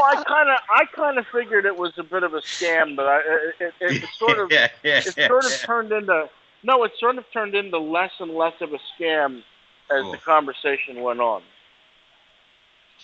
Oh my God! Mm-hmm. But I am enjoying. Listen, everybody makes fun of my pool. I've got the biggest pool in the world. Nobody's ever seen a pool this size. It's great for swimming laps. I get all the Thai takeout I want. The food here is great. The If you weather can is catch it. fantastic. The weather is like San Diego. It's about 90 degrees every day and low humidity. What time of day is it there right now? It is. You know what? I don't even know. It's probably it's- about 3 o'clock. Yeah, I was going to say you're I think you're 12. You're 13 hours ahead of me, I think. So Yeah, I'm 13 hours ahead of Dallas time, but I'm exactly 12 hours ahead of. it's 3:42 in the afternoon there. Well, this I is great. guess. If you could give us the lottery numbers for Dallas tomorrow, Yeah, there you go. we could That use is- them now. It is tomorrow there. Damn, Yeah, that's it is awesome. tomorrow. We found the flaw in the system. So are you inviting me to come hang out with you in Thailand, Joe? You know, I would be happy to have you hang out with me here in Thailand, Joe. Wow. Joe Seeger. He's the one in Nova Scotia. You pay attention. I mean, Jew, don't talk to him while you're on the show, please. It makes me feel gross. Why? Because this is an adult conversation. But he can't hear it. Can't he go off and swim off or something, or go chase a ball, or? He's got his phone. He's got his phone. He won't pay attention anymore. But he can't hear what we're talking about. Boy, I'll tell you, that was a real letdown. Boy, I feel bad now. Oh, maybe I'll just talk like this. No, I don't. No, do Devon Rodeo. I don't like that French woman's not getting it. Oh, no. I think I'll talk like the British woman yesterday. No, she said, we don't really like you very much. I said, oh, is that right? Oh, my God. Blimey. Oh, my God. Imagine that you don't like me. A British accent is basically impossible to do, but the Devon Rodeo really worked. I don't know. I only really tried the British accent once. It sucks. Everybody at the pool thought it was great. Steve does a really good British accent, but yours is not doing it. Stay with Devon Rodeo. Well, I haven't really perfected it. I only just did it to annoy the British lady. Can I say something to Jonathan for just 1 second? I'll give you the headset here. Thank you. Hi. Hi, Angel. Listen, it's me, Debbie. Can you do me a favor, baby doll? Yeah. Can you let Daddy talk on the phone for us and not talk to him for about the next 15 or 20 minutes, Sweet Pea? Yeah, I can do that. Love you so much. Okay, I'll make Daddy buy you something. Okay. All right, bye. Buy me something. All right, bye. Okay. All right, bye. There. I don't know what. I only got half of that. So. Well, anyway. She doesn't want you? That's horrible. Jonathan! Little jerk. What? Buy you what? All right. Stop interrupting. Man, I tell you what. There is nothing better than Thai food. Thai food is so good for you. How about those Cowboys, Jew?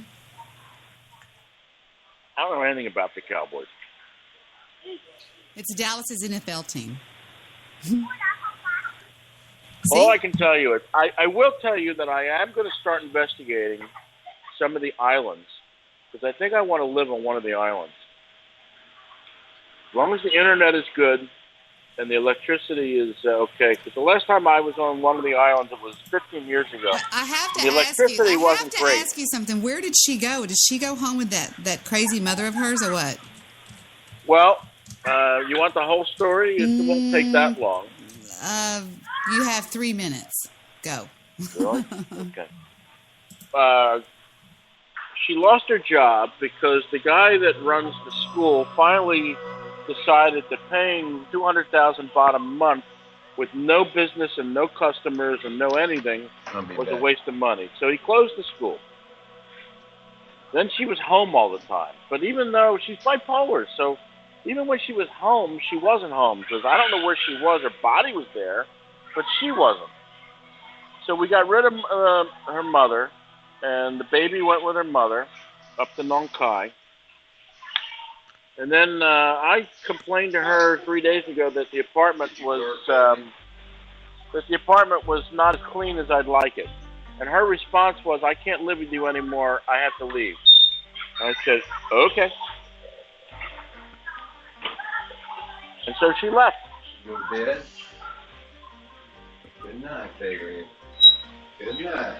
Well, Good night, pretty. Jew, a lot of them end that way is all I can tell you. Well, listen, I as I said, I am a bit of a hot commodity here. Believe it or not, it's not difficult for me to get takeout anytime I want. And we're not talking about the kind that you have to pay for. This is just regular takeout.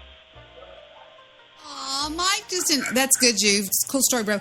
Mike 47. What's his name? Wolfman Mike 47 just invited me to join their call. Isn't that sweet? Absolutely. You better put on your orb-proof fucking tunic. Why? What are they talking about? Well, there's a lot of energy orbs and stuff around them guys. I know, it's really hard to talk to those guys sometimes. What are we talking about? Trump is one shitty dancer. That was the worst dance I've ever seen. You know, the best dance was Ronald Reagan and his wife. I've got that Chinese music in the background. Hold on, when Jew was talking. I thought that's funny as hell. I had no idea where that was coming from. I turned it on because Jew was talking. That's hysterical. I really thought it was coming through his feed. Trump is going to be. No, I'm not. I'm on my phone, Steve. But Trump is going to be dancing on everybody's grave soon. What do you mean? I'll tell you one of the things that I'm really looking forward to with Trump is I want to see what happens when he unleashes this General Mad Dog, whatever his name is, Madigan or whatever. I want to see what happens when he unleashes them on ISIS. I guess we won't hear the word ISIL anymore. But I'm so happy that Obama's gone. I know he's not gone forever, but the big people came into town, and they've taken over. Hopefully things will go swimmingly. Well, not for everybody, I don't think. Well, I'm a hardworking person with a career, so I'm hoping for everybody to get jobs. Well, no, and I'm hoping that ISIS gets destroyed. Black Lives Matter can all go fuck themselves. Black people, well, that's one of the nice things about Thailand. We have no black people here. There you go. Kind of like Canada. There's only a few there. Yeah. Is that right? Because every time very low. Jonathan usually spots the black people before I do, and he goes, "Look, Daddy, there's a black person." I go, "Where?" Well, as long as he's learning the important stuff. It's such a rare sighting over here. Like a rare Pokemon. Yeah. Okay, tell Jonathan I just said this. Tell Jonathan I just said E because he just blew it like a trumpet. She said something about what does that mean? Sounds like a seal. He blew it like a trumpet. She says you blew it. I don't know what that is. He did blew it. He blew it. I'm eating the best peanut butter and jelly sandwich I've ever eaten Rain in my Man. life. Why did you just show me the Rain Man elevator kiss scene, Lester? Do I? Why did you just show me the Rain Man elevator kiss scene? Why did you show me that? I'm not going to tell you why now. I bet I figure it out. I figure it out. So I have chanterelle mushrooms. Jew, we don't care about your stupid Thai food. Shut the fuck up. Talk about Trump or do something else. How about What that? did you talk about Trump? I don't know. I'm telling you, I had tears in my eyes last night. I was so happy. The America has been saved. and seeing that rotten piece of shit Hillary Clinton sit there and have to eat crow, sitting behind and watch. That's the best. Watching that she had to sit there and watch him take the oath of office. Well, you know what I did? You know what I did today just to satisfy my own self, whatever? I watched some of those old videos of Hillary Clinton in those debates going, now Trump needs to make sure he's going to be happy with the outcome. And all those different smart aleck mean things. He is not, he's not, just watching her being really mean and haughty and all big and acting tough and everything. And I thought, it's a long way to go when you're rocking whatever ACT. It's a long way to the top. Whatever, I don't know. Trump definitely said all the way up that he was going to accept the results no matter what. So, who? Trump said that he was going to accept the results no matter what. So, well, I'm just saying, watching her being smarty pants about 3 weeks ago was kind of, I don't know, whatever. See, I'm proving my point. I am proving my point. Wait, let me finish. I'm proving my point that whenever you bring in politics, you bring in friction. Oh, yeah. My dad said you don't discuss politics or religion with friends. Because this is the result. Because it really. Well, I think it's okay to discuss it with friends as long as you guys can respect the fact that each of you may have a different opinion. When Joe and I were talking, Joe wouldn't even let me talk, and he let you talk. Because Debbie, in all due respect, I've already heard all your things about all the people, and I was telling you I'm conceding that. I know, but then when I would try to talk like I'm trying to talk now, you wouldn't let me talk. I was going to say other things. What were you going to say? I don't remember now. I'd have to go back and listen. You were reading. I wasn't you were reading the names. No, I wasn't, Joe. There was other things I was going to say. Come on, be fair. Don't do this. We've had so much fun the last 3 weeks or 4 weeks. I'm not doing anything, but I was conceding what you were He's saying. laughing when he said that. Did you hear me? He said, I'm not doing anything. I heard the laugh. I've been doing this a long time. I know what I hear, but just I don't want Joe and I to get all backwards and twisted. I know, but he's being mean. I'll make that decision. He's being mean. What a shit starter. Oh my God, you're stir. You're a little stir. Halfway around the world, you're still stirring it. He's being mean. Jew cracks me up when he talks sometimes like a girl. He rocks, but he's being mean. Oh, well. Oh, for God's sake, he's being a meanie. He said that you were on the bad boy list. I know what that meant, Joe. Fuck you. All of you. Every one of you. Even you, Steve. Even I, yeah, all right. Well, anyway. Any way you can get it. Meanwhile, back at the ranch. Back at the ranch. What? Oh, my God. No, I'm sitting here. I'm like, what ranch? I want to do the ranch. Let's talk about a ranch. Look at these avatars. There's a dog, a guy with a bird, HB, and some drunk guy that looks like he's going, what the fuck? Remember when that guy, Chris Nelson, goes, look at your avatar. Oh, Chris, what drugs are you on? I love that. That was tripped out. Right. He thought that your avatar was real. Yeah. Like that bottle of booze and your shaky skinniness over the mic. He's like, you look like a freak. Like you're on meth. Fucking dork. I just love it. He goes, Sonny goes, Chris, what drugs are you on? He goes, Chris, what drugs are you on? Man, that was major. That was major win. That was an absolute nothing but net from the from the center court. Yeah. Boom. And I like the deal where he goes, but. I know. He goes, but. What drugs I'm on are none of your business.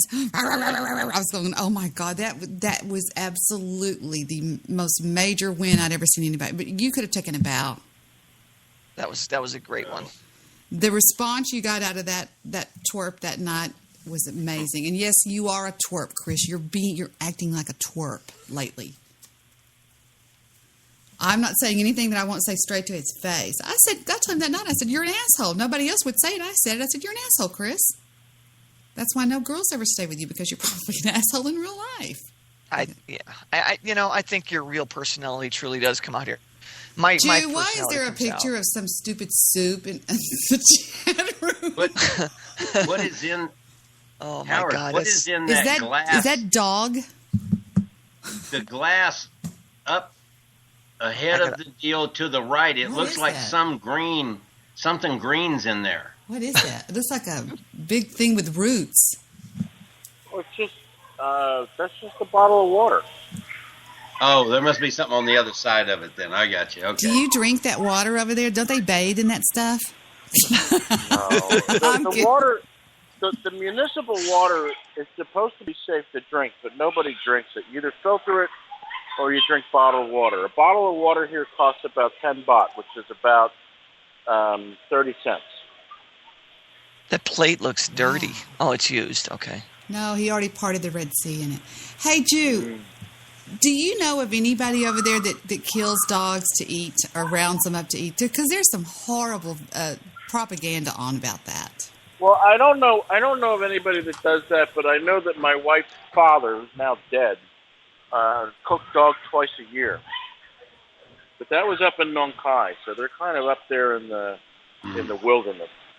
But There's just no way I'd eat them. Yeah, dogs are so sweet. I mean, I don't know. Wait a second. Have you ever talked to a cow? All they do is say moo. Yeah, but you can pet them and they'll stick their tongue out. You can even scratch the underside of their tongue.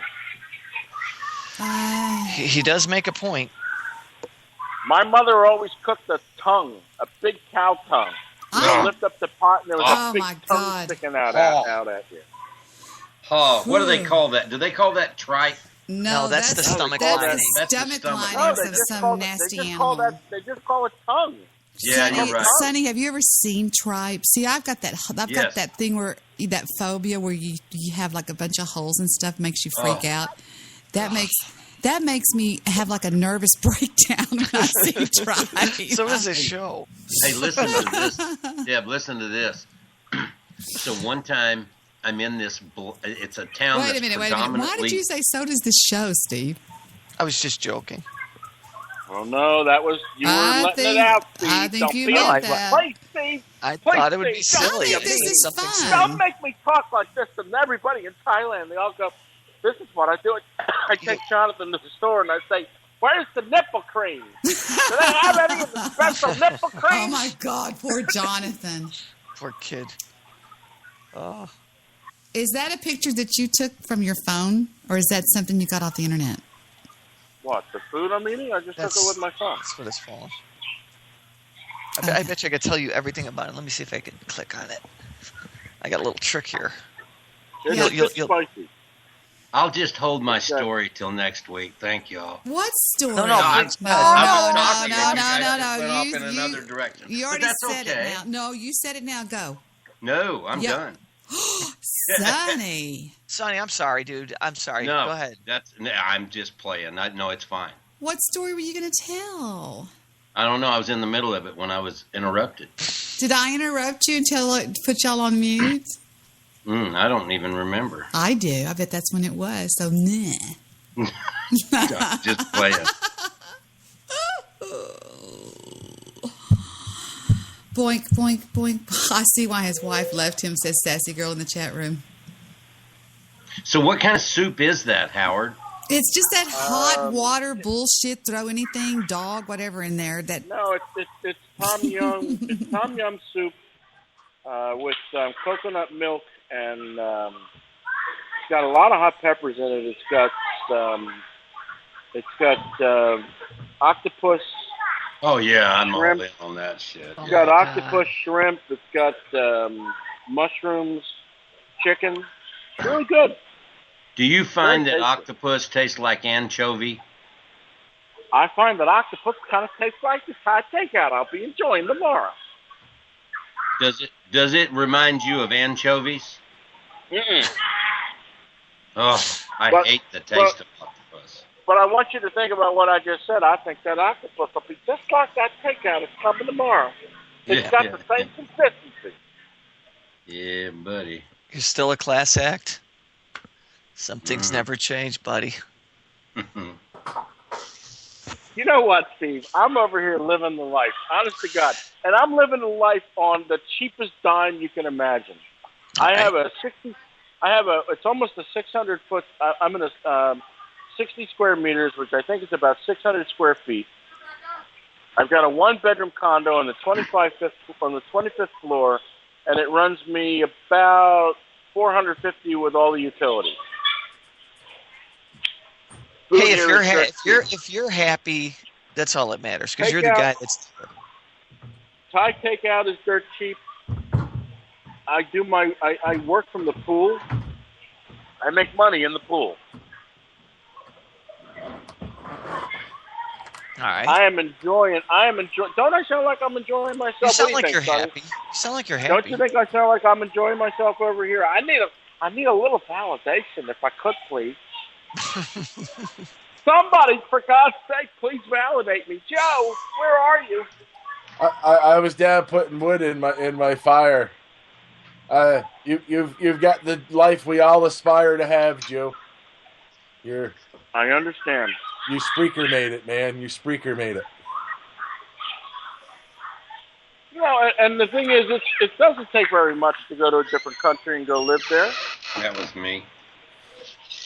I could have did that a month ago, but it didn't pan out. Well, Barker next wanted time. me to go live on his farm. Really? Made his sister.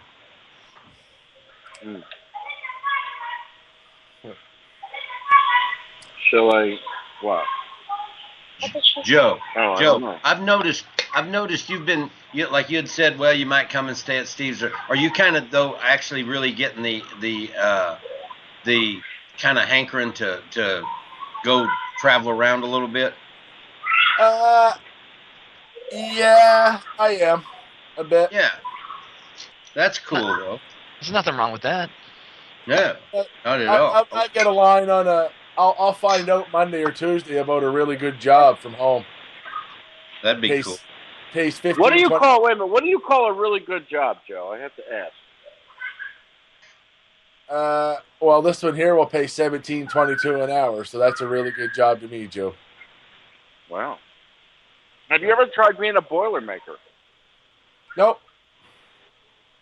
I don't even know what Boilermakers Drank do. a few of them.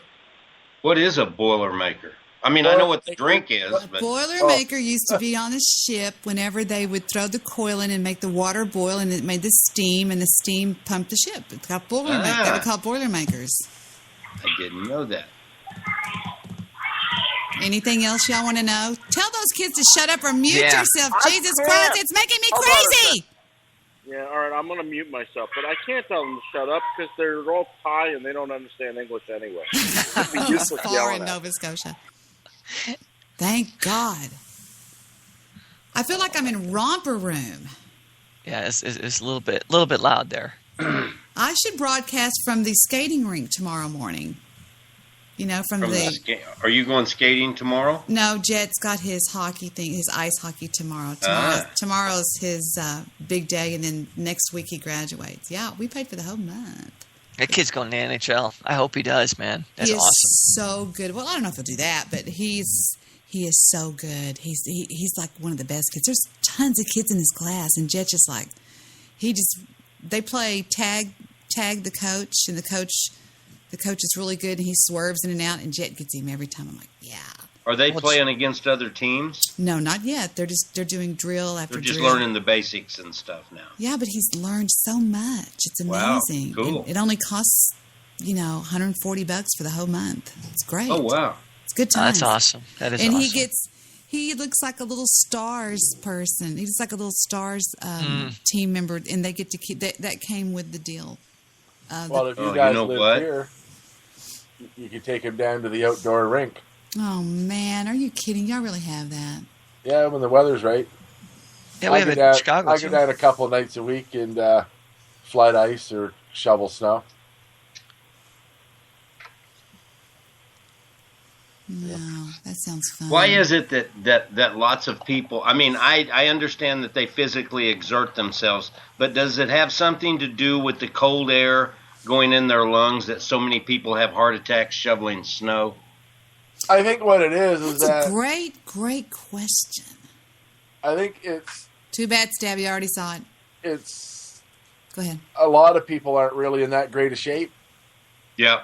And you get out there and it's pretty hard work. And lifting the shovel, there's like a contraction in your chest. Yeah, upper body. You know what I mean? Upper body. Yeah, that's exactly right. Get in that wet, heavy, like, so most of the snow you guys probably get. It's probably all wet. Okay, like my dad would always say, when it's hot outside, that's the hottest during the point of the day. That's when he's going to go out and mow his lawn. And my dad never had heart attacks or anything like that, because I think a lot of that is also lower body. Shut up, Debbie. Yeah, I'm not even. No. Explain. I want to hear what you're thinking on that. Not even making sense myself. Well, my dad. No, I thought you were making sense, but then I'm stoned. So I am too. Awesome. I'm everywhere, Stabby. I'm everywhere, baby doll. My dad would always say during the hottest point of the day, I'd say, "What are you doing?" He goes, "I'm going to go out and mow the lawn front and back." And I'd say, "Dad, it's 100 degrees out there." "No, that's when I want to go out there and do it so I can sweat." And I'd be thinking, "Oh my God, any day I'm going to go over there and he's going to be laying there dead." But very few men, I think, do die mowing lawns. But you're right, they do when in Chicago, they have. Thank you, Steve. I know. I kind of thought I'd jump in. They call it heart attack snow. Like, we're going to get heart attack snow tonight. Expecting about 6 to 8 inches off the lake. That wet, heavy conditions. Stuff. It's wet. It's heavy. We ask you to be really careful. If you're older, get some kids out there to do it. You know, that's funny, Steve, because I was just thinking, Thai takeout tomorrow. I'm expecting 6 inches as well. I bet she was hoping for 8.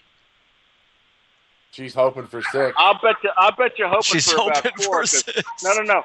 I bet you're hoping for about 4, because let me explain something to you. Over here, they don't like them that big. They like it more manageable. She's hoping for 6. She better stay around for it twice. 3 and 3. Chris Nelson would fit right in. That's hysterical. That was so funny. I almost peed myself. All right, and that went well. Well, I know this. In the summertime, when you're working out, and I do work out a lot, in the summertime when you're working out, you want to stay away from ice cold water. And Okay. you know Even why though that it's is? not bottom Because down. let's just all talk at once. Ready, go. Blah, blah, blah, blah, blah, blah, blah, blah. If I was upstairs, I'd be looking for the Volga Boatsman song. Oh, hey, oh, oh, oh. No, that's the Wizard of Oz, and they're going, won't be long. No, won't be long. See? I thought it was from the movie. It's the Wizard Then of it said, Oz. yeah, all Wizard of Oz, Wizard of Oz. we owe her. No, it's won't be long. See, I hear everything that you 99%ers don't hear. I'm the 1% that hears everything. They do. Whenever they're marching at the witch's castle, and most of you idiots hear roll, roll, roll, they're going, won't be long. I'll show you. I'll prove it. I thought it was all we owe. Well, I no, am you're so lost. I thought we were talking. I've got no fucking idea what they're talking about at all. Yeah, no shit. I just want to know if Debbie heard the screaming of the sister-in-law when Trump took the oath. Did I hear the what? The screaming of the sister-in-law? Is that what you said? The screaming of the sister-in-law, like the silence of the lambs. No, I wasn't over there. No. Victor was. Well, how was it? No, they were at their mother's for a short while today. And she was over there, I think. Well, they're all both. good Democrats, aren't they? Oh, his mother's worse than she is. Jew, I can't stand the kids. I've got to tell you, baby, I've been with them all day. I hate kids right now. Sorry. Love you. Steve. Yes. Sorry.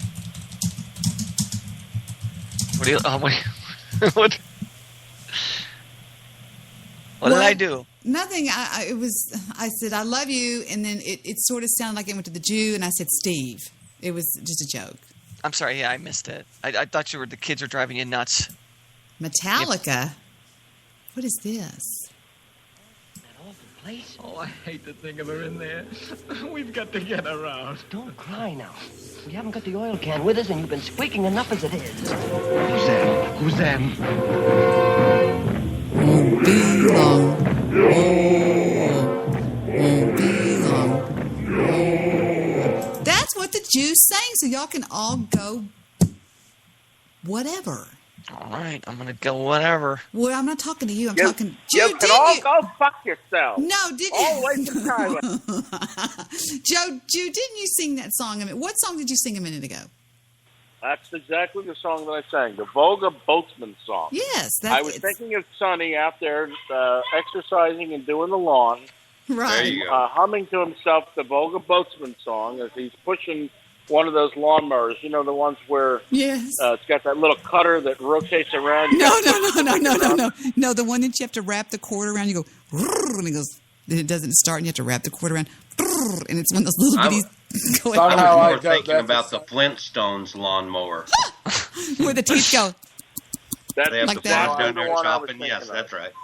Somehow I imagine you sit on Sonny's lawnmower. Yeah. Somehow I imagine, because he's living the dream. This will be our background music for the rest of the show.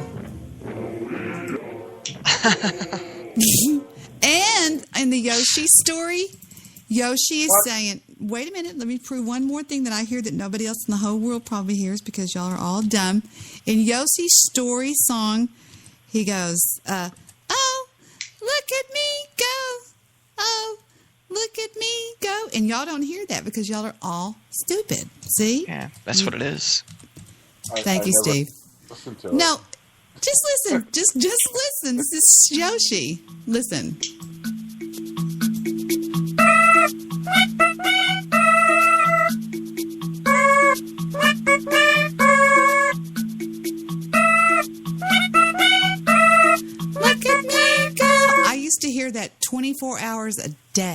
was a stay-at-home mom. I would go, Heather, turn it down. Okay, Mommy. It was just like all the time when she would be up there playing Yoshi's Story. And I would listen to it and hear, I can hear Yoshi saying, oh, look at me go. Shut up, Debbie. I could hear the look at me go part. I didn't hear the other part. But so the other I'm part like, was just, oh. Oh, okay. Oh. It might have been. It could have been. No, it's just, oh, look at me go. Because Yoshi's always running. You have to chase Yoshi. Ah.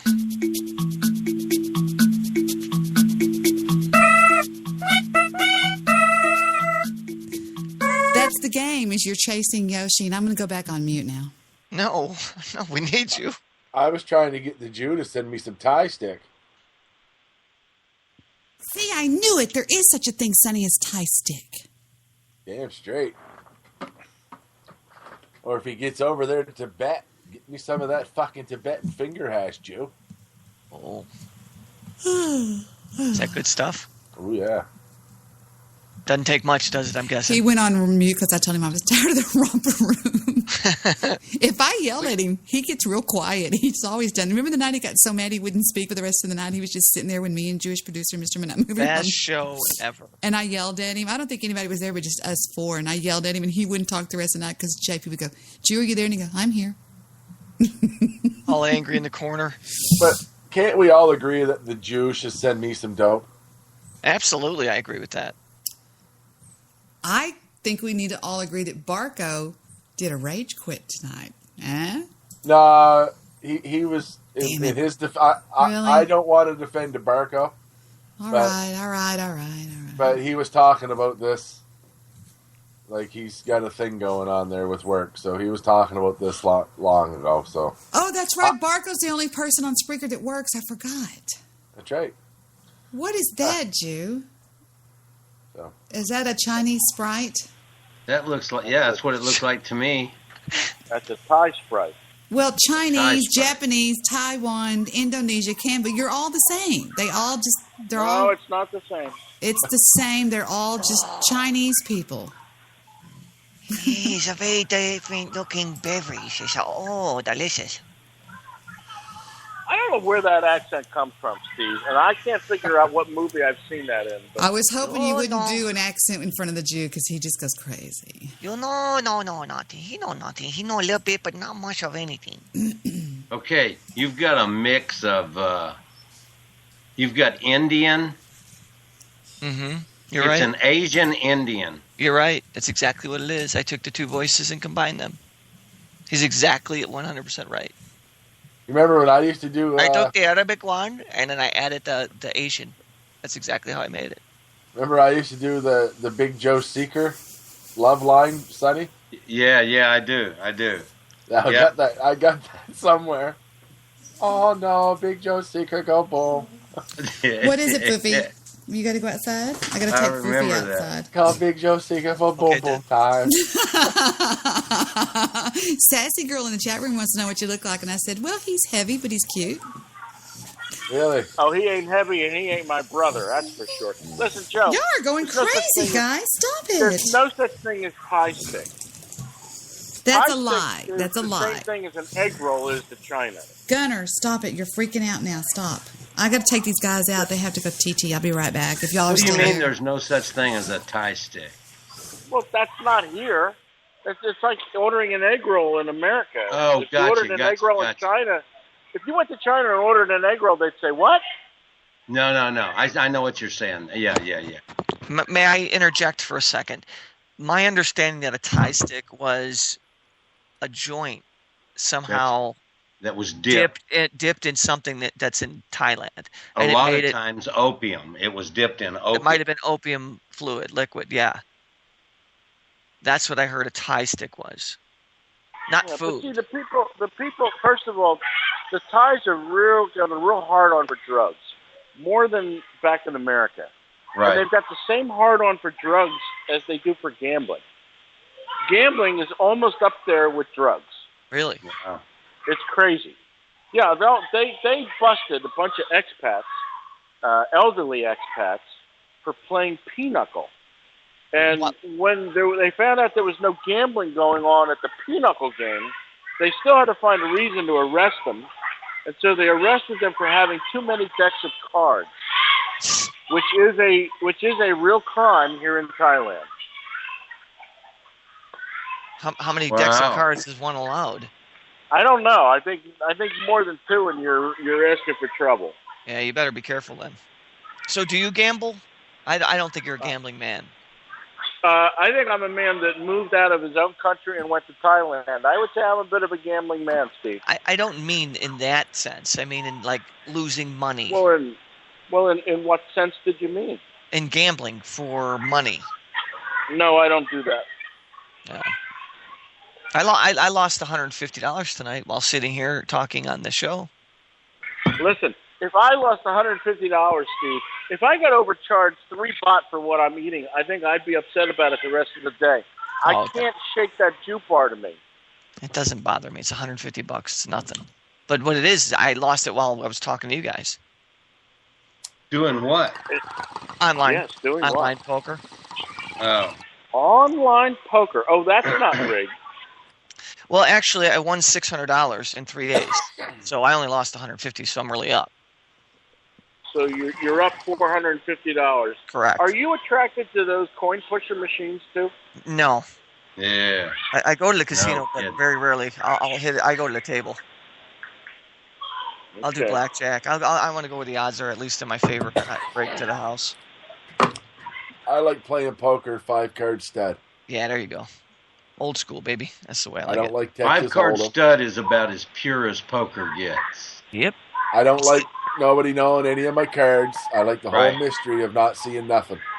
Right. I find Texas Hold'em's poker with training wheels. I think the only thing about Texas Hold'em is that it was Texas Hold'em is a real televisable game. You know what I mean? Very much so. Yeah. Yes. Because at home Right. you're thinking, I see those 3 cards. What could he possibly be holding? Because there's 2 jacks already out. Does somebody have that That's 3rd jack? I mean, does somebody have 2 jacks? So That's yeah. Because if you notice, they don't televise. You don't see a whole big thing about blackjack, although everybody plays it and everybody likes it. Yeah, Texas Hold'em is the most televised for sure. Yeah, for sure. Because it is entertaining. I watch the tilt poker all the time. Poker on went TV. big times. Got big time popular up here the year the NHL went on strike. Oh yeah, And yeah. the TSN, the sports network up here, had to find something to fill the void. So they Yeah. started broadcasting all them fucking poker tournaments. Yeah. You know, up in Canada, Joe, those Indian. Oh, somebody's got something going on here. Oh, there you go. There you go. But in Canada, a lot of the poker sites before they had all the big raids on all of that stuff. They were turns out- laundering money. Fuck yeah, they were laundering money. They were laundering fucking U.S. fucking mafia money. Yes, sir. And that was where I was going with that. It turns out that everything that they were doing legitimately was just like a fucking hobby compared to what else they were doing. They found like 3 sites that didn't even have any real legitimate fucking players. Right. It was all right. just money laundering. Yep, that's right. It was pure money laundering. Like Well, they and were just- hundreds of millions of dollars. Yeah. So. Mm-mm. I was going to ask you something, Joe. I know you used to have hockey night in Canada. Yep. And it's a big deal. Do you no longer have that? Well, where Hockey Night in Canada come from is the CBC, the Canadian Broadcast Corporation. Okay. Every Saturday night, they would have Hockey Night in Canada. But the CBC is owned by the government of Canada. So, it's been anyway, there's a lot of people that want them to sell it, and some people want them to keep it. So it's still there. It's still around. Yeah, but they sold their song. Oh, but now that's the part I was going to ask you about. The theme song. Now, do you remember this? Neil Peart played that. He played the Hockey Night in Canada theme on a drum set that was made with all of the team logos from all the NHL. No, but that don't surprise me. It's amazing, man. Well, he's the biggest drummer in Canadian history, so he's a big hockey fan as well. And it's like you don't know my friend Pete, but go ahead. Well, it's a $60,000 drum set made from the NHL. You got to check it out. It's an amazing video to go along with Hockey Night in Canada. So, in 2010, when Canada hosted the Winter Olympics, yeah, all the networks up here, like TSN, CTV, and CBC, they all have their own sports department. Yeah. They all made one big conglomerate for the Olympics and did everything together. Rather than compete against each other type deal, they shared it. And consolidated. Really did a bang up job, man, on their coverage. Like they really did a good job. It was cool. But to get back to the Hockey Canada story, they ended up selling that song to Rogers Cable, and now they do Rogers Hockey Night. Rogers Hockey Night. So that theme song is no longer relevant. Yeah, they use it. CBC doesn't have it anymore. Like, they sold the song to another network. So you've never heard the Neil version? No. Because it's just horns and drums, and it's amazing. I know the song very well. And yeah, it's so much. Dude, sort of sounds like the Hawaii Five-0 song. Kind of, sort of. Yeah. It's got that punchy, but Neil does this little solo in the middle. Yep. It's only a minute and a half long, but it's a fast, fun minute and a half. It's really awesome. And they got the NHL players and little kids, like, with their fists in the air, doing their little drum things in the air. They just took all these little clips, and I love it, man. Yeah, like the pool is back. What'd you say? The Blackhawks were there? We like hockey in Canada. I love hockey. I love Canada. We are pretty awesome. This is where the Jew should have moved. He should have come up here and lived up here. He likes it warm. Nova there's no way I'm moving to Canada. Nova Scotia is not that different than Thailand, Jew. We've got interesting food. There's not a lot of money here.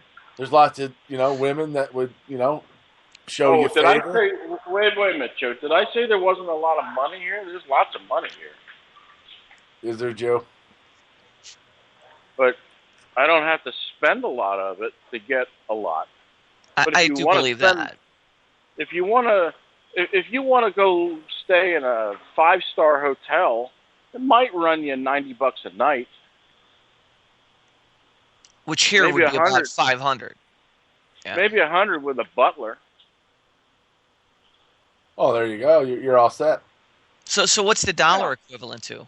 How does the U.S. dollar break down there? Well, since Trump took over, the dollar's been going up. It's about 35.6 baht right now. It was 33, 32. When I first came to Thailand, it was 45. Those were good days.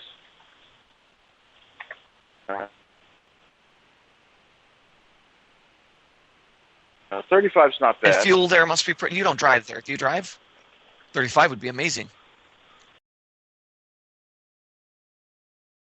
It'd be like driving in New York City. It's useless. A cab can get you anywhere for about $1. Yeah, I know. Whenever I see any footage, there's always cabs everywhere, and bikes. Oh, it's like New York. It's like New York City. There's millions of cabs everywhere. Rickshaw. So why would you even bother paying for a car, paying for insurance, paying for all that stuff? And I was trying to turn on my webcam for you, but I don't even have to go to the supermarket. I get all that delivered. So they must think that I bet you there's a lot of people that see you're an American and you're probably well-to-do. They probably treat you like you're a rich person. That's why I'm getting takeout tomorrow, Steve. I understand. I'm somewhat of a commodity. That's one of the beauties of being here. So Howard, how much would you think that like for you and say Jonathan, what would you think a monthly nut would be? Average. Like if Sonny wanted to buy me and him a ticket, and us to come over there, how much would it cost Sonny for me and him to visit you? How much? Wait a minute. I'm going to It's show Debbie. y'all. It's Wait a Debbie. minute. Wait. I just realized why the Jew likes Sonny so much. He calls him Howard. Eh? How about that? Howard. I think I've always called him Howard. That's for- why he's always liked you. So let's call him Howard. Howard. I could never call that fucker Howard. Fuck you, Jew. You're the Jew. You'll always be the Jew, baby. I like that fucker. One mansplaining Jew. Now, wait a minute, Darren. He keeps falling off the call. Who? The Jew? Yeah. Oh, what will we do?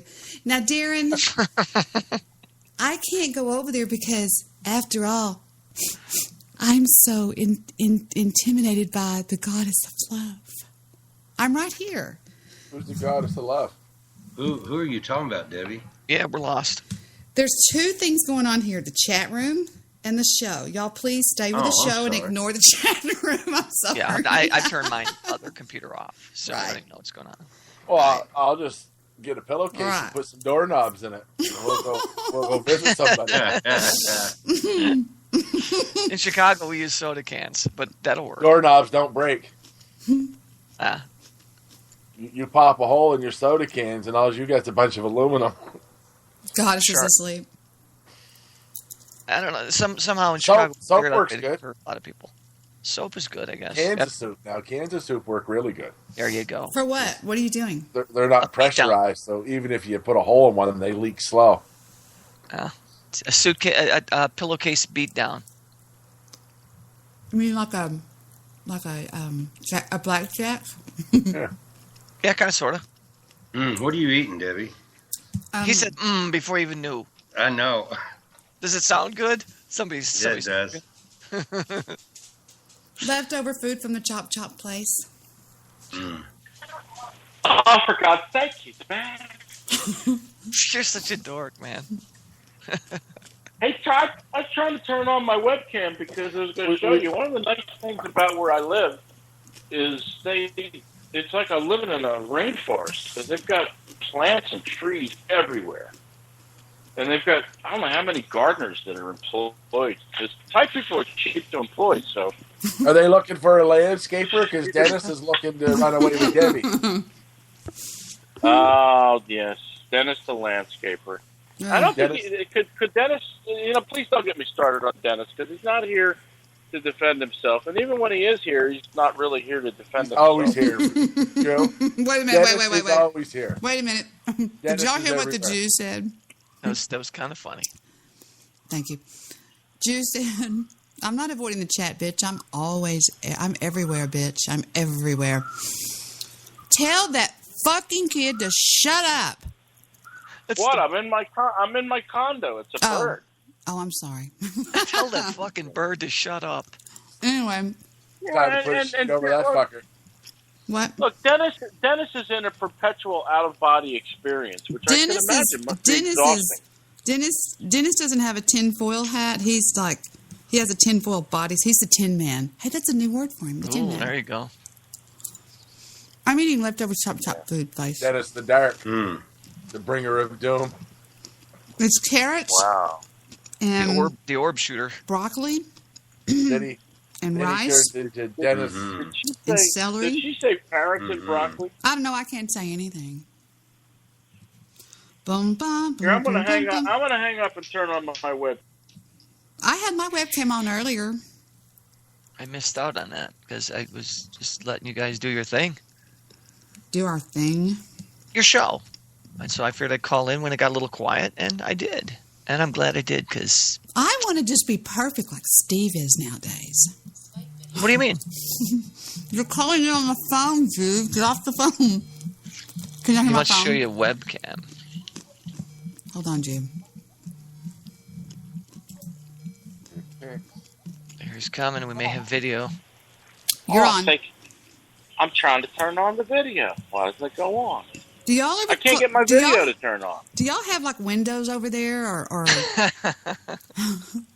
you have Windows? Or is it a Macintosh? no? I'm talking about doors. I know.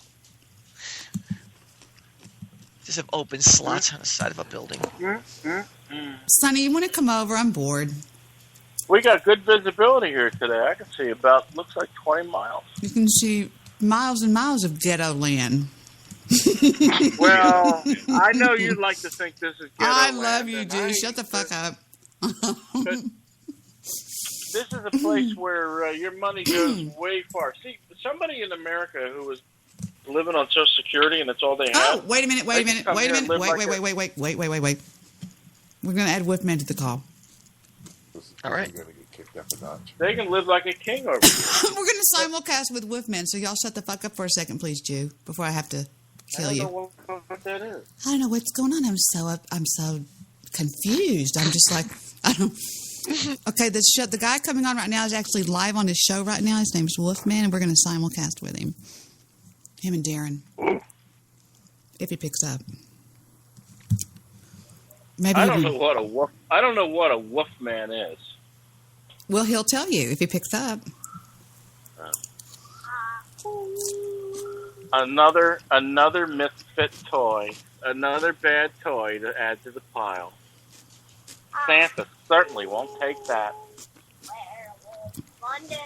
Wolfman. Hello? Oh, he's one of those fucked up Skype people that has 8 different computers going, and I'm not on the wolf line and all that crazy shit. You're not on the wolf line? The wolf line, I like that. You need to be nice, Howard. Oh, for God's sake, I think I will. Give me my megaphone. See, you don't believe I have one. Go give me the megaphone.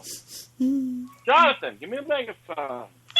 See, I'm on the 25th floor, but I like Darren, to sometimes megaphone. Excuse the loud, stupid Hold on, Jew let in me the try background, but how are you doing, Darren? No, wait a second. We got to turn on. We have to turn on the megaphone. Donald Trump wants the president, and that's just the end of everything. Thank you. I'm choking over here on Chinese food. You think I'm kidding, don't you? No, I really have a megaphone. Do you yell at the poor people? Do you yell at the people in the pool? Go, get the pool clean. I'm on my way. Hold on just a second. You know what? Everybody shut up. Jew, wait a minute. Wait. I haven't taken Jew, this is an emergency. It's a great idea. Jew, we have an emergency phone call. Darren, welcome to the show. And Mike and Wolfman Mike, you're on your show, but he can't figure it out. He never can figure out Skype. How are you doing? I'm doing well. Yeah, we had a fun show tonight. Oh, it's you, the high voice guy that's so sweet. Oh, well, that's nice of you to say. Yeah, we get Kurt on here. Give you the low voice. No, you don't. Kurt's on the call? Kurt's over there, too. Y'all have got to hear Kurt's voice. It's amazing. Kurt, are you there? I don't think he's there. I think we need to... Can I talk to the high voice guy, please? You're fixing to... Oh, my God. Megaphone. I think what we need to do is switch lines, and then we need to have Wolfman call you when we're all on one of the lines. Wolfman can never figure out. It's like, well, I don't know. Should I add him? He has to be on the wolf line. We've done it before. Okay. All right. I know we can do it. Right. So let me go back. I believe it. Right. I have every confidence in you, even though I don't know who you are. Do I have to know why you have the megaphone? Well, it's not my megaphone. I'm going to go over there and try to figure out how to call. All right, we'll be here. We'll be here for a little bit longer. Okay. Oh, good. I'm glad. I'm so glad he's figuring it out. Oh, please, go on, little puppy, figure it out. See? So, Jill, go ahead. How long were you and the wife together before she told you she didn't want to be together anymore? 60 days, maybe. Cumulatively, or actual time together? Actual living together. How long did you actually live together? Maybe about 3.5 years. Wow. But that starts in 1972.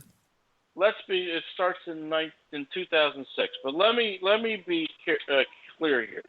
It's not her fault. She's bipolar. She needs medication. And if she's not going to take medication, then I don't have any interest. You've said that about 40 people.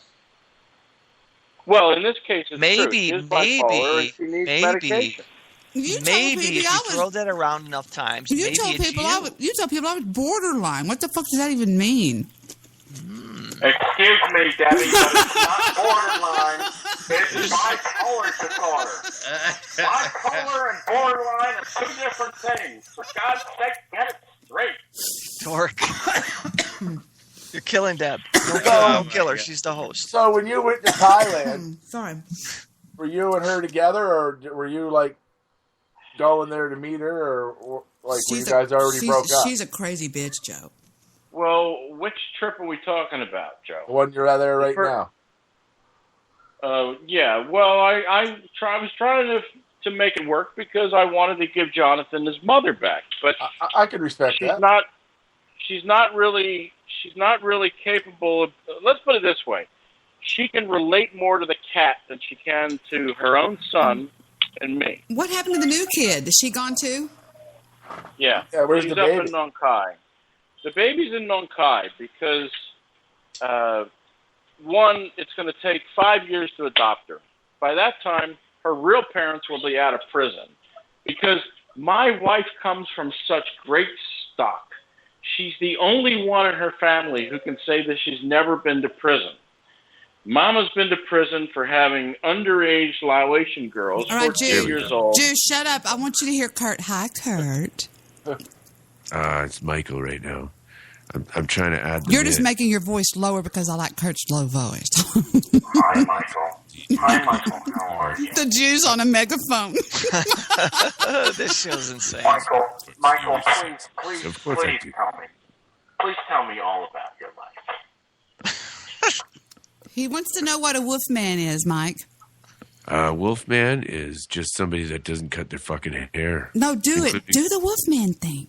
Oh, yeah, baby. This is the Wolfman. All right. Can you dig it? Coming at you from Monster Castle Radio Paranormal. All right. Sonny, say something so I know that you're not wolfman. I had to unmute myself. Oh, they talked at the same time. Jude, that megaphone's killing me. That's hysterical. First of all, that Wolfman thing is not as good as you think. See, that was a pretty good Wolfman. Just ignore him.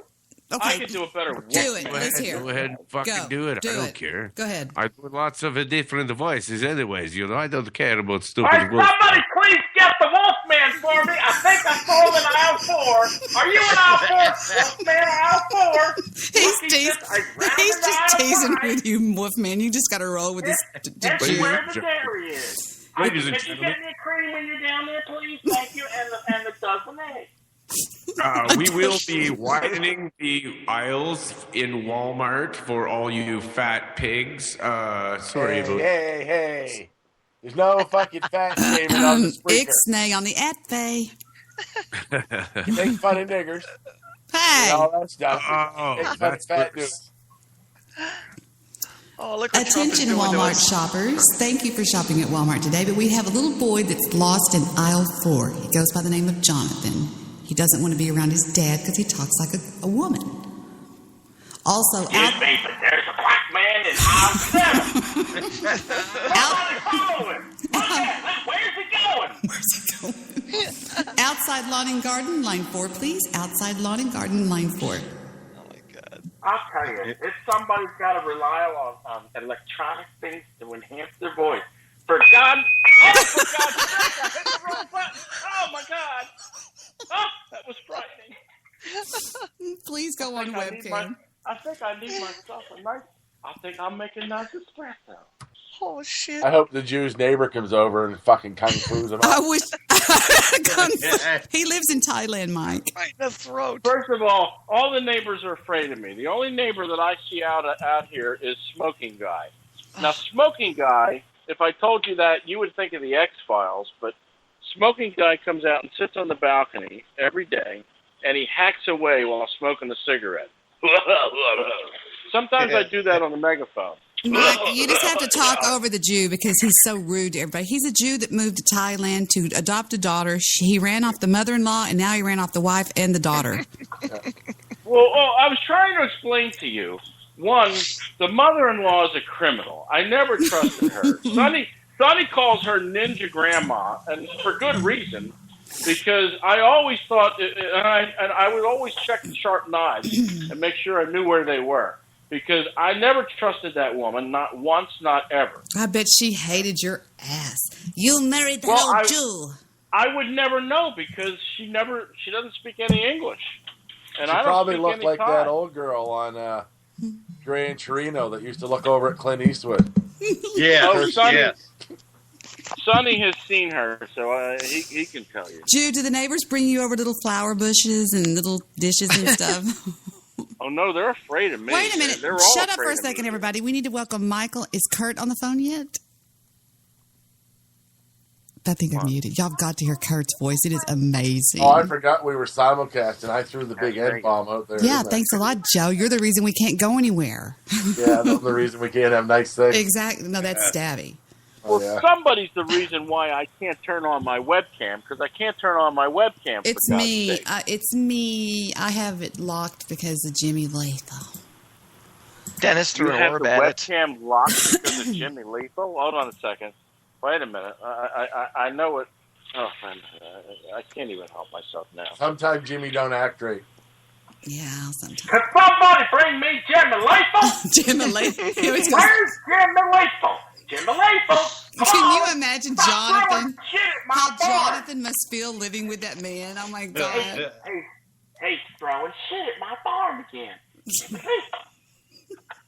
Stop it. That was sort of a West Virginia mix I'm with... really sorry, sir. Wait a I did minute. not With mean turkey. to shit in your barn. That was my daddy, the Wolfman. That shit, it was not me.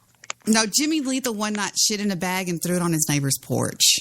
I don't think it was just one night. So you light it on fire. I don't. I think that might be a daily occurrence for Jimmy Lethal. Excuse me. This is making me laugh. Did Kurt ever come on the line? I'm trying to get him. It's supposed to be added to the call. I think Debbie has to add him. Is he eating burritos? Oh, he should be added. If you're there, Darren, then he should be there. No, because she called me earlier, so I just joined the call. But we're definitely on both. Just both add him screens. to you. Can either one of you add him? What's his name on Skype? I can. Add him. I'll try. Actually, tried already adding him. He has to got the call. he's got a wicked sounding voice. You know how I'm into voices. It says here that he's in the call, but I don't know what's going on. Is he eating a burrito or enchiladas, whatever he calls it, Tostitos? He does it on the air on me all the time. I have to mute him and electrocute him. I tried to add him. Let's see if he comes through. One night, Mike and Kurt it was Christmas. Sunny, Christmas in hell. they were smashed drunk. Oh fuck, were we drunk? I mean, it was the kind of drunk. It was the kind of drunk where they didn't know they were drunk, and they were going like, I don't know something. They couldn't even talk. Oh God, it was hungover for 2 days, Deb. Oh my God, it was funny. It's a classic. He passed out on the air. Yeah, they were. I mean, Sonny, I'm talking, like golf course whiskey drunk. They were like knee walking drunk. They couldn't. And Kurt talks like a perfect drunk when he's drunk. He goes, "Well, I don't know if I'm going to do that." He tries to talk real perfect, and it's just funny. Here, Deb, though. Kurt, you're on there, but can you talk, Kurt? Excuse me, could somebody go over to aisle 21 and get Debbie and LY, please, for the adverb? Still hear you because you called the wrong one. Adverb. Yeah. I'll call the other one. There he is. Okay, listen to his voice. Can you hear him? Say something, Kurt. Say something. Okay, stay there. Oh shit. Kurt. Mike's an idiot when it comes to I'll Skype. get him back. If that works, I didn't think that would work. It worked. Take it out of your mouth. I actually didn't think that would work because Say we're doing something, something Kurt. that's never been done. Actually, this is an experiment, folks. I've never done this before. Linked with another show, Hey, and now Mike. I've linked. Mike. Okay, if that works. That's pretty cool. Kurt, That worked. are you there? What did you Okay, do? we got him. Kurt? Kurt's How do you do? This is Curtis Eugene. Is he drunk? Is he drunk tonight? Is he drunk? yeah, a little bit. Is he I've got really? two. I'm actually, Deb, I'm actually sober tonight. Me, I'm actually fucking sober. I know you sound normal. I just love Kurt.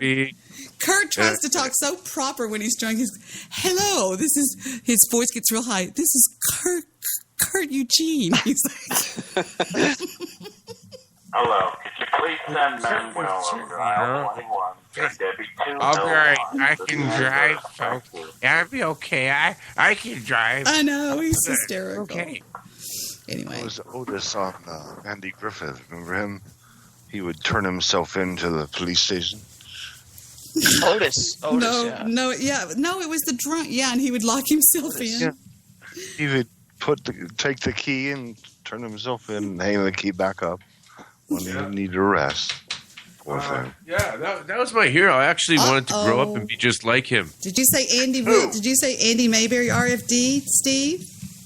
I'm not doing that. The guy in the jail cell, he doesn't have to pay for nothing, so that's a real inspiration for the children watching the show. So yeah. Yes, but it's a big inconvenience for me because that means I have to cook for another crook.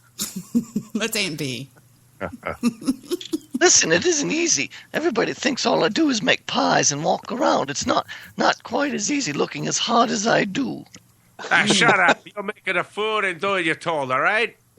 Oh, Mike, don't you get started that, with me. I'll Mike, slap you in the titty. Mike, I have to tell you, one night I was listening to your show and I thought, somebody please make him stop doing that godforsaken voice that he does. That is the most... That is terrible, rotten. isn't it? It's terrible. Right, and I could probably do a different voice for you if you want, lad. It's not bad. It's pretty good, actually. I like that one quite a bit. It's a lovely little bit of something. Oh, man, these guys make me laugh.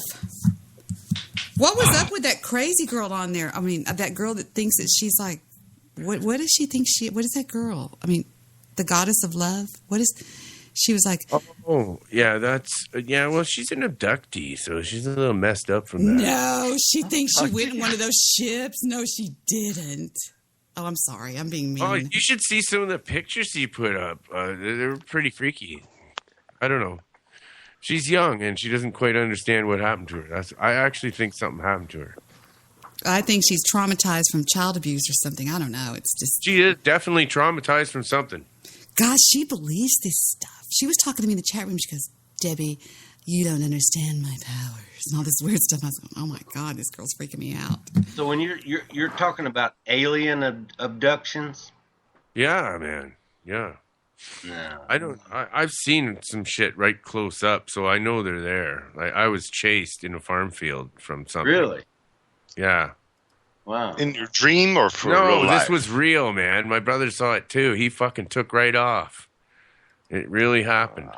No, it really happened, man. And to tell you, you know what? You guys want to know something? I'm going to give you disclosure on February the 17th. I'm going to give you full disclosure on Monster Mike, I want to ask you a question. When you were little, did you ever hear your parents whispering, we've got to take him in, I'm telling you? Did you ever hear something like those? No, did your teachers ever? No, this information that I'm getting comes from the stage manager, a production manager of Willie Nelson, comes from Willie Nelson, comes from President Jimmy Carter. And there's also an object involved that's there, and you can study this object. And this is all going to be disclosed on February 17th on my show. Why February 17th? I'm sorry, Kurt, I stepped on you. Just when the guest is booked. Oh, I see. All right. Kurt, have you had any enchiladas tonight? No, I had potato salad and nachos with El Pato. I had noodles and ham. That's what I had for my munchies tonight, but no enchiladas. That would have been good, though. One thing about Jimmy Carter and this was on a documentary I saw. A man went up to Jimmy Carter to sign a book he had, and he mentioned UFOs and things like that. And the Secret Servicemen made that man don't ask that question. And he said Jimmy Carter's eyes swelled up in tears, and he went on. But that's all documented in a I've video. never heard such nonsense in my life. What the hell are you talking about? I heard that too, Kurt. That was on Art Bell. So I'm sorry. Were you talking about? No, it's UFOs and stuff. Jimmy Carter knew more and wanted to talk more, but the Secret Servicemen standing behind his book signing. But said, Jimmy, hush, Jew. I want to hear this, Kurt. Go ahead. Jimmy Carter got to shut up, Jew. Wearing diapers. Hush. Depends. Oh my Come on, it was depends. Now wait a minute. So do y'all? Well, Okay. it all depends on the depends. What do you know about Area 51? Is that for real or what? They make depends there. I know that. I know, but don't go off on those crazy Mike things. Let me tell you something, Mike. Why can nobody go to Jew? You're fixing to get it. Okay, stop it. Oh, for God's sake, I'm fixing. He's a fixing. Here goes into Devin. Dear God. Okay, now whenever you go out there, why can't anybody get close to that place? It's the smell. It doesn't smell good. They're going to shoot you. There's a sign out front. The UFO brothers went there. They were on my show, and if you get past the sign, it says they are allowed to shoot you. Why? What is so secretive? Well, obviously, it's civil defense. But still, I think that if you're defending these citizens, shouldn't they be allowed to see what you're using? Like, nobody's that stupid. Like, come on, we all want to be Well, protected. you can't. Who can you trust? How do you know? How do you know they're a good person? Everyone should called trust espionage, man. You shouldn't need all these weapons. It's all dumb. Everyone should just get along and fucking do away with all the cops, do away with all the Kumbaya, politicians, Hold and hands. just do it the old way where we barter and Listen to trade and we don't need their fucking Kurt is bullshit. real religious. He's talk about your Lord and Savior, Kurt, please. I'm sorry, talk Savior. Would you talk about Kurt only? Would you talk to them about tell them about your Lord and Savior? My Lord and Savior Jesus, yeah. We're not in the. You got to first realize I'm sitting in this recording studio, and thinking this is all life is. Close your eyes. He says the same thing every night. I can tell you what he's going to say. We're in a solar system. We're on a big old ball. There's a moon out there. Stars galore. Don't you love his voice? Isn't it amazing? It's interesting. It's just unbelievably it's so unique. There's something deeper than just me sitting here.